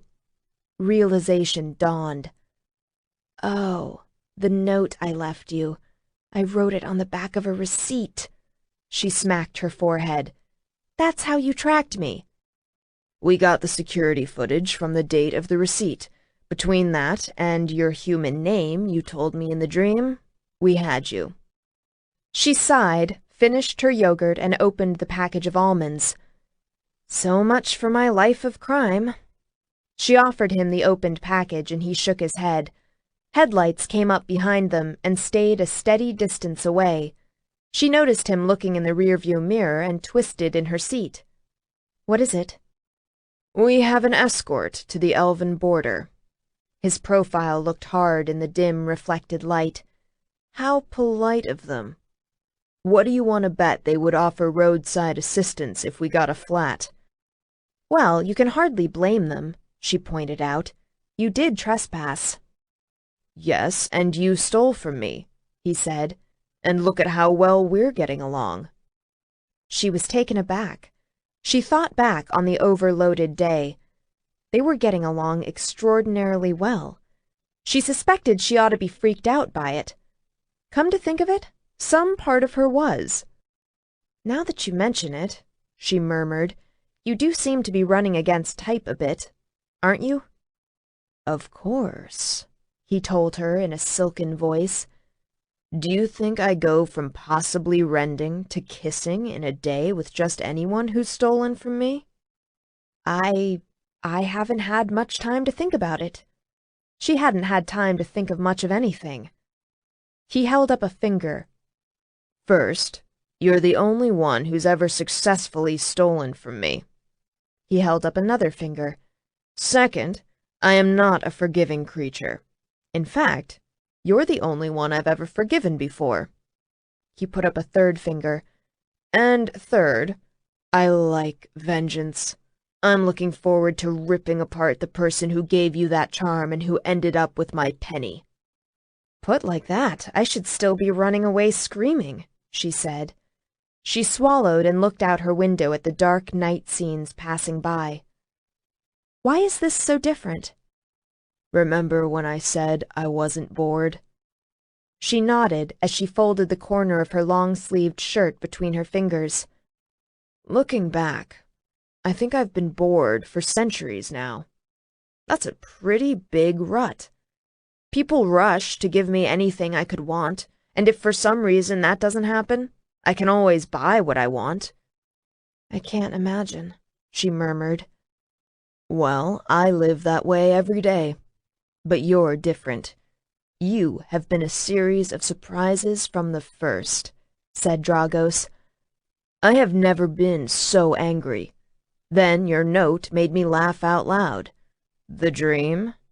Big surprise. The ridiculous things you say, the way you smell, the color of your hair in the sunlight, in the moonlight." He shot her a sidelong glance with that blade-sharp smile of his. "I am very much not bored. I find that's worth a lot to me, including figuring out how to do new things." She turned to look out her window again.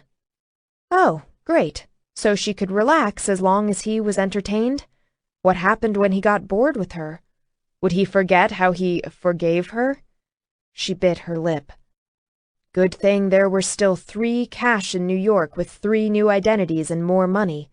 Guess she was going back to the city with him after all. She would just have to play along until she found some way to get away. His hand landed on her knee. She jumped and turned her attention back to him. "Pia," he said. The smile was gone from his voice. "I want you to listen to me. I'm serious. Do not try to run away when we get back to the city." Her eyes went wide. "What are you talking about?" "Oh, come on, it's not a big leap," he retorted. His hand tightened, as hard on her as an iron manacle. "Remember I said I called New York? I talked to my first sentinel, a griffin named Rune. We think we know who might have been responsible for orchestrating what happened, manipulating and killing Keith and his bookie, making sure the charm got to you, and who ended up with the penny." "Oh," she said, her voice very small. "I have a feeling I don't want to hear this." The almond she had just swallowed seemed to stick in her throat. She folded the package, put the remaining nuts in the shopping bag at her feet, and drank part of a bottle of water before capping it and throwing it back in the bag. "I have a feeling you're right, but you have to hear it. If Keith said anything about you, anything at all, you're not safe. Can you guarantee he didn't before you made him take the binding oath?" She squirmed, leaden with the return of fear. "He said he had mentioned me, but hadn't said much. It makes sense if he hadn't. He would have wanted to try to control how things went down." "But try this thought out," said Dragos. "He also would have had to be pretty damn convincing to someone in order to get that charm. Do you know how many people could make something like that? Something with the strength to hold against my strongest spells?" "I'm guessing by how this conversation is going, not very many," she muttered. Again, you'd be right. Offhand, I can think of 3. The manacle on her leg loosened. He rubbed her thigh. See what I'm getting at? Following instinct, she grasped his hand between hers. He allowed her to hold it in her lap. Who are they? A very old witch in Russia. The vampire queen in San Francisco is a sorceress. And the dark fae king. Shit. Shit. I have people doing research right now to see if there might be someone else who could pull off a charm strong enough to find my horde. Right now, it looks like there isn't. The witch is pretty indifferent to things that happen outside of her neighborhood. I don't see her as likely.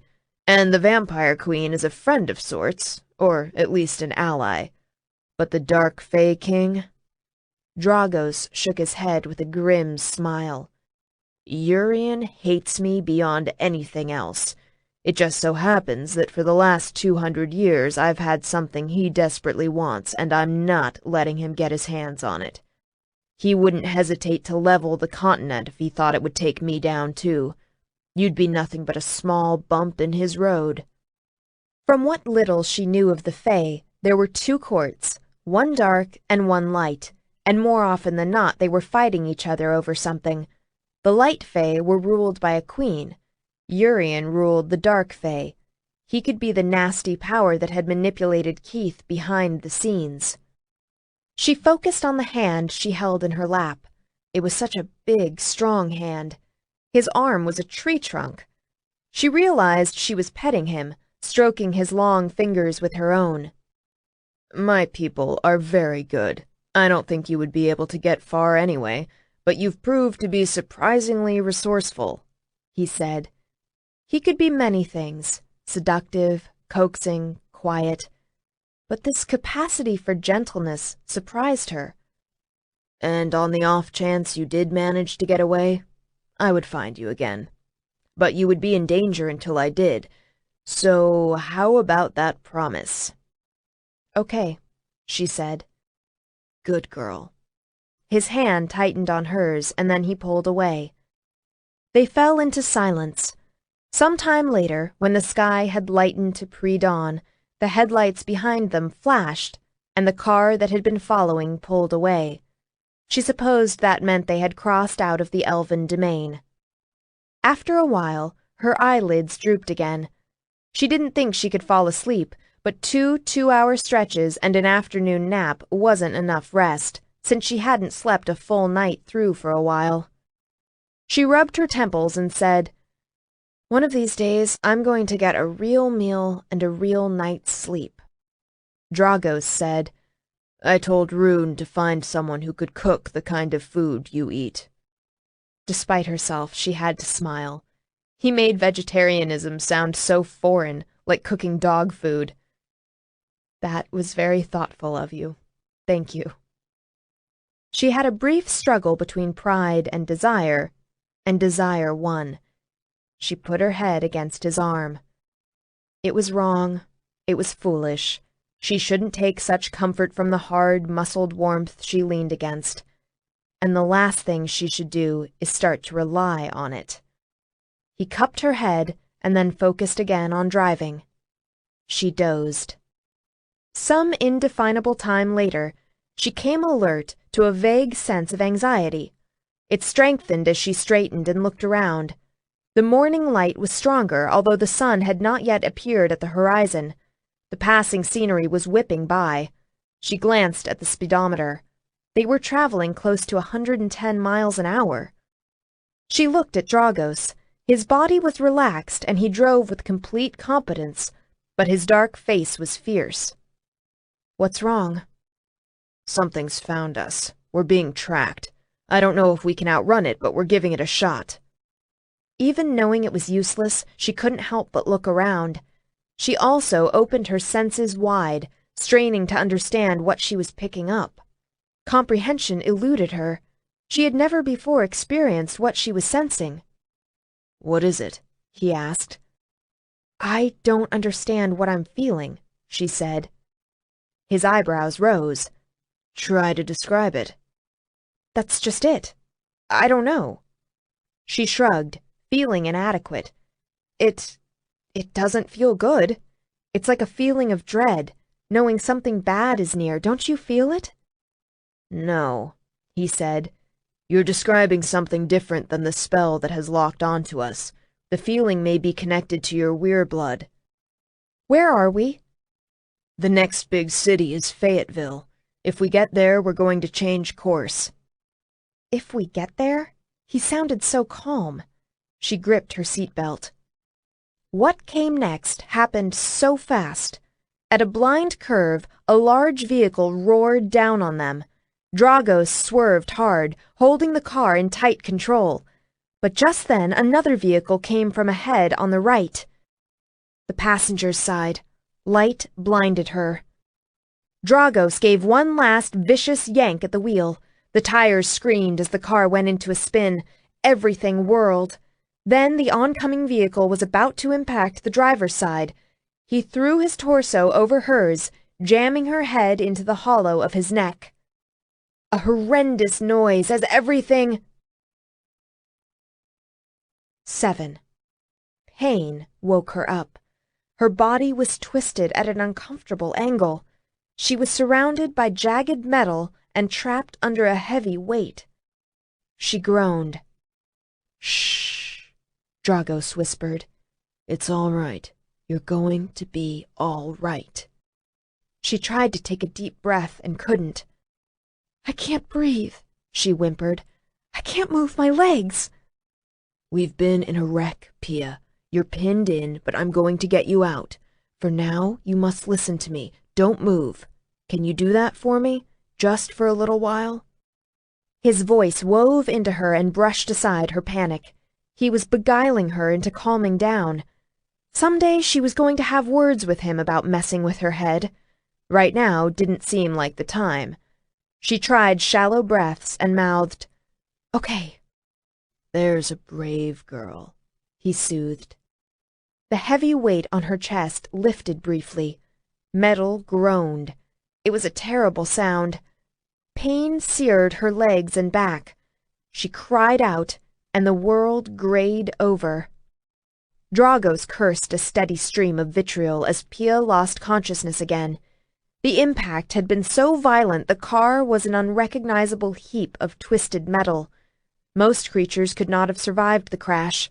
If he had been less than he was, if he hadn't recovered enough from the elven poison, if he had not thrown himself over Pia and pushed out with his power to cover them both, she would have been crushed in an instant. They were surrounded by shadows. He ripped the collapsed airbag to shreds and threw the pieces out the little twist of space that had been the front passenger's window. Then he snapped her seatbelt. He glared around as the shadows crept closer. He bared his teeth and growled a warning, and the shadows paused. Over the burnt rubber and gasoline smells, the stink of goblin made his nostrils flare. Soon the goblins began to creep closer again, their coarse features coming visible in the pre-dawn. They thought they had him pinned. They were right. His own body had taken damage, various contusions and cuts, but he ignored it. For him, the injuries were minor. If he had been alone, he would have ripped his way out of the wreck and done a WWF smackdown on their ugly asses. But if he did that, he could do incalculable damage to Pia, maybe kill her. He would have to be very careful in working to free her from the wreckage. That would take time. She was so much more fragile than he. The goblins grew bolder. They were misshapen creatures, gray-skinned and brutish with inhuman strength. They were one of the few elder races that could not maintain some kind of glamour to make them more palatable for coexisting with humans. For that reason, they spent most of their time in other lands, where magic was stronger, humankind was the rarity, and certain technologies, such as electrical appliances and modern weaponry, wouldn't work with any degree of safety or reliability. He expanded his senses and found a passageway nearby that led to a pocket of other land. Big surprise. He turned his attention back to Pia.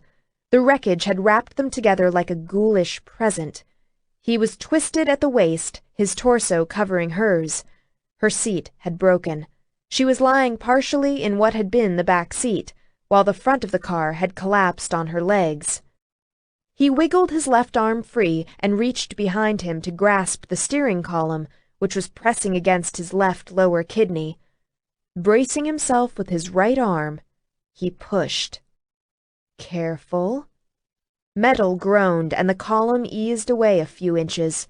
He stopped before he wanted to, so he could check if shifting the column would make something else pinch down on Pia. He didn't sense any further collapse. Good enough. He tried the same with the roof crumpled over his back and gained a little more room for them. Goblins called to one another in their guttural language.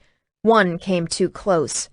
Grinning, it poked a serrated sword at him through the crunched window hole. Dragos grabbed the sword. He punched his other arm out the hole. He locked his hand around the goblin's throat and crushed it while the creature choked and kicked. He let go.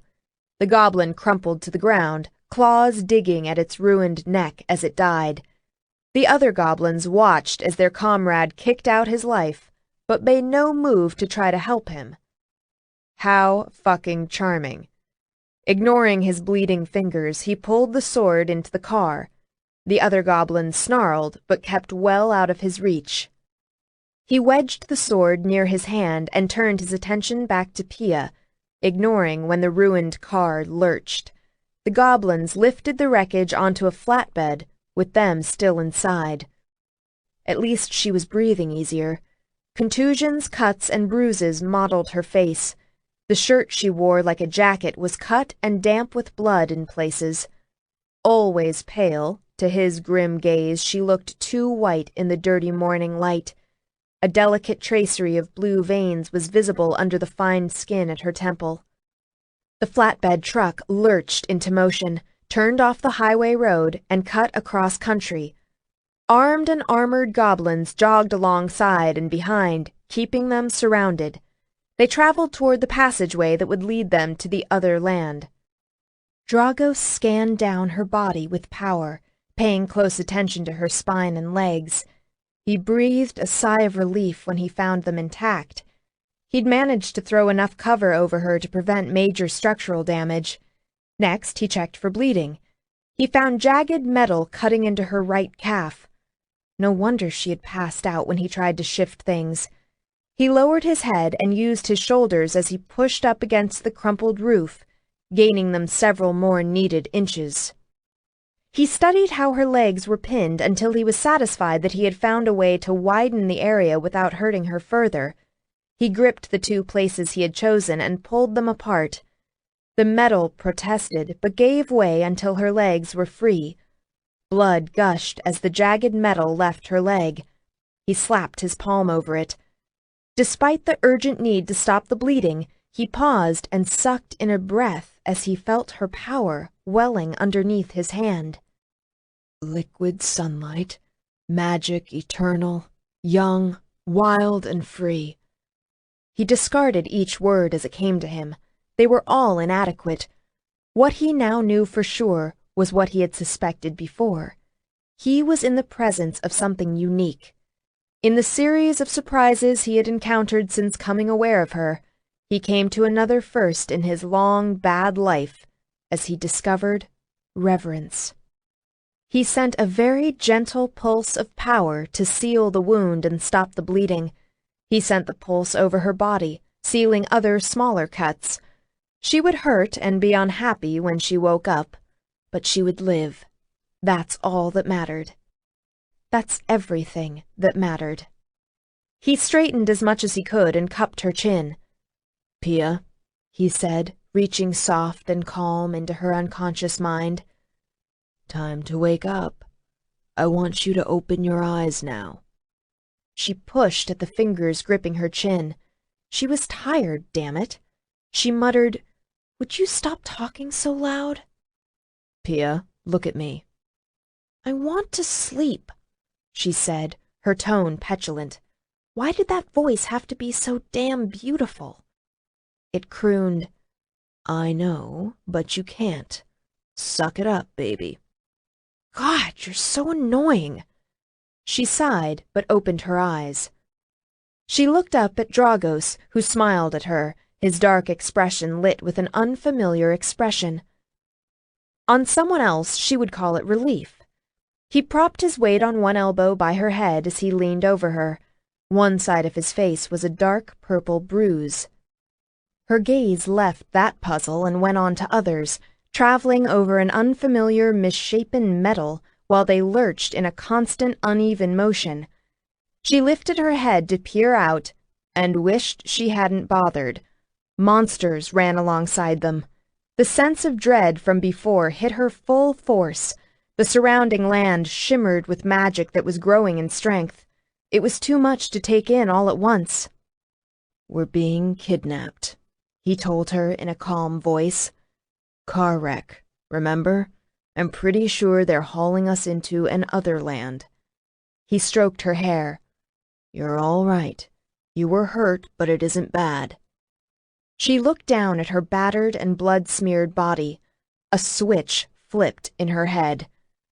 "Oh, God, I'm bleeding," she stammered. She brushed at her arms, scrubbed at the wetness streaking her face. "Whoa," he said. He grabbed her hands. "Stop panicking. I said you're all right." "Make it stop. I can't bleed." She struggled and started to hyperventilate. "Keep your voice down. One of them might understand English." He put a hand over her mouth, holding her down. "Damn it, I just closed your wounds. You're going to cut yourself again if you're not careful."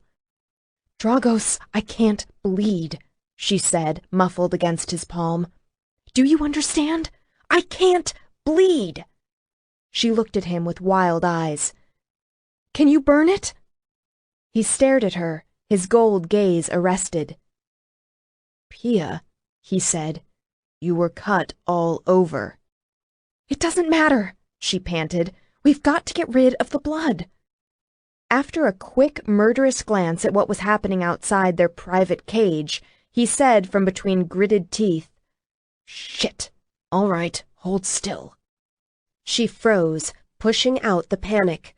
Moving fast, he tore her capris above the knees and stripped the bloody cloth off her. He used it to wipe her legs and the edge of metal that had cut her, and wadded it up. She fought to wriggle out of her overshirt, hampered by their close space. He helped her by shredding it, and then he used it to wipe the cuts on her arms and her face as best he could. He added it to the wad of material he clenched in one fist. Magic surged. The truck coughed and stalled. Goblins ran to unhitch the flatbed, calling to one another as they ran chains underneath. A dozen goblins grabbed the chains and began to haul them forward. "We've crossed over," he said. She had never been to an other land before. Her mother refused to take her, insisting their best chance at avoiding discovery was to hide among humankind. Despite everything else going on, the feeling of the land was intoxicating. She peered out the ruined window. Majestic, old-growth trees draped with vines towered around them. There was a symmetry to the land that fed her tired spirit. Her gaze followed the thick twist of a tree trunk up until the branches spread out high overhead with the graciousness of a vaulted cathedral ceiling. Steeped with age, drenched with magic, everything looked richer, greener, and the early morning sunlight shone more golden and bright. Pain forced her to lie back. She whispered, "It's beautiful." "I'm pretty sure it won't be where they're taking us," he said. They both looked down at the short-sleeved lemon-yellow t-shirt she had worn underneath. The right shoulder was soaked red, along with an area at her waist where she had bled through the overshirt. "Tear it off," she said. She pushed away a panicked sense of exposure. She hoped her bra was clean. His eyes went lava-hot as he glared at the goblins surrounding them. "Fuck if I will," he snapped. He shoved the wad of material into her lap and then ripped the shirt at the shoulder and waist until he got all the bloodied cloth. What was left of the t-shirt was a ragged mess that left her stomach and shoulder bare, but the collar was intact. She peered underneath it and sighed in relief. Her bra was unbloodied. Last of all, he tore off his own shirt, which was dotted with red spots. He tied the bundle up in the pieces of his shirt. Then he held it up in one hand close to the crumpled window opening. His eyes narrowed. The lava in them flared just as his power did. The bundle burst into flame. "Thank you," she breathed. He said, "We are so going to talk about this when we get home." She shrank against his chest, away from the flare of fire, staring as he held the ball in his fist. It burned with too much intensity, fueled by his magic. She felt the heat lick along her skin, but he was unburned. He sent a sideways glance outside, a quick, evil look, then flung the flaming cloth with enough force that it slapped a nearby goblin in the face. "Two birds, one stone," he shrugged when Pia stared at him. He watched with interest as the screaming started. The goblin ran in erratic circles, slapping at his flaming face and howling. The fire refused to die. Instead, fueled by his power, the magic of the land and whatever was in her blood, it spread to the leather armor. Pia turned away from the gruesome sight. She covered her ears and buried her face in his chest.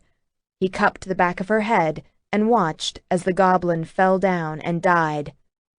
Payback was a beautiful bitch. She was also a good friend of his, and they were just getting started. There were 20 goblins left after the 2 Dragos had killed. Before long, they were joined by another dozen. The newcomers switched places with the ones that had been hauling the flatbed. The pace picked up. After Dragos pushed the distorted car out in a few more carefully chosen places, they could move around a little more inside and make themselves more or less comfortable. Then he focused his attention on what was going on outside. She had watched with wide eyes as he had bent the jagged ends of metal around her legs so she didn't cut herself again when she moved. That was some kind of scary strength he had. She fished around in the cramped alien area at her feet and managed to find a battered bottle of water that hadn't been punctured. They shared half of it in sips. Then she capped the rest for later. She had no doubt that Dragos had saved her life in more ways than one. She was grateful he had been able to stop her bleeding by sealing her cuts. He told her it was a form of cauterization, except he was able to keep her from feeling the pain. It was too bad that was the extent of his healing skills, because her body ached all over. She peeked out now and then, staring around in awe at the landscape that was so like and yet unlike the part of Earth she knew. The fluid roll of hills, burgeoning blue-green foliage, shards of sunlight sparking off crystal veins in granite boulders. The scenes they passed veiled some invisible truth that was so essential, so palpable. She could swear she could almost scoop it out of the air with both hands. Some long-denied, starved part of her soul unfurled and wailed with the need to drink from it. Was it the magic of the other land that called to her? Was it the ancient, canny wildness of forest that had seen no woodsman's axe, no farmer's plow, that reminded her of her deepest self, the wild creature that lived trapped within the inadequate cage of her weak, half-breed flesh? She wanted to cut at herself to let the poor creature out. The upsurge of desperate emotion was so violent, so uncontained. The part of her that was civilized with language and culture shrank away from it. An impulse ghosted through her to try to tell Dragos about the frenzy teeming inside, but civilization and language failed her in the end. She did not understand what she felt, and so she remained silent. As powerfully as the land called to her, the goblins freaked her out, so she didn't look outside too often. She chose instead to lie back in her broken seat and stare in thought at the mangled roof as she tried to explore the mysterious landscape she found inside herself. She became convinced the goblins were the source of the dread that clung to her. The feeling crawled along her skin like baby spiders. There were other layers to the melange of contradicting, complicated emotions. Shock from the crash lingered. Fear clung, along with anxiety about what would happen next. Excitement welled that she was actually in an other place. Dragos existed at the center of all of it. He was her one point of stable reference, her compass point, true north. His dark bronze skin seemed more intense, his inky hair more glossy, the gold of his eyes more burnished than it had been before. She wondered if it was an effect of the magic-saturated land, or if it was a side effect of the elven poison working its way out of his system. Perhaps both. She studied his dangerous face as he reclined on one shoulder and watched what happened outside. His gold eyes were calculating, and he kept the goblin sword he had captured ready against his side. She weighed the odds. On one hand, 30 or 40 armed goblins, give or take. On the other hand, one seriously pissed-off dragon. She thought of the enormous strength in those hands as he reshaped the metal near her legs. Maybe she was biased, but those goblins were toast. The trick would be how and when he was going to toast them. "The problem is me," she said, pitching her voice low like he'd told her to. "What are you talking about?" he said in a soft voice, only half paying attention to her. "Just like it was when the elves had you surrounded. You wouldn't fight them because I was in the way." That got his full attention. She felt calm and clear. "I bet you could have gotten yourself out of the wreck probably well before we crossed over." "Speculation like that is useless," he told her, frowning. "Maybe you could have gotten free of the wreck before the goblins even got the car onto the flatbed, right?" she persisted. "You didn't, though, because of me. I'm holding you back." "Let's be clear on something," he said. "I don't know what the hell you are. We're adding that to a growing list of things for that conversation we're going to have when we get out of here. But one thing you're not is a problem. Let's say you're a tactical consideration." "Tactical consideration?" she huffed. "What does that mean?" "It means you factor into the decisions I make. Stop fretting." He flicked her nose with a forefinger. "Looks like we're coming to our destination." She propped herself up on her elbows and looked out. They had been traveling for a long time. She wasn't sure how long because she had heard time moved at a different pace in other lands. The sun had lowered until it looked like late afternoon or early evening, but if she went with what her body clock was telling her, it felt like they had been trapped into that awful wreck for an entire day. The land had gotten rockier and wilder since she'd last peered out. Ahead, against the bottom of a bluff, was a grim-looking stone fortress. Wow, she'd never seen a fortress before. A couple goblins broke off and jogged ahead of the main group. Anxiety got the upper hand of all the other emotions in her melange. Her stomach clenched. Dragos's hand settled on her shoulder in a firm, steady grip. "You listen to me," he whispered. "You are going to do as I say. Do you understand? Now is not the time to argue or disobey me. I am the expert here. Got it?" She nodded. She focused on regulating her breathing as her gaze clung to his. "Here's what you're not going to do," he whispered, looking deep into her eyes. "Do not draw any attention to yourself whatsoever. Do not give them a reason to believe you're anything but incidental. Do not look them in the eyes. To a goblin, that's a sign of aggression. Do not speak to them. Do not struggle. Do you understand?" "I think so," she whispered back. That galloping horse was back in her chest. The way things had gone this last week, she'd lost 10 years off her life from stress. "Here's what I think is going to happen. They're going to separate us. They might hurt you." His grip tightened to the point of pain. "They won't kill you. They'll have seen I was tending to you in some way, so they'll want to use you as leverage to control me. Goblins have no interest in human women. They won't rape you." A spasm of trembling hit her, and then it was gone again, and she was calm. "It's all right," she told him. "I'm all right. I'm glad you're telling me this." "That's my good, brave girl." He let go of her shoulder and brushed his knuckles against her cheek. "That's pretty patronizing," she said, refusing to acknowledge how her idiotic heart had swelled at his words. It seemed pretty clear by now she had no sense or good taste. He gave her an impatient shrug. "So?" Just like that, she cracked up. His raptor's gaze narrowed. She clapped both hands over her mouth to muffle the noise, and sobered fast. "This is still about that penny, isn't it?" she said into her palms.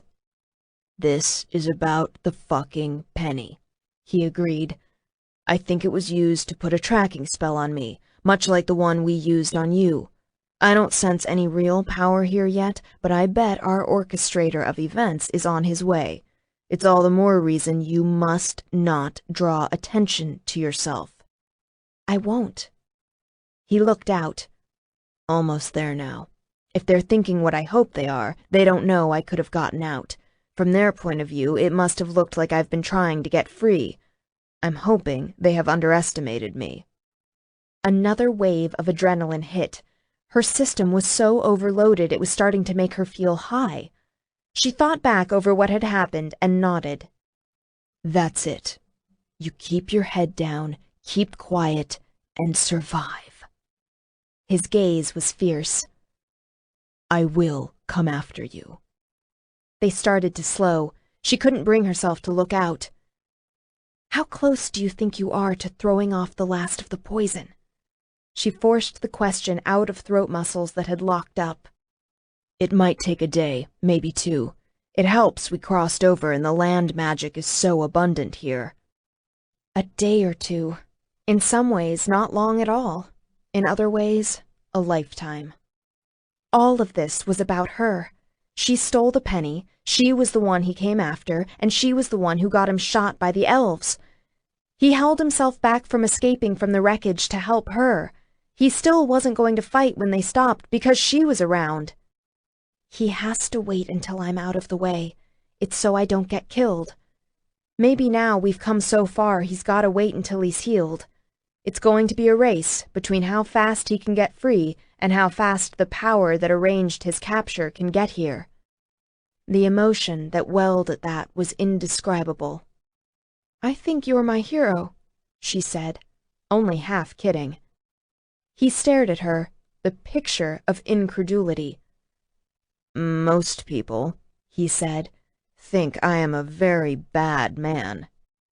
She studied his eyes to try to find out if that bothered him. He didn't seem bothered by it. He seemed discomfited by her. "Well," she said at last, "maybe you're a very good dragon." The flatbed stopped. Showtime. She kept crouched down as she peered out the wreckage. A goblin had stepped out of a black metal gate. She had seen pictures of goblins before, but the drawings and sketches hadn't managed to capture their robust vigor. The real ones were not only hideous, but powerfully built. The language they spoke to one another was choppy, guttural, and harsh. As a few came closer, she realized how bad they stank. Still, there was something different about this goblin, an air of authority. He held ropes of black chains with manacles. He strode closer to them, but stopped a prudent distance away. He stank too. They were altogether repulsive, and somehow she was supposed to let them put their hands on her. Another convulsive shiver hit. In a move unseen by the goblins, below their line of sight, Dragos put a hand on her knee. She covered it with hers. "Buck up," she whispered to him. "Don't be such a wuss." His hand clenched and his shoulders shuddered. She hoped she made him laugh again. The goblin that had approached said something to them. Chop, chop, chop. Dragos answered in the same awful language. Chop, chop. They went back and forth a few more times. Then the goblin stepped closer and threw the shackles. Dragos reached outside and caught them. He pulled them into the wreck. They made a lot more sense to him than they did to her because he sorted them deftly. The dread had become so strong it was nauseating. Some of it was coming from the chains. They reeked of some kind of horrible magic. Dragos bent and locked a manacle to one of his ankles. She hissed, "Stop! What are you doing? Don't put those on!" "Shut up!" he snapped. He locked a second manacle to his other ankle. She grabbed his arm. "Dragos, there's some kind of bad magic in those." He whipped around and snarled at her, eyes blazing. She flinched and cowered from him. Her thoughts flatlined. He finished putting the other two manacles on his thick wrists and held them up so that the goblin could see. The goblin nodded and shouted to the others who swarmed forward.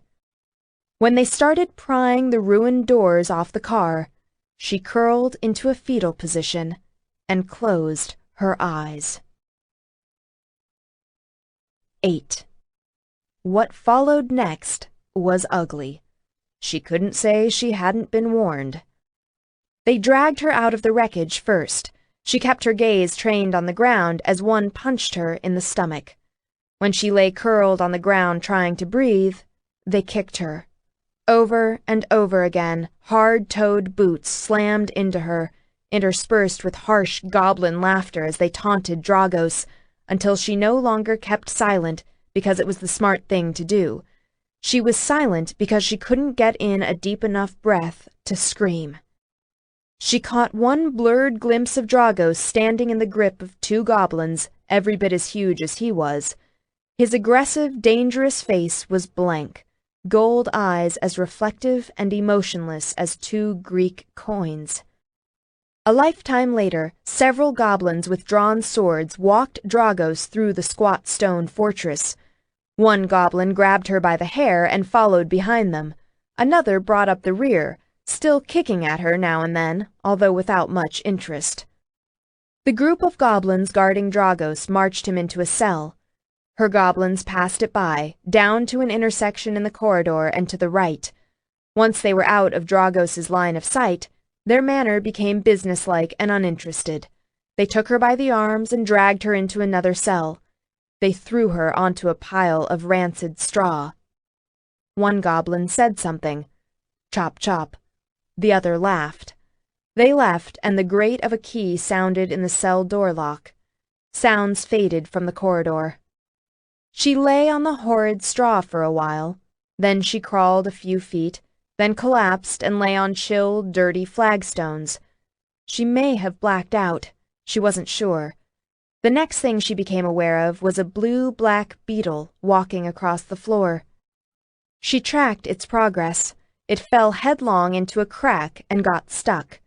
She dragged herself over and watched it some more. It managed to get turned around so its little head poked out of the crack. Feelers waved and its front legs worked, but it couldn't get enough purchase to crawl out. Her fingers crept across the floor until they found some straw. She took a shallow handful. She wiggled the ends deep into the crack and lifted up. The beetle popped out and waddled on its way. When it disappeared, she sighed, rolled over onto her back, and levered herself into a sitting position. Her thinking came back online. Do one thing at a time. Take one step. She crawled to the wall. Step. She got first one foot underneath her, then the other. Step. She straightened her shoulders. When she was pretty sure she had her balance back, she opened the locked cell door and walked out. The dragon lay spread-eagled where they had bound him. He was chained twice, first with the magical black shackles. The second set was attached in 4 points to the floor. He stared at the ceiling, thoughts weaving in a serpentine path. Every few minutes he would pull at the floor chains. He ignored his bleeding ankles and wrists. He could feel a weakness growing in the chain on his left arm and concentrated on that. His cell door opened. He turned his head, the serpentine path turning lethal. A battered, filthy Pia backed into the room, and Dragos became sane. He began to shake. He watched her listening at the cracked door for a few moments before she pulled the door shut. She turned around. When she caught sight of him, her shoulders sagged. "Oh, for crying out loud!" She rolled her eyes. "2 sets of manacles? Now I suppose we need 2 sets of keys. This day keeps getting better and better." "Come here," he said. He gave the chain anchoring his left arm an enormous wrench. The chain groaned but didn't break. "Come here. Come here." She cocked her head, her weary gaze becoming very sober. She limped across the cell and collapsed to her knees beside him. "They beat you too," she said. She touched his ribs with a light, gentle hand. His shaking increased. Talking to her before the goblins took her had been easy. He had explained to her with his usual calm ruthlessness how he thought things might go. Overall, she had seemed to take it well. He approached the confrontation as he always did, ready and focused to meet any upcoming challenge. Then that first goblin had driven his fist into her stomach, and he had gone batshit crazy. Every kick, every blow she suffered was like corrosive acid in his veins. He wanted to howl and rage. The dragons strained to rip their hearts from their chests while they watched. He had clung to his self-control by the merest thread, by the realization of how much worse it could get for her if they got the reaction out of him they were searching for. They hurt her. They hurt her, and that hurt him inside somewhere, in a place he had never been hurt before. He had sustained physical injury and pain many times before. It meant little to him. But this new hurt, he was in shock. He had never realized just how invincible he had been until it was ripped away from him. He studied her with a hungry gaze as she knelt beside him. The brightness of her hair was dulled with dirt. Her tattered t-shirt was now gray, and the shortened capri jeans were no longer blue. Her pallid skin was mottled all over with swollen bruises so deep they were a purple black. And underneath everything, all of it, was remembering how just before it happened, he had made her cower from him. He had never before hated himself, but he thought he did at that moment. "Come here, come here," he whispered. Her beautiful eyes went from sobered to worried. She leaned over and put her cheek against his. He turned his face into her, and her hair fell over him in a light canopy. She was murmuring in his ear as her hand stroked his cheek. He focused on it. "I'm sorry. It's all my fault. I can't tell you how sorry I am." "What?" he said. "What are you saying? Stop talking that way. Shut up." He brushed his lips along her skin, breathed in her presence. Underneath the dungeon filth and the stink of goblin, he found her delicate, indomitable fragrance. Something cramped and injured in his soul expanded again. "I snarled at you. I didn't mean it." "Don't be ridiculous. Of course you did." She stroked his hair and pressed a kiss to his cheek. "You cringed from me. Don't ever cringe from me again." "Dragos," she said in a sensible voice, "if you turn on me and snarl like a wild animal when I'm not expecting it, I think I might cringe again. Call me a girly girl if you want, but that's just how it is." "I won't do it again," he whispered. He was so quiet she almost didn't hear him. He concentrated all his attention on the feather-light trip her fingers made across his face until she touched his lips. She sighed and let more of her weight rest on him. "Locked things can't hold me caged, but that doesn't mean I can pull these blasted manacles open.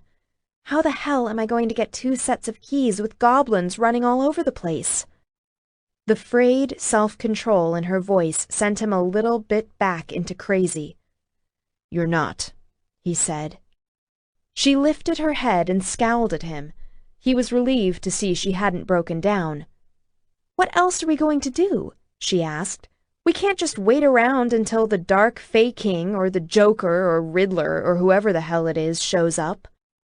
His mind clicked into gear again and became crystal clear. This is what's happening, he told her. I have very good hearing. Most of the goblins have gone to have their evening meal. There are a few guards left in strategic places. I can hear where they are. That's handy to know, she said with relief. And this is what we're going to do, he told her. You know how the corridor tees and they took you to the right? She nodded. If you go straight instead of right, there's some kind of room they use down that way. I think it's a guard room. I could hear them in there talking about going to supper. There was the sound of metal clanking, which I hope was weapons, and the scrape of chairs, so it's a place where they gather. There's no one there now. I want you to go look for keys that might fit these floor chains or something straight and thin to use as a lockpick. Failing those two, try to grab an axe. Be quick. Dragos, she said, eyeing him in doubt. I don't know how to pick a lock. I've never had to learn, duh. You won't have to. I know how to pick a lock, he said. He had learned to pick locks as soon as locks were invented. People liked to lock up all kinds of pretty things that he wanted. He rattled the manacle on his left wrist. There's a weakness in one of these links. I'm going to break it. She looked at his arm, and her forehead wrinkled. She said with concern, Your wrist is a mess. Don't be such a girly girl, he told her. Her gaze met his and lit with reluctant laughter. It's nothing. You'd better hurry. We don't know how much time we've got while they eat supper. Right, she said. An echo of the pain and rage came back as he watched her struggle to her feet without any of her usual grace, and he could do nothing to help her. He had paid special attention to the ones who had beaten her. There were going to be a lot of dead goblins before he was through with this place. But for now, he turned all his considerable attention on to the weakened chain and yanked. Pia crept down the corridor again, this time comforted by Dragos's reassurance that she wasn't in imminent danger of running into a goblin. She found the guard room he was talking about since the door was open. She looked inside and recoiled. Ugh, she muttered. Filthy creatures. She jumped, then put a hand to her sore ribs when Dragos whispered in her ear, Are you all right? Oh, of course you can hear me, she said. Yes, I'm fine. It's just there's moldy food scraps on the table and it stinks in here. They're disgusting. They taste bad, too, he said. You've eaten goblin? She exclaimed.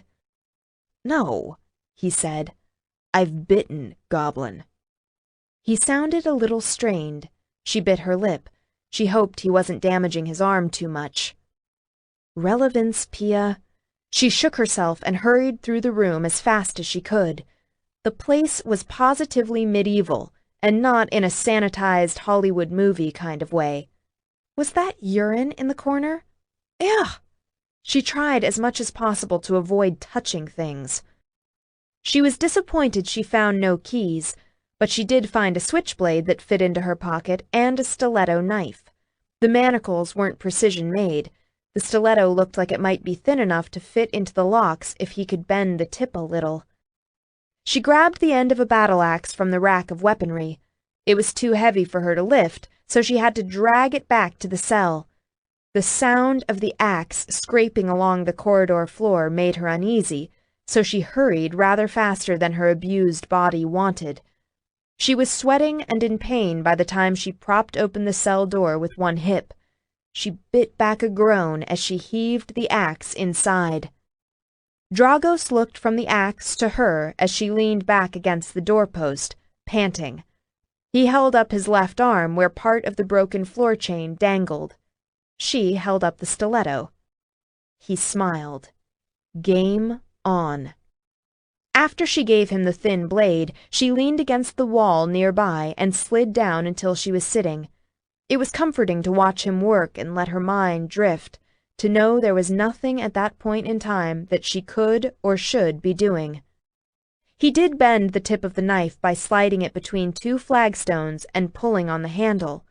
He had to twist at the waist, strain to reach the floor chain manacle on his right wrist, and hold steady as he worked at the lock. She admired the strength and grace of his long body as he worked. To hold his twisted position, he had to tighten those striking abdominal muscles. They rippled and flexed as he took in controlled, steady breaths. The line from his broad shoulders slid around into that clenched waist. His jeans were as filthy as hers, but the buttock and long masculine leg they sheathed were mouth-watering. Come to think of it, he looked pretty damn sexy chained to that floor, especially if this were her castle. She would send her servants in to wash him, all male heterosexual servants, and they would of course clean up this disgusting cell, scatter candles around it, put a mattress under him with silk sheets, oh, and maybe leave a bottle of wine and a couple of glasses. And afterward, she would come down and tease him to madness by mounting him and rubbing her scantily clad body all over that sizzling, hot torso. Except there was no castle. She had no servants. His wrists were bleeding, which looked painful and was no fun at all, and everywhere she went it stank like goblin. Oh, yeah, and their lives were in danger. Still not right in the head, she muttered. He sent her a gleam of that machete smile over his shoulder. You are going to explain what you mean by that very soon now. She felt a blush warm her cheeks. Not likely. He removed the manacle, sat up and stretched, then slid forward and started working on his ankles. He was matter-of-fact about it, but she had to cover her mouth to muffle her squeal. She sat up straight and clapped excitedly. His smile deepened. Soon he had his ankles freed, and he took a moment to pick the lock on the manacle on his left wrist and fling it into a corner. Then they both looked at the other black metal manacles and chains with the repulsive magic. They were two simple shackles, one hobbling his arms together, the other at his ankles, which kept him from being able to walk in his normal long stride. Somehow, I don't think this is going to be as easy, he said. He was right. No matter how he worked, he wasn't able to pick any of the 4 locks. I think these won't come off without the matching key. I bet that's part of their magic. Her excitement plummeted. What do you think they do besides feel slimy? Well, the goblins didn't know I got shot by the elves, did they? He said. Or, if they did know, they wouldn't have wanted to trust it since it is going to wear off at some point. These feel like they do the same thing the elven poison does, limit my strength and prevent me from changing. Otherwise, there would have been no hope of those... He jerked his chin at the other set of chains, keeping me prisoner. So now what do we do? She threw up her hands. She could feel somewhere inside there was a crack that was getting wider. It was just a matter of time before she fell into it, like the beetle, only she wasn't so sure she would be able to crawl her way back out again. You're going back into your cell. He crouched over her and put a hand over her mouth when she started to protest. He snapped, Did you or did you not promise no arguing? Fuck you, you're not the boss of me, she mumbled against his palm. She wrapped both hands around his wrist, careful of the bruised, torn skin. You keep forgetting that. Let me see if I've got this straight, he said, gold eyes glinting. You promised not to argue when you don't want to argue. Is that it? Was he amused? Mad? She couldn't tell. She said, Of course. He barked out a laugh, put his hands under her arms and lifted her to her feet. He held on to her until she steadied. Okay, girly girl, you're going in the cell. I'm locking the door behind you, and all the fuck yous in the world aren't going to change that. It's the safest place for you. If for some reason they get back before I do, they'll never think you got out. They'll think that I did all this. He gestured around the cell. I don't want to separate. Tough, he said. I'm going hunting and you don't want to be there. He hefted the battle axe in one hand like it was made of styrofoam and placed the other at her back. Despite his callous tone, he was careful as he led her down the corridor. Between her injuries and his shackles, they went at a slow pace. She stepped inside and turned back. She couldn't look up at him. She focused instead on the floor as her lips trembled. But what if they come back? A heavy silence lay between them. Long fingers slid under her chin and coaxed her face up. She bit her lips as she looked up at his sober expression. I won't leave you alone for long. I'll be as quick as I can. A fat tear splashed onto his hand, and he looked as if it had seared him. He swore under his breath. Then he bent his head and brushed her mouth with his. I swear to you, Pia, they will not hurt you again. You have to trust me. She nodded and jerked her head away, swiping at her face with the back of her hand. Go. He stood there looking at her. For a moment he seemed like he was about to speak, but she turned her back on him. She thought she felt his fingers brush the back of her neck, and then he was gone. All the vitality that had been surrounding and sustaining her drained away in his absence. She looked around the dingy, horrible cell and felt so lonesome she could have lain down and died. She sat in the middle of the floor and made herself into a small package, with upraised knees and forehead resting on her forearms. How did she do that trick before, when she went blank as soon as the goblins took her? She hadn't meant to. It had to have been some kind of defense response to too much horror when those monstrous hands had touched her. Now the minutes trickled by with agonizing slowness, and she had no insulation from it. She wanted to check out, to disassociate and go somewhere else in her head, but she couldn't figure out how to do it again. It took everything she had not to give in to panic and walk out that cell door. She remembered every turn they took. She knew she could get to that outside door again, which was no doubt guarded by a couple of those skanky, bat-faced freaks. She muffled a groan and squeezed herself into a tighter package. How did I get here again? It's like I had a grocery list of all the things I shouldn't do, and I went right on down it, checking off things as I got to them. I've been very thorough about it. Live very quietly, her mom had said. Leave everything behind on a moment's notice.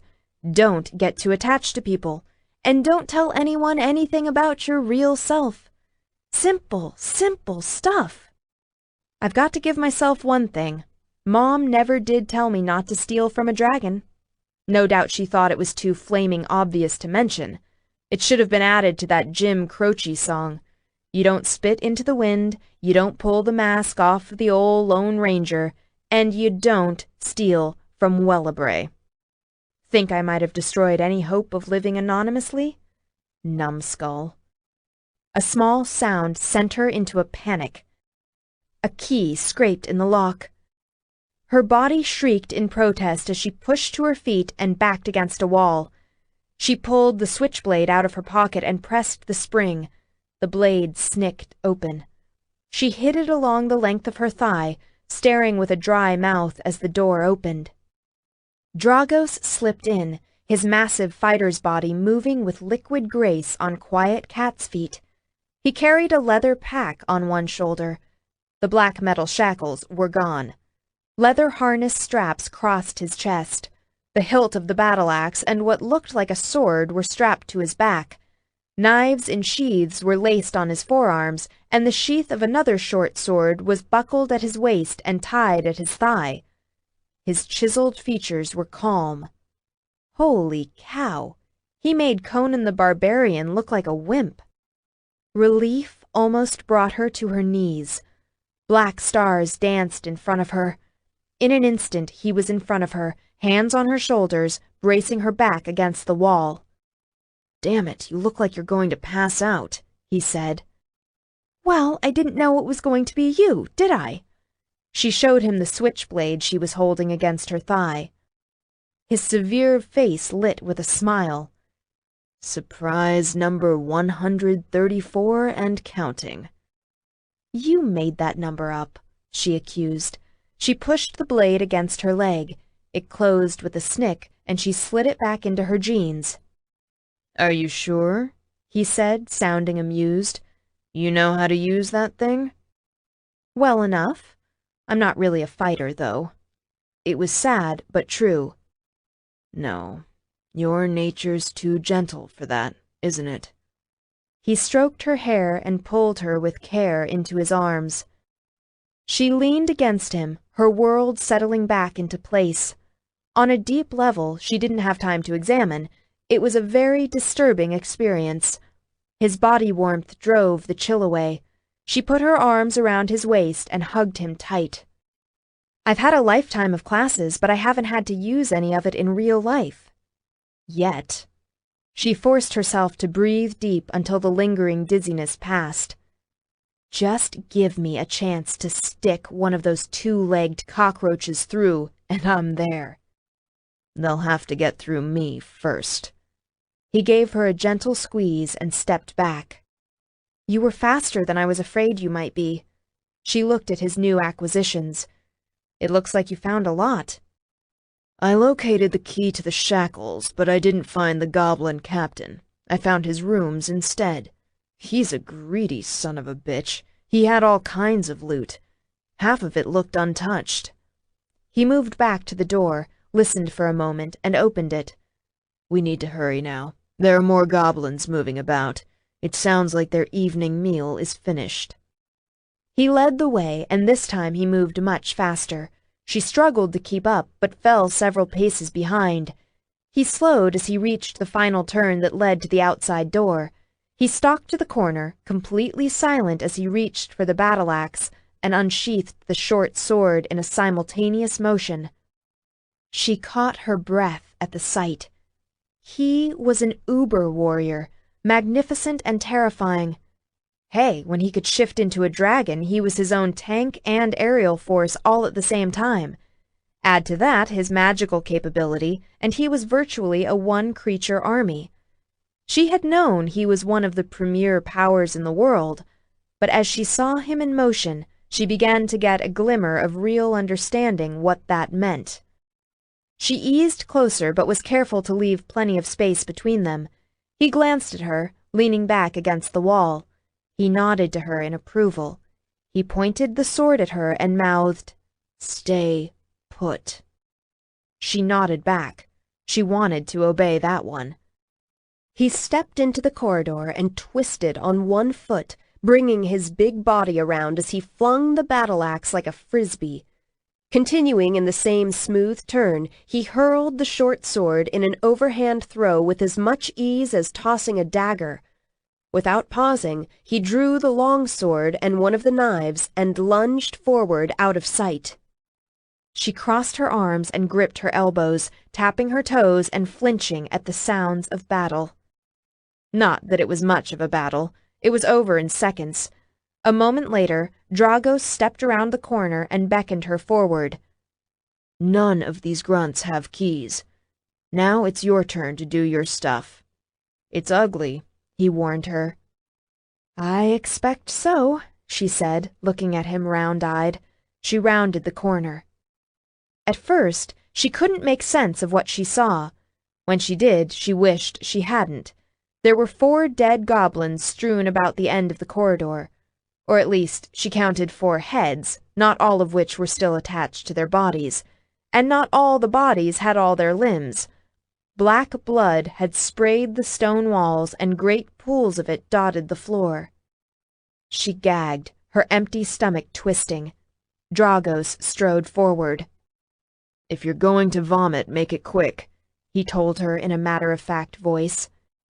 He yanked the battle-axe out of the goblin it had almost split in two and wiped the blade on the goblin's leggings. Moving fast, he collected the rest of his weapons, cleaning the blades on the corpses and sheathing them again when he was done. She focused on the great metal door, not the carnage, and gained control of her gag reflex. She stepped around the pools of blood. She paused at one spot and tried to figure out how to get across a large patch of goblin blood. It looked like a greasy oil spill had spread between 2 sprawled bodies. If she weren't injured, she would have leaped over it without a second thought. Her dilemma was solved as Dragos grabbed her by the elbows and gently swung her over to the other side. The door had been barred, but he had already moved the thick wood plank. She grasped a thick lever with both hands and pulled down. The heavy door was hung well. It swung open on silent hinges. They stepped outside into deepening dusk. The air seemed incredibly sweet outside the goblin stronghold. The flatbed with the Honda was still where the goblins had stopped. She shook her head when she saw the mangled wreck. It was a wonder she had survived. "Now we have to haul ass," said Dragos. She looked around at the alien, wild landscape, and just like that, she fell into the crack. "That's it," she croaked. "I'm done." His head whipped around, eyes narrowing. He said, "What?" "I said I'm done." Lead filled her hollow limbs. She swayed and blinked, but he kept blurring out of focus. I haven't eaten well or slept well in over a week. Then there was the wreck, and then the goblins. I'm spent. I don't have anything else. You'll have to go without me." "You are a stupid woman," he said. He sounded furious. Why was he so mad at her? The world tilted as he swept her into his arms. "I'm not done." Holding her tight, he started to run. She tucked her head under his chin and fell into a half-waking state. Afterward, she never did remember much of that run. She remembered it went on for hours. Dragos never faltered, never slowed. He broke into a light sweat, but his breathing remained deep and even. His steady grip cushioned her from any shocks. She did note one thing, and murmured a question when she realized he was not taking them back the way they had been brought. "Hush," he told her. "I'll explain later. You just have to keep trusting me." That seemed to matter a lot to him. He kept bringing it up. She turned her face into his neck. "Okay." It wasn't like she had any choice at the moment. "Good," he said gruffly. His arms tightened. That was the last they spoke for a long time. At last he began to slow. She roused from her doze and struggled to lift her head and look around. They had left the barren, rocky landscape and goblin fortress far behind and stood in a small clearing. He had run the rest of the day away. The moon shone brighter than she had ever seen before. It hung huge and low and witchy over murmuring trees. The silver-limbed and intensely shadowed edges of the clearing shifted with a fitful breeze. The rippling contours so lifelike, hidden faces seemed to peer out at them, whispering news of their arrival. Running water trickled nearby. Dragos knelt and placed her on the ground near the water. It was a small brook. He put a hand at her shoulder blades and supported her as she struggled to sit up.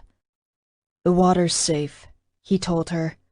"Drink as much as you think you can. You've got to be seriously dehydrated."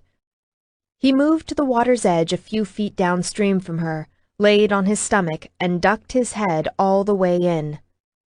Pia fell forward, desperate to provide relief for her parched mouth and throat. She scooped up cold handfuls and sucked them down. When the need to drink eased, she splashed water over her face and arms, desperate to get the stink of the goblin dungeon off of her.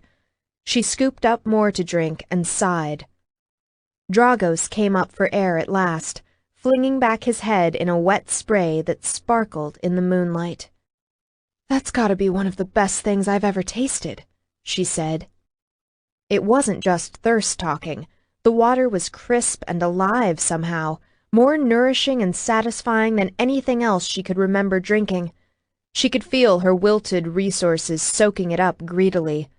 It soothed the cramped, starved part of her soul into something resembling peace.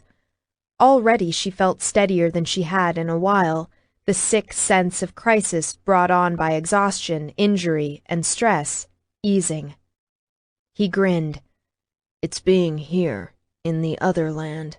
The heightened land magic makes everything more intense. If you like that, just wait until you see what else I have for you." She pushed back on her knees and sat up. "What is it?" "I found some food you can eat. I got you other things too, but nourishment comes first." He opened the leather pack and pulled out a flat, leaf-wrapped package and handed it to her. She took it with obvious reluctance. "Dragos, I don't think I could stomach anything you found in that hellhole." "Don't jump so fast to conclusions." He nodded. "Go ahead, open it." She pulled the leaves apart, and the most mouth-watering aroma escaped. He broke off an end of the wafer she held and coaxed it between her lips. When the piece hit her tongue, it began to melt. She chewed and swallowed with a moan. It was indescribably delicious. "Elfin wayfarer bread," she breathed. Vegetarian, nourishing in a way that fed the soul as well as the body, and imbued with healing properties. "I've heard about it, of course. Who hasn't? It's legendary. But I've never had the chance to taste any before." He broke off another piece and fed it to her, watching as she closed her eyes and moaned again with delight. "Eat every bite of that. It'll do you good," he told her. "I found a dozen wafers. We have plenty." She stared at him. A dozen wafers would fetch a fortune on the black market. Most people couldn't beg, borrow, or steal the wayfarer bread. Oh. She looked down at what she held, and her enjoyment dimmed. "You found it in the goblin captain's rooms?" "Among other things. Remember I said half the loot was untouched?" He frowned. "Why aren't you eating?" "Oh, I will," she assured him. She broke off another piece. "It's too precious to waste, and I need it. It's just hard to enjoy someone else's misfortune."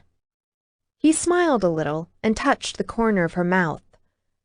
"For all you know, some elf suffered a minor annoyance when his or her pack got stolen, and they've forgotten all about it by now. You go ahead and relish every bite." "That's true." The unknown elf hadn't necessarily been hurt or killed. She took a deep breath. "Aren't you going to eat any?" "Not my kind of food," he told her. "I'll go hunting if I feel the need." Right. Carnivore. She went back to her meal. He reclined on his side, propped his head in his hand, and watched her enjoy the wayfarer bread. He waited until she had put the last piece in her mouth. Then he started to pull other things out of the pack and lay them in her lap. A light woolen elven blanket, a tunic and leggings, a packet of soap, and a hairbrush. She stared at the treasures. "I know how much you hated it in there," he said. "Oh, my God." She looked at him, teary. "I think this is one of the nicest things anyone's ever done for me. Aside from the fact you saved my life, I don't know how many times." "You saved me too, you know," he said. He sounded thoughtful. The need to wash became a crisis. "I've got to get clean." "Pia, you're weaving where you sit. Why don't you wait until you've slept a little? We're going to rest here while I keep watch." Her hands started to shake. "You don't get it. I can't stand another minute stinking like them. It makes my skin crawl." "Okay," he said, frowning. "If you need to get clean, you need to get clean. It's going to be cold. I'll gather some wood while you wash, and we'll have a fire." She paused. "We're not going to worry about the firelight being visible?" He shook his head and uncoiled from the ground. "I'll hear anyone long before they get near enough to be a problem." She turned her back to him and knelt at the stream, already consumed with the thought of scouring the goblin stink off her body. Self-consciousness tried to take over as she stripped off her ruined t-shirt and filthy bra, but she squashed it. At least it wasn't broad daylight. He had no doubt seen thousands of naked women before. Thousands? No, definitely not the time to go there. Nothing mattered more than getting that stink off of her. The soap was elven-made, too, and heaven-sent.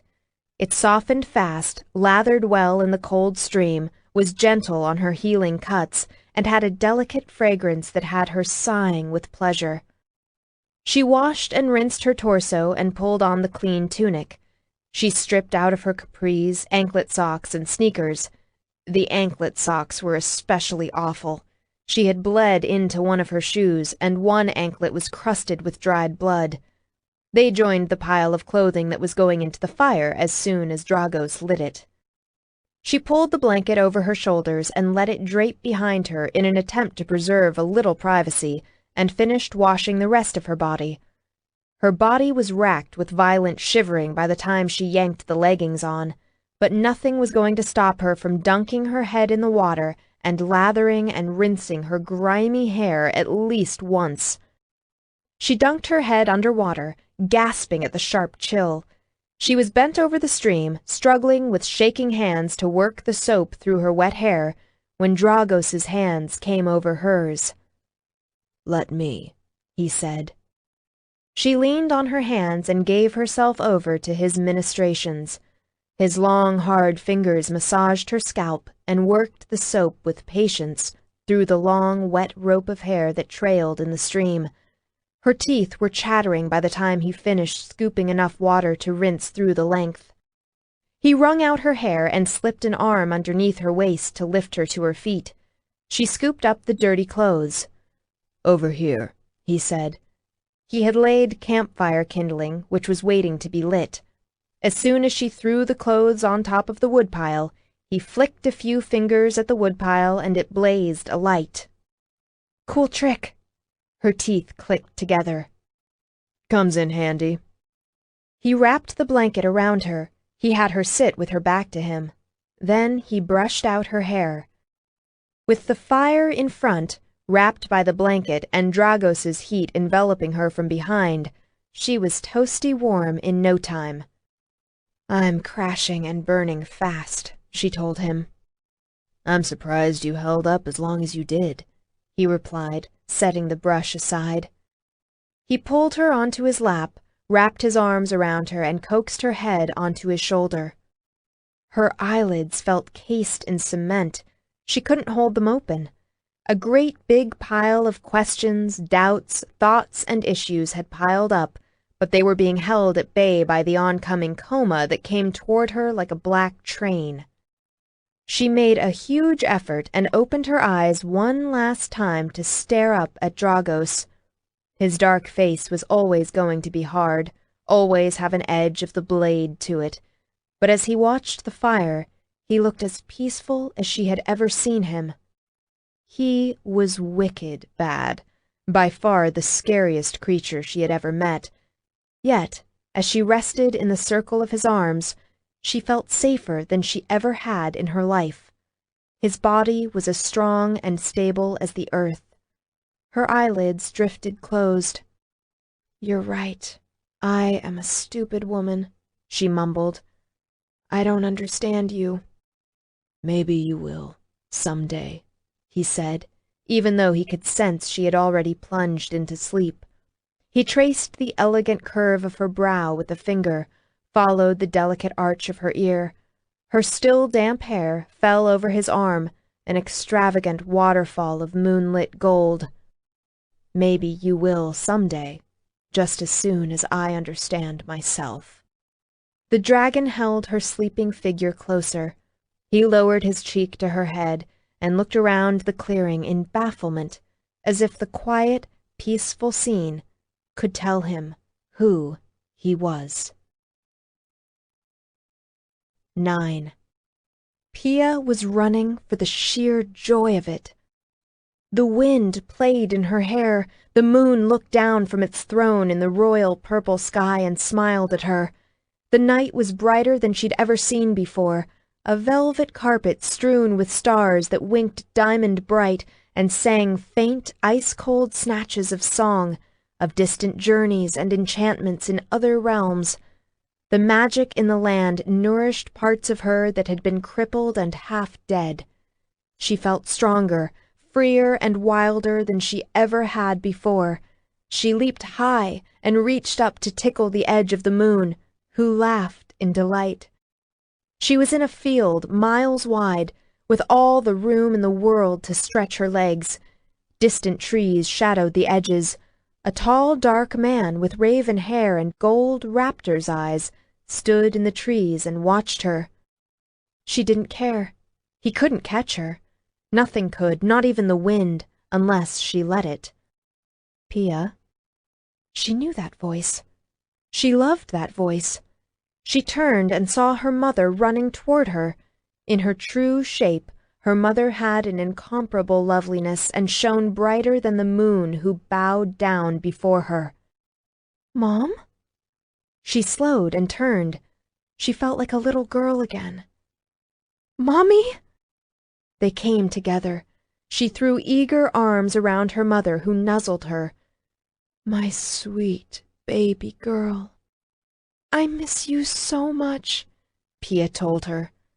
"Please come home." Her mother drew back and looked at her with great liquid eyes. "I cannot. I have faded from your world. I no longer belong there." "Then let me come with you," she pleaded. "Take me to wherever you are." A roar of denial shook the trees. It ran through the earth, which trembled at their feet. Pia looked back at the male, although her mother remained untouched by the disturbance and seemed unaware of the figure in the trees. "You cannot join me, darling. Your place is among the living." Exquisite eyes smiled at Pia. "Giving birth to you was the single most selfish thing I have ever done. Forgive me for leaving. I did not mean to abandon you." Tears clogged her throat. "I know you couldn't help it." "I have come to warn you," said her mother. "Pia, you must not be in this place. There is too much magic here. It is why I never dared to take you to an other land." She looked around. "But I like it here. It feels so good." "You will be exposed here and hunted. Go back." Starlight began to shine through her mother's figure. "Go back. Blend in with humankind." "No, don't go yet." Pia tried to reach for her. But her mother had already faded, leaving a final message on the wind. "Be safe. Know that you are loved." She reached after her mother, almost grasping an answer to something important. She could almost make out where her mother had gone, could almost follow her, except the whispering wind curled around her and held her to the earth. The whispering circled around her, stroked along delicate nerve endings, coaxing her. "Pia, stay." That was not her true name, but the power behind the whispering was enough to make her hesitate. The wind became a dragon twining around her, brushing against her skin like a cat. "Stay. Live." She brushed her fingers along the hot skin of the beautiful feral creature. It turned its head. Great, molten, hypnotic eyes stared into hers, and she was caught. She woke up. She was lying on the ground, wrapped in the elven blanket, beside the glowing red coals of the dying campfire. Dragos crouched over her, hands cupping her head. He was whispering in a language she didn't recognize, but it tugged at her bones. "What is it?" she asked in a sleepy voice. She glanced down at herself. She was gleaming with a faint, pearl-like luminescence. She jolted full awake. "God damn it! I lost hold of the dampening spell in that dream we had too. I've never lost control like that before. I can't keep doing this." He took a deep breath. His body was clenched. A fine tremor ran through his heavy muscles. He was paler than she had ever seen him, eyes dilated and stark. "What's the matter?" she asked again. She laid a bright ivory hand against his cheek. "What happened?" "I put you down," he said. His blade-honed face was drawn. "I went to go wash at the stream. I wasn't gone long. I was just 20 feet away." "It's okay," she said. "Whatever happened, it's okay now." He was so upset, unlike anything she had seen from him. To date, he had been calm, arrogant, infuriating, amused, angry, cautious, downright imperious. But this was like how he had been when she found him chained in the cell, only worse. It was hard to see such an indomitable male so shaken. She stroked his face. He sank his fists into her hair as if to trap her more completely. "I turned around," he gritted, "and I could see the fire through your body. You were transparent, Pia, and you were fading." "That's impossible," she said. Or was it? Her mind raced back to her dream. If she had started to fade, could her mother have visited her in truth? Her lips pulled into a bitter-sweet smile. "No smiling. This isn't something to fucking smile about," he snarled at her, his fists tightening. "You were almost gone. My hands passed right through you. If I hadn't started calling you back, you would have disappeared for good." "Maybe, I guess. But I don't think so," she said in an absent tone, letting her fingers slide through his hair. She loved the inky black strands of silk. There wasn't a kink or hint of curl in it. "I don't think I could have gone where I tried to go. She said it wasn't my place." "What are you talking about?" His eyes narrowed, but the tension in his body dialed down a notch. "I dreamed about my mother." Her gaze went unfocused, and she said, "And I think it actually was her. When she left, I tried to follow her." "You are never to do that again," he said between his teeth. "Do you understand?" "Dragos," she said, speaking with care because he was still so upset. "You've got to stop giving me orders."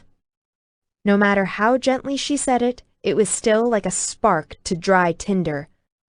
"Fuck you," he snapped. He thrust his face down to hers, eyes flaring to lava and features hardening. "You're mine, and you can't leave." Whoa there. I don't know what to say to you. You're like some stalker guy on steroids. She threw back her hands and rolled her eyes. You are aware, aren't you, that you can't have slaves any longer? You know, abolition, big war, happened 145 years ago. "Human history, human terms," he snarled. "They mean nothing to me." She had already known she couldn't attribute human motives or emotions to him. Here was the reminder. The dragon was very close to the surface.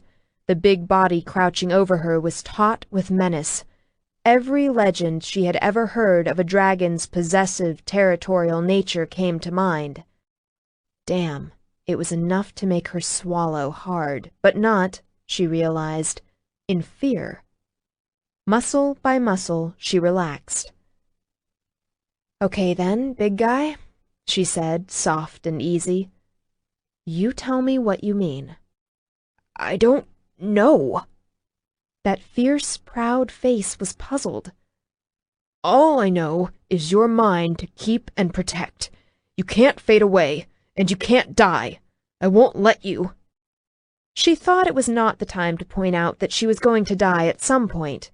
She had too much human in her.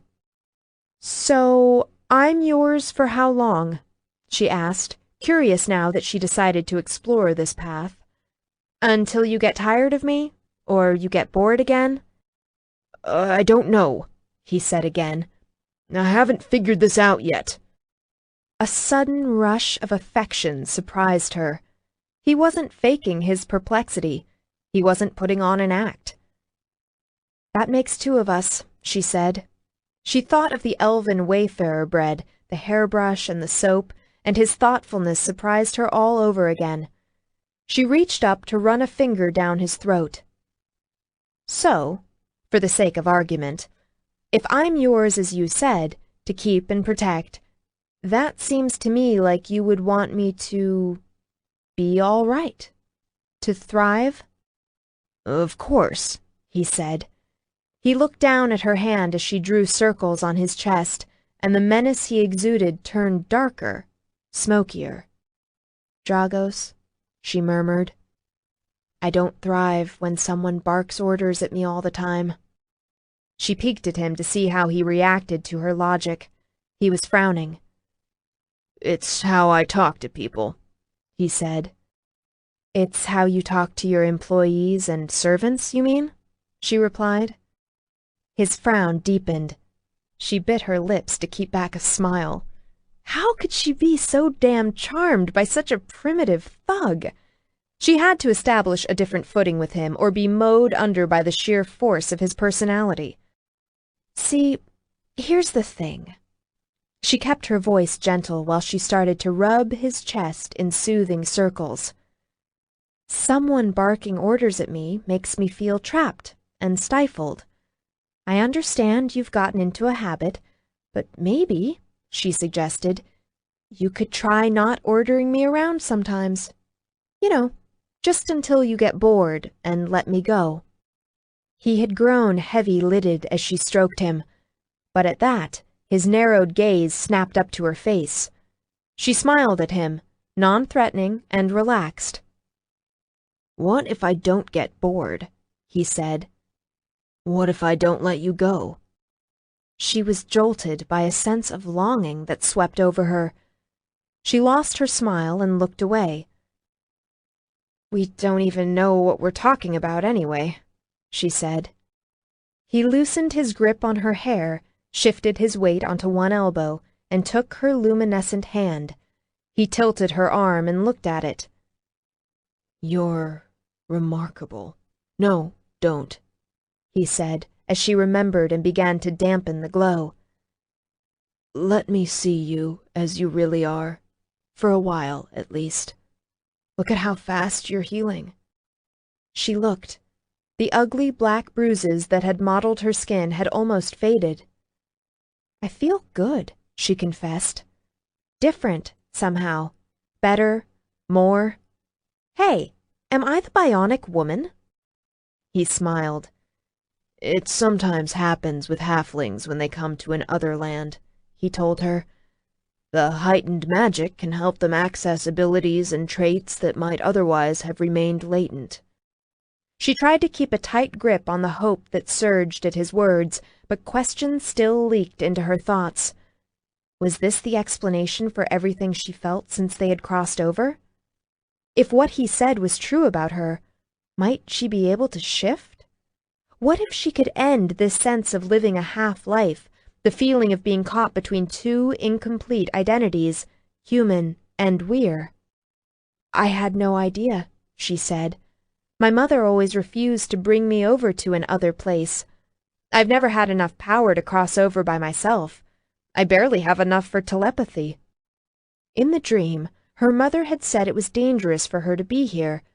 She glanced around the dim, coal-lit clearing. That meant they should leave soon. The thought lacked urgency. "Ah, yes, your mother," he replied, sounding distracted as he inspected her slender fingers, the graceful tilt of her wrist. "Very soon we're going to have a talk about your mother, who she was, and why that dumbass elf loved her so much. We're also going to talk about why you're not right in the head, and if you have any more IDs or stashes of cash hidden anywhere." She snatched her hand back and smacked him on the arm. "None of that is any of your business. And just because he liked me but he didn't like you doesn't mean he's a dumbass elf." He gave her a lazy, predatory smile as he moved his torso over hers. "You're not afraid of me at all anymore, are you?" She sobered. Call her crazy, but she thought he would rather cut off his hands than hurt her. "So what if I'm not?" she muttered. His beautiful, cruel mouth pulled into a smile. "I think if you're not, it's a very good thing," he said. He moved, and before she realized what he intended, he had her hands pinned over her head. "It gives me all kinds of license to do bad things to you. With you. On you. In you. She jumped and her heart hammered. He looked at her splayed and helpless underneath him and insinuated one heavy thigh between hers. He pushed up with his leg as he bit her neck in the exact same place where he had in their dream. He drank in her gasp and held her with ease as she tried to tug her hands free. Not that she tried all that hard. Excitement took the express shuttle through her body. She stretched for the sheer enjoyment of feeling herself slide against his naked torso, and his brilliant gaze tracked every movement she made. She was feeling less human by the minute. She licked her lips. "Dragos, I don't think—" "You don't think what?" His burning gaze swallowed her up. "I don't think I'm as good as I thought I was," she whispered. Her eyelids dropped down, and she smiled. "That's my girl," he whispered. He pushed her legs wider apart, settled between them, and began a sensual assault on her, nibbling and licking. He pulled her lower lip between his teeth and suckled at the plump flesh, then thrust his tongue deep into her mouth. They both groaned. He dug deeper into her, thrusting harder and harder. She tilted her head to open more to him. He shifted her wrists to one hand so that he could push the other under her tunic, running calloused fingers up to the soft swell of her breast. He grasped the plush mound with greedy care, found her nipple and began rolling it between his thumb and forefinger. He tugged at the sensitive flesh and gave it a light pinch. Pleasure jolted through her as he played with her breast. Her breathing became choppy. She tugged harder, but he refused to let go of her wrists, his body hardening. She raised her legs to cradle his long body, shifting underneath him until his heavy, long erection lay nestled against her pelvis. He hissed, face darkened with lust, and he reared up to grab hold of her tunic. "No!" she cried, stiffening. He froze. God love him, that dragon didn't even breathe. "I don't have anything else to wear," she explained. She gave him a shaky smile when his eyes flashed to hers. The stricken look left his face. He let go of her wrists and sat back on his heels as she sat and yanked the tunic over her head. She tossed it to the ground. He put his hands to her rib cage and ran them up to cup her breasts. "God damn," he said. His normal, deep voice had gone hoarse. "Will you look at that?" She looked down at them. The lines and curvature of her torso and breasts looked ultra-feminine against the brawn of his big hands and muscular arms. Her radiance and the dusky hue of his skin seemed to feed on each other. The paleness of her skin was creamier, the blush of her nipples pinker. The sinews of his hands and wrists shifted under skin that was a richer, deeper bronze. She put her hands on his torso and watched as she ran them up his chest. Muscles rippled underneath her palms as he took in a shaking breath.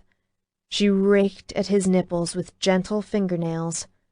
Part of her was ecstatic with shock. I am touching him. He is touching me. He hissed and grabbed her fingers, coming over her as he bore her back down. He put his hands at her waist and, understanding what he wanted, she lifted her hips for him to pull the leggings off.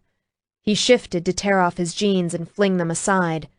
Then he slid back over her, heavy and hard and naked, and they were lying skin to skin. If he had seemed hot before, he had since turned volcanic. She could feel his heart hammering against her breast. She lost herself in the enjoyment of rubbing herself against him, running her hands up the considerable musculature of his powerful back. He slid down her body, running his open, shaking mouth along the length of her neck, down her collarbone, until he could feast on her breasts. He sucked and bit at the succulent flesh, gripping her nipples between his teeth and flicking at them with his tongue, one after the other until she arched and cried out, incoherent with sharp delight. Then he slid down farther, licking and biting his way along the curve of her waist. He gripped the inside of her slender knees and held her splayed as he sucked the tender flesh of her inner thighs. She writhed in his hold, crying out again as she lifted her hips up to him. He paused to look his fill of her. Elegant bone structure, radiant cream and dusky pink, she lay on an extravagant pillow of tangled, pale gold hair. He could track his journey across her body in the luscious suck bruises that were blooming at the undersides of her breasts, the insides of her thighs. Her violet dark eyes were huge and shimmering with desire, just like they had in the dream, just as he had craved ever since. Desire for him, the monster, the great beast. But this was no dream, and he was so hard and full from wanting her he was in superb pain. He looked at the plump, fluted pink of her labia topped with a tangle of white gold curls. She was slick with moisture, drenched with it, and his heavy cock leaped at the generous evidence of her arousal. He whispered, "I'm going to eat you until you scream." Her slender feet curled, and a deep groan burst out of her. He lowered his head and continued his assault, licking and biting and sucking with shaking greed. He drew her stiff little bud into his mouth and suckled as she bucked and shook with the force of the pleasure spiraling through her. She lifted up on her elbows, panting, and stared at what he was doing to her. That dark head and those broad shoulders between her shivering thighs, his blade-cut face drenched with arousal as he worked her, was a sight so erotic it hurtled her into a climax. She hung her head back and squealed as she came with an intensity she had never known before. He never stopped. He kept licking and suckling, his mouth absorbing the ripples that cascaded through her. He put a flattened hand on her lower abdomen as she clenched, feeling the rhythm of her climax. He wrung her out, and still he continued to suck. The sensitivity became too much. She sank trembling fingers into his hair, tried to pull his head back. "Stop! I can't! He made a throaty sound, his hot gold gaze flashing as he focused on her sweaty, dazed face and suckled harder. He plunged 2 fingers deep inside her, and just like that he pushed her into another climax, this one longer and more intense than the first. He gobbled that climax down, and without stopping, shoved her into a third. Her torso arched off the ground, and the tendons in her neck distended as a thin, breathless scream broke out of her. She was completely taken over by what he was doing to her. The brilliant, star-studded night sky disappeared as her eyes filled and spilled over. At last he pulled away and crawled up her, breathing harsh, intent carving every flex and shift of his body. She had no words as she stared up at him.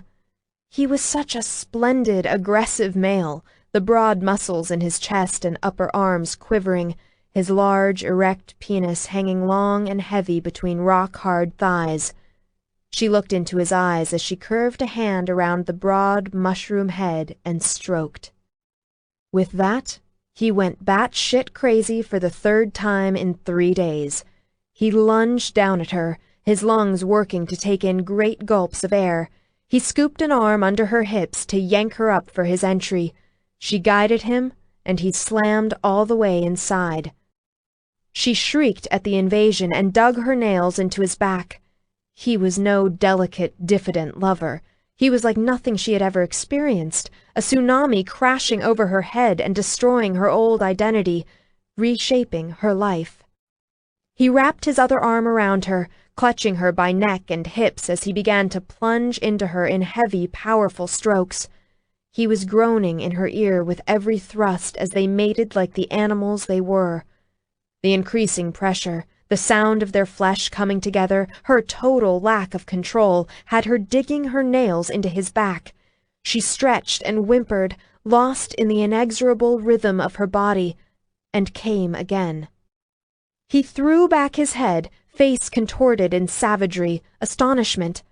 With a last convulsive thrust, he made a muffled sound and joined her in climax.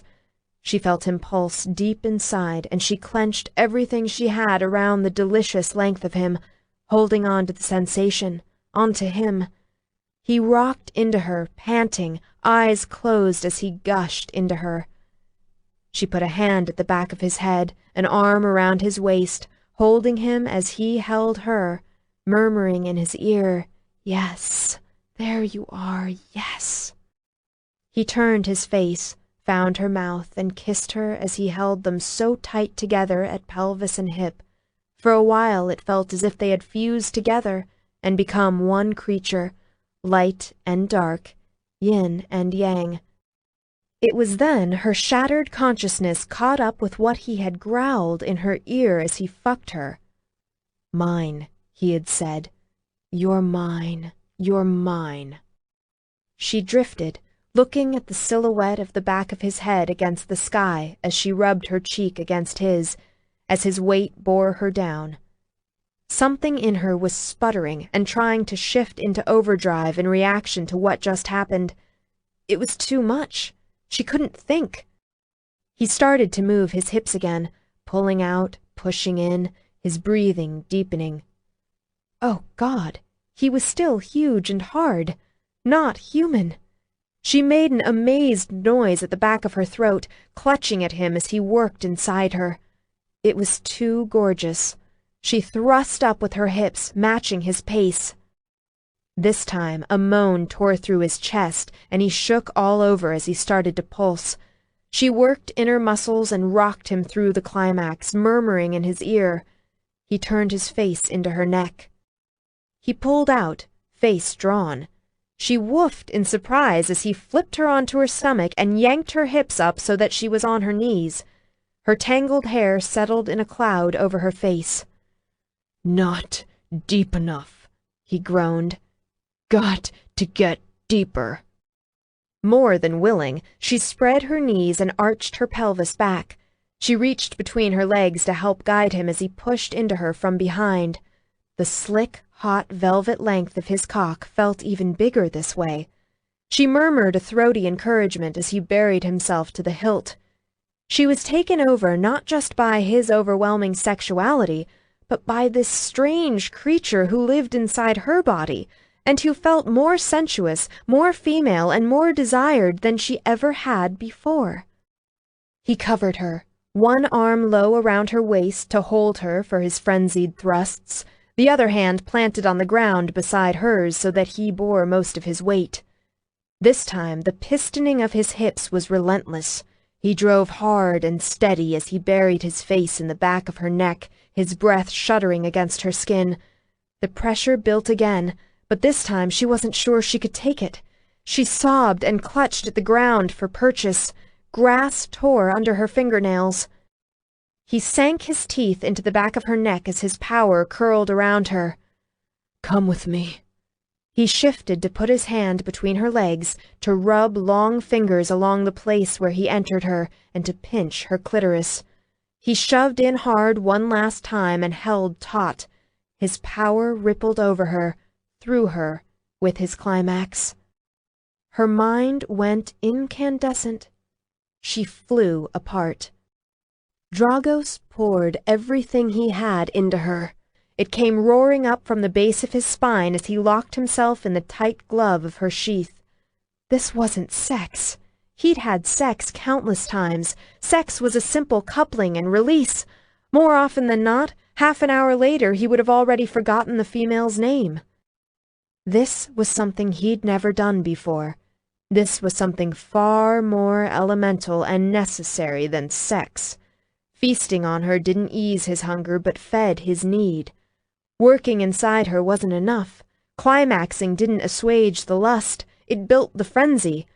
She absorbed everything he did to her and amplified it back, and bloomed even more lustrous and intoxicating. He had to drive into her so deep he never came back out. He came back to awareness. He still covered her from behind, was still inside her, his hand spanning the graceful arc of her pelvis. Tremors quaked through her body. The slender muscles in her thighs quivered against his. She gasped for breath in quiet sobs. What had he done? He pressed his lips to her neck and drew them along the sleek angle of her shoulder.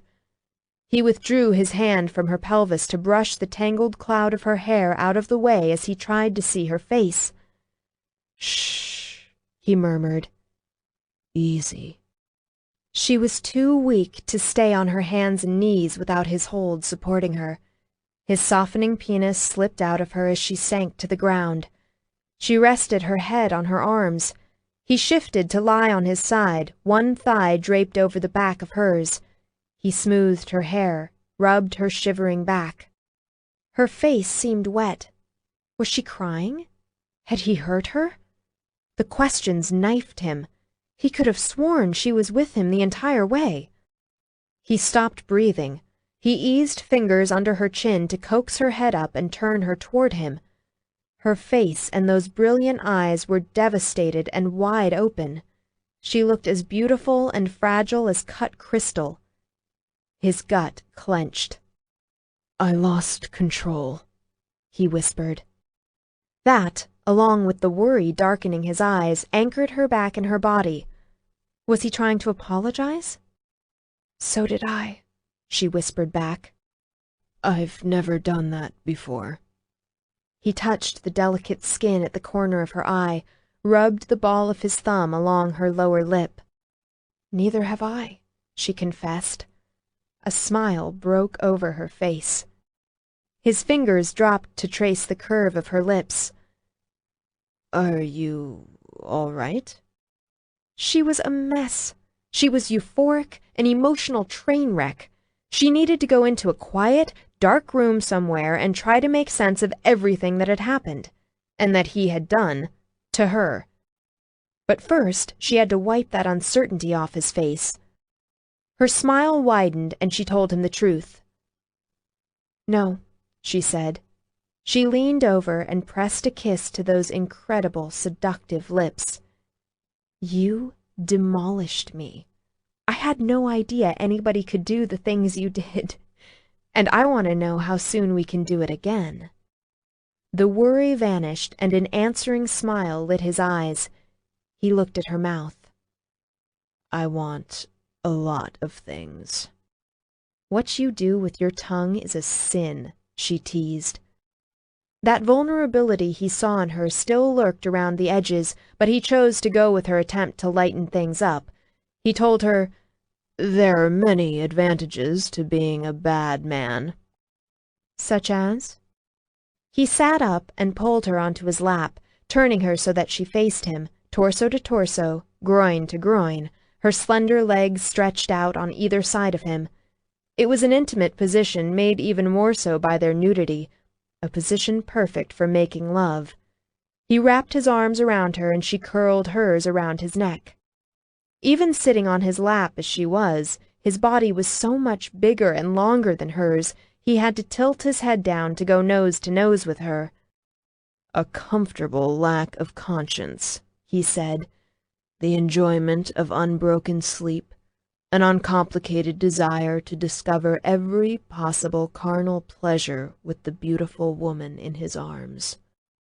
Her eyes brightened at the compliment and crinkled at him. He smiled back and kissed her, a long, leisurely exploration that curled her toes. "Well, I think you keep a very well-hidden secret," she told him when she could breathe again. He cocked an eyebrow. She tapped a finger against his chest. "There is a pretty charming creature buried deep inside there. You should let him out more often."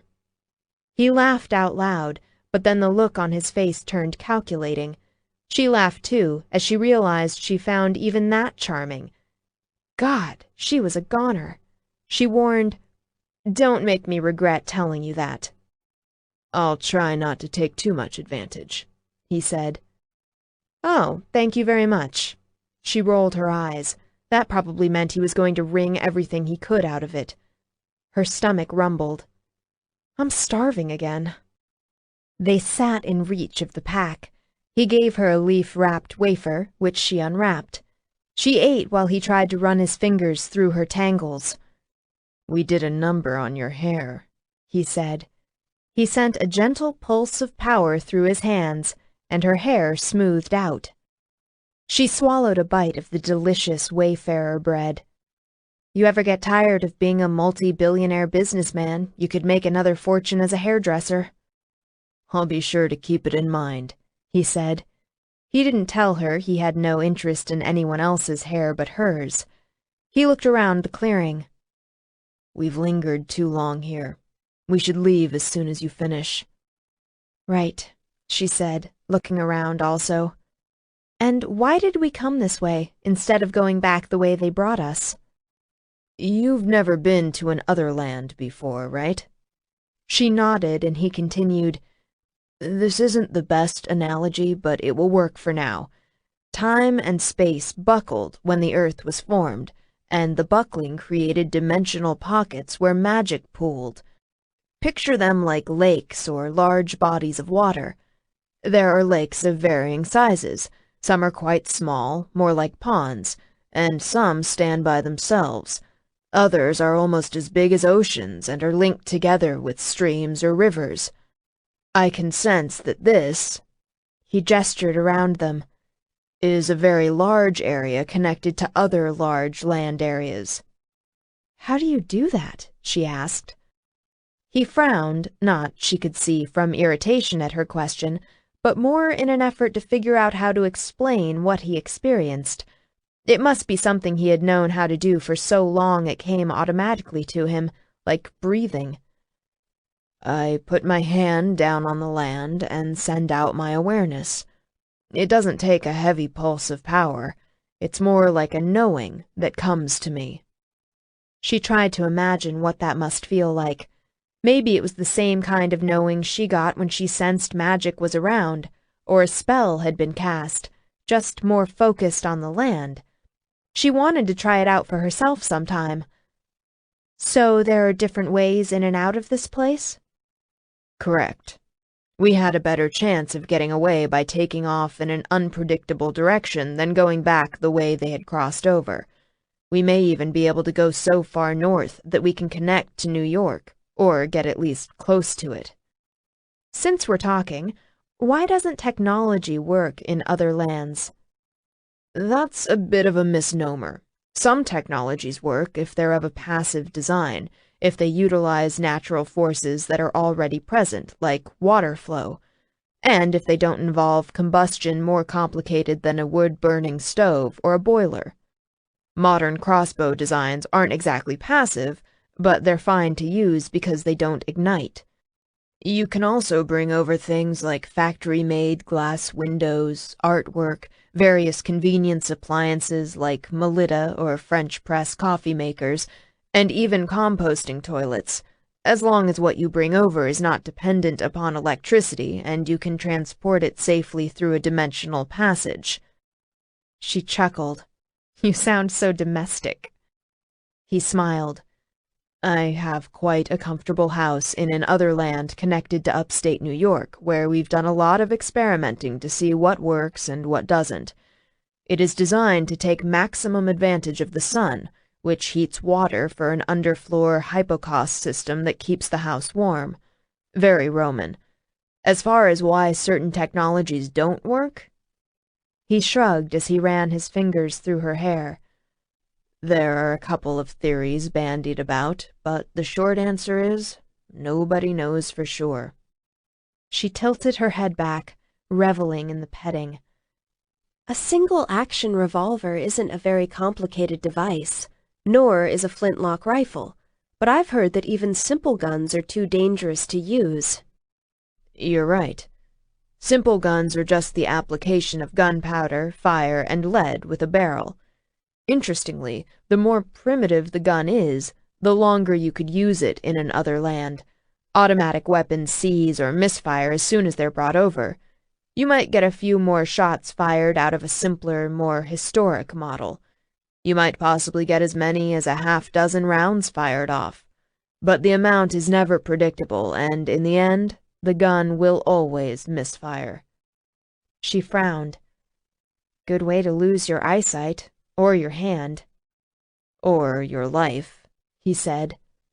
One possible explanation is the living Earth theory. What if the world was a gigantic entity? When you use a living creature as a conceptual model, then the Earth would have discrete parts, organs, limbs, veins, muscles, a skeletal structure, and arteries, and so on. What if the other lands are more essential to this organism's overall system than other places are, more like the artery than the outlying vein, or a vital organ as opposed to one you can survive without? What if the magic that is so strong over here, and that dampens, even sabotages certain technologies, is Earth's defense mechanism? Kind of like white blood cells, she said. If you use that analogy, maybe you could shoot simpler guns a few more times because it would take the immune system longer to recognize them. Exactly. The theory is more poetry than science, but I like it. There's also a modified living Earth theory that knocks out the concept of a world entity. It focuses instead on individual pockets of other land as collective minds that are created from the magic-drenched land and regional wildlife, although these minds aren't necessarily conscious as we currently understand consciousness. In this theory, the concept of magic acting as a defense mechanism and hampering technology is still the same. She smiled, intrigued and delighted by this new glimpse into him and his active, curious mind. "You're quite the scientific thinker, aren't you?" she said. His eyebrows rose, and he nodded. I like to look for underlying patterns and meaning to the world. I do a lot of reading in scientific journals. She finished her meal and licked her fingers for any lingering sweetness. His gaze dropped to her mouth, and she felt him harden against her inner thigh. Her breathing hitched. But he moved her from him, rose to his feet, and offered her a hand to pull her upright. She was too sore to be disappointed. She told herself that a couple of different times as she scooped up the crumpled tunic and leggings and the blanket. She went to the stream to rinse away the evidence of their whatever. What was the word for what they had done? Love-making was too pretty. Sex seemed too simple and basic. Mating sounded like it could be too permanent. She bit her lip as anxiety threatened to knock her sideways. It's too much to think about. It's too big. He really did demolish me. I don't know who that hellcat slut was that tore up grass and screwed her brains out. I don't know who I am anymore. She shut down those thoughts before she careened too far out of control. She reasserted the dampening spell. She sighed with resignation as she turned her hands over and looked at them. Pre-dawn was lightening the clearing to gray, and they were just normal, dim, human-looking hands. A real hot meal, a bed, a stable schedule, going to bed in the evening, getting up in the morning, the things you take for granted until you don't have them anymore. She dragged the tunic and leggings on and sat on the ground to pull on her tennis shoes. She bit back a grimace at their dingy state and added it to her list of grievances. $100,000 down the toilet, 3 IDs gone, no car, no socks, no underwear. And what did she do? She went and had sex with the cause of all her problems. Sure, it wasn't the yawn and make up a grocery list until he's finished kind of sex.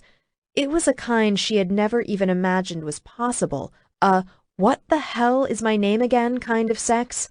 But sex was all they'd had. She was worse than a fool if she tried to make it into anything else. She was a weird dingbat, and wasn't that a god-awful sorry concept for a creature? She yanked her shoelaces tied as she bitched to herself. Then she glared at the object of her obsession. He had rinsed at the stream, too, and pulled on his jeans and boots. He was on one knee by the dying fire. He laid his hand on the red coals, and with one last pulse, they went black. She sucked in a breath. So, okay, maybe he was a what-the-hell-is-my-name-again kind of guy. His head came up, and his body stiffened. He twisted to stare in the direction of a light breeze that blew through the nearby trees. What is it? She drew in a deep breath, scenting the breeze. She caught a hint of stench. He leaped upright. Run. 10. She jumped to her feet and grabbed the blanket and hairbrush with shaking hands. She started to stuff them into the bag. No more goblins. Please, God. I'll be good and eat all my peas. Forget all that. Drop it. He lunged for his weapons. Go! If there was one thing she could do well, she dropped everything, whirled, and ran. Everything inside went on red alert, all systems flashing. Adrenaline kicked her ass. Her vision sharpened, her sense of smell heightened, and her hearing became more acute. She plotted out the best path ahead of her at the same time as she strained to hear any hint of pursuit. There was nothing, no sound. There was just the wind waltzing through the trees, the sound of her own breathing gone ragged from fright, and Dragos racing behind her. But she caught another whiff of goblin stink. Her heart lurched. Dragos said in a calm voice behind her, Fast as you can, Pia. Right. She tucked her chin in, sought and found her stride, then kicked it out. Dragos raced after her as the sky became brilliant with sunrise. Pia seemed to have gone weightless. Damn, she ran like a cheetah, maybe faster. Hell of a thing to watch. She sailed over obstacles like fallen tree trunks and rocks, making the leaps look effortless, as if she simply chose to pick up her feet and fly. He found room in himself for one more surprise as he discovered he was falling behind. Good girl. If she had endurance as well as speed, they might be okay. Pia let her mind go blank and lived in the moment. Nothing existed beyond the deep rhythm of her breathing, the athletic flex of muscle and bone, the sound of Dragos running behind her.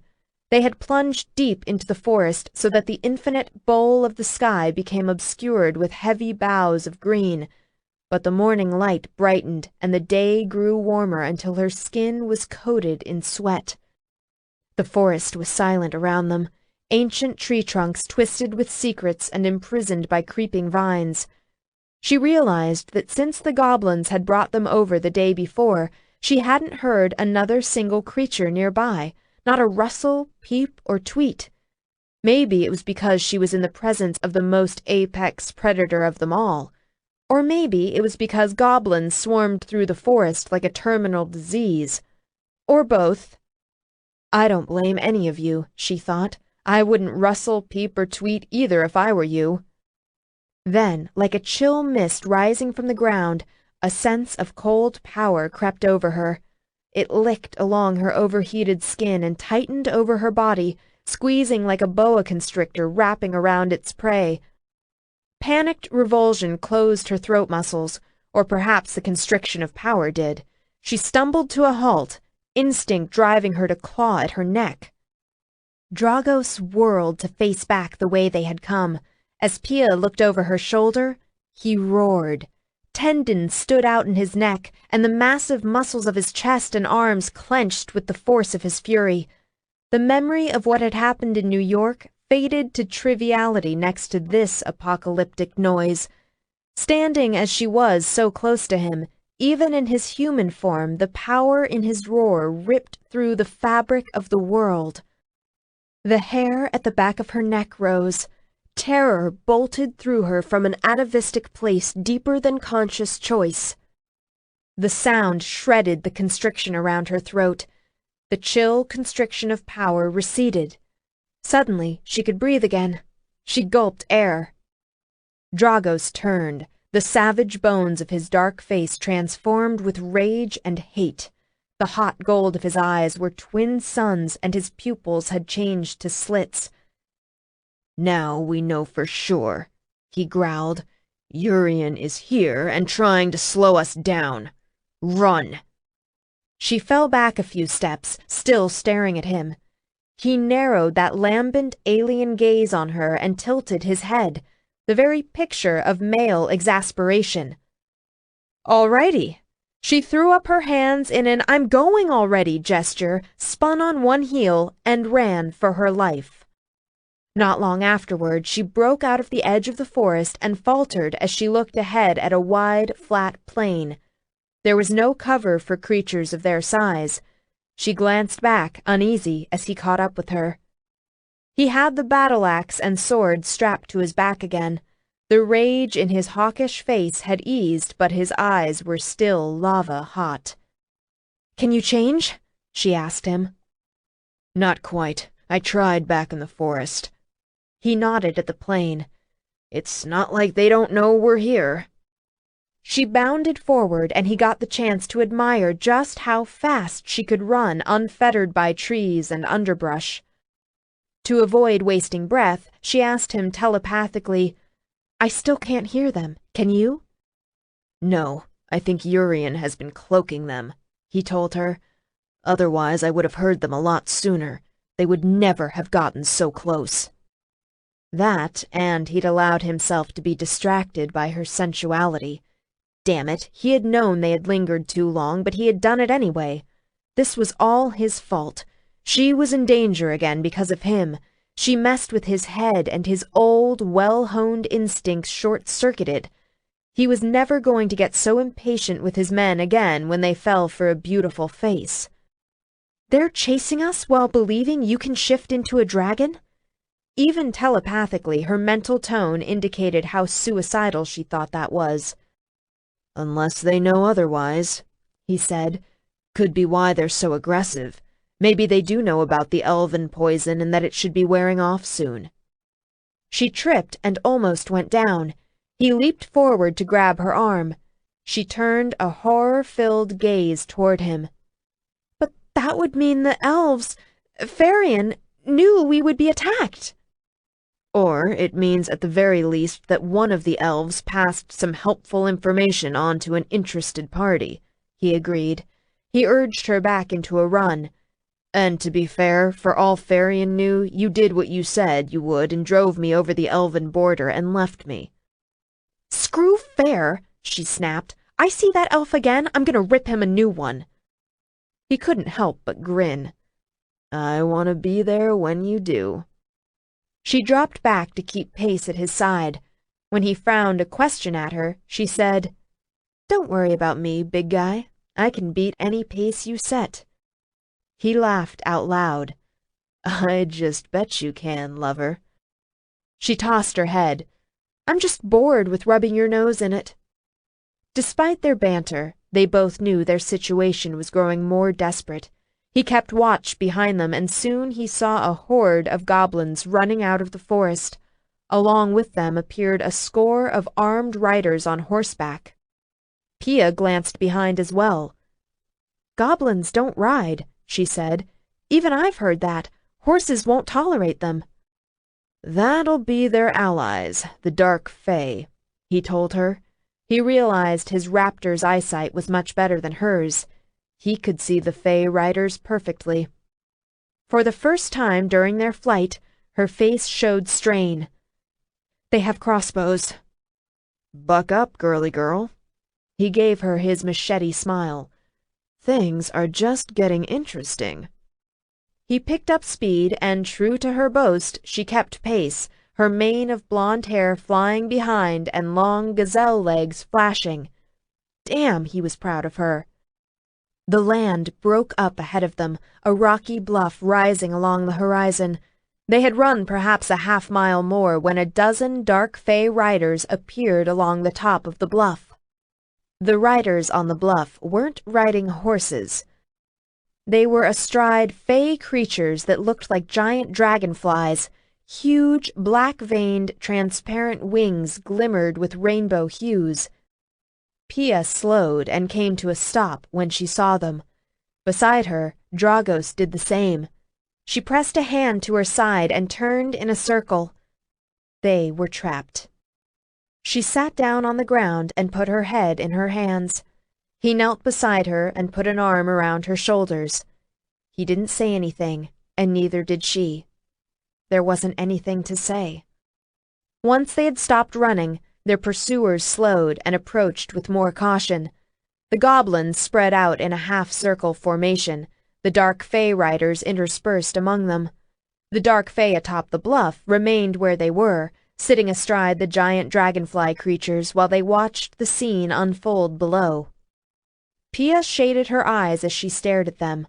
The third one from the left radiated a chill power unlike any of the others. She swallowed, trying to relieve her dry throat. "Over there," she said. "The Fae King is on the bluff, isn't he?" Dragos sat behind her and pulled her against his chest. "Yes. He's waiting to see if he's needed." "Still no shift," she said. It wasn't a question. He shook his head. "I need a little more time." He needed time they didn't have.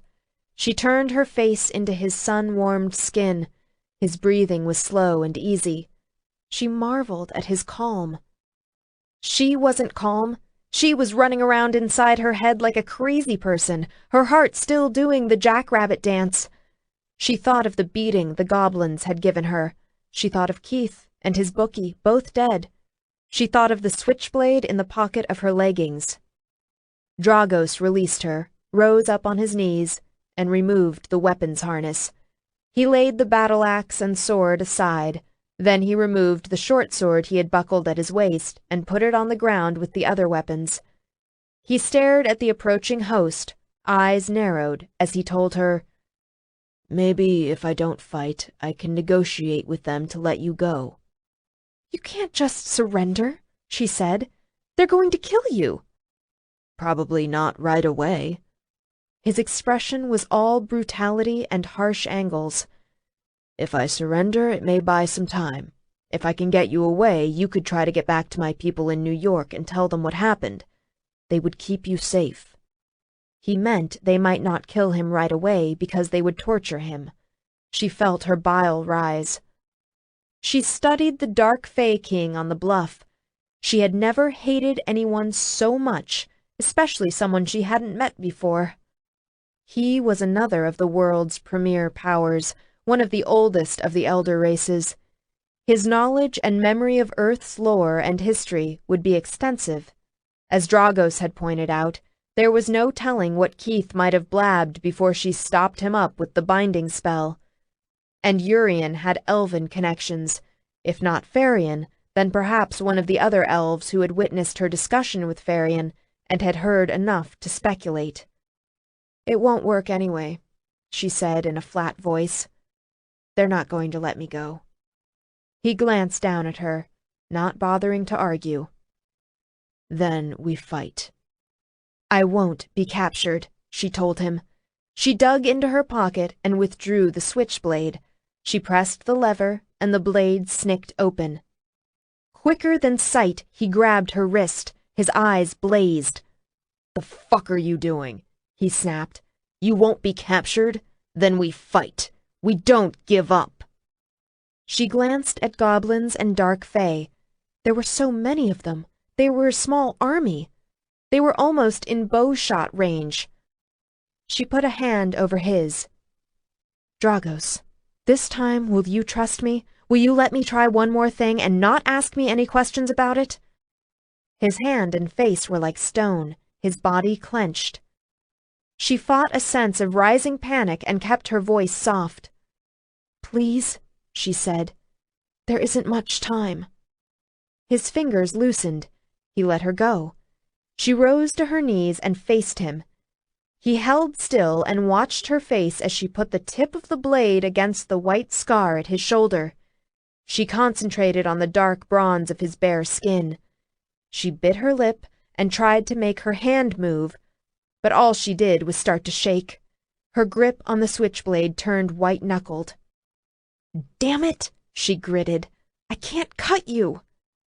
His hand came over hers again. This time he gave a quick jerk and the blade bit into his skin, right over the scar. Hot, brilliant blood began to flow from the cut. She took a choppy breath and nodded to him. He let go of her again. The second bit was a lot easier. She drew the blade across her palm. It was a good, deep cut. Pain blossomed and her own blood began to drip down her wrist. The advancing army had crossed into bowshot range, close enough that she could hear the goblins laugh and call to one another. Talk about a last-ditch effort. Wish I knew if this would work. Guess we'll find out soon enough. Here goes nothing, big guy, she muttered.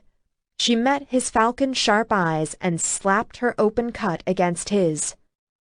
For a few seconds it seemed nothing happened. Then something flared and flowed out of her, passed through her palm and entered him. His head fell back. He gasped as he swayed on his knees. His power roared in response. She swayed, dizzy from the transference. Then Dragos shimmered and expanded so fast she fell on her back. She struggled to prop herself up on her elbows, staring up open-mouthed at the appearance of the enormous dragon who stood over her. Oh my God. She had imagined what he must look like. She had caught that one glimpse of his shadow flowing over the beach. Nothing could have prepared her for the impact of the real thing. He had to be the size of a private jet. He was varying shades of bronze that had an iridescent glint in the sunshine. His wide, heavy-muscled chest was right overhead. Her head bobbled back and forth as she took in the long legs planted on either side of her. The bronze color darkened to black at the ends of his legs. His feet had curved talons that had to be the length of her forearm. His body narrowed to powerful haunches and long tail.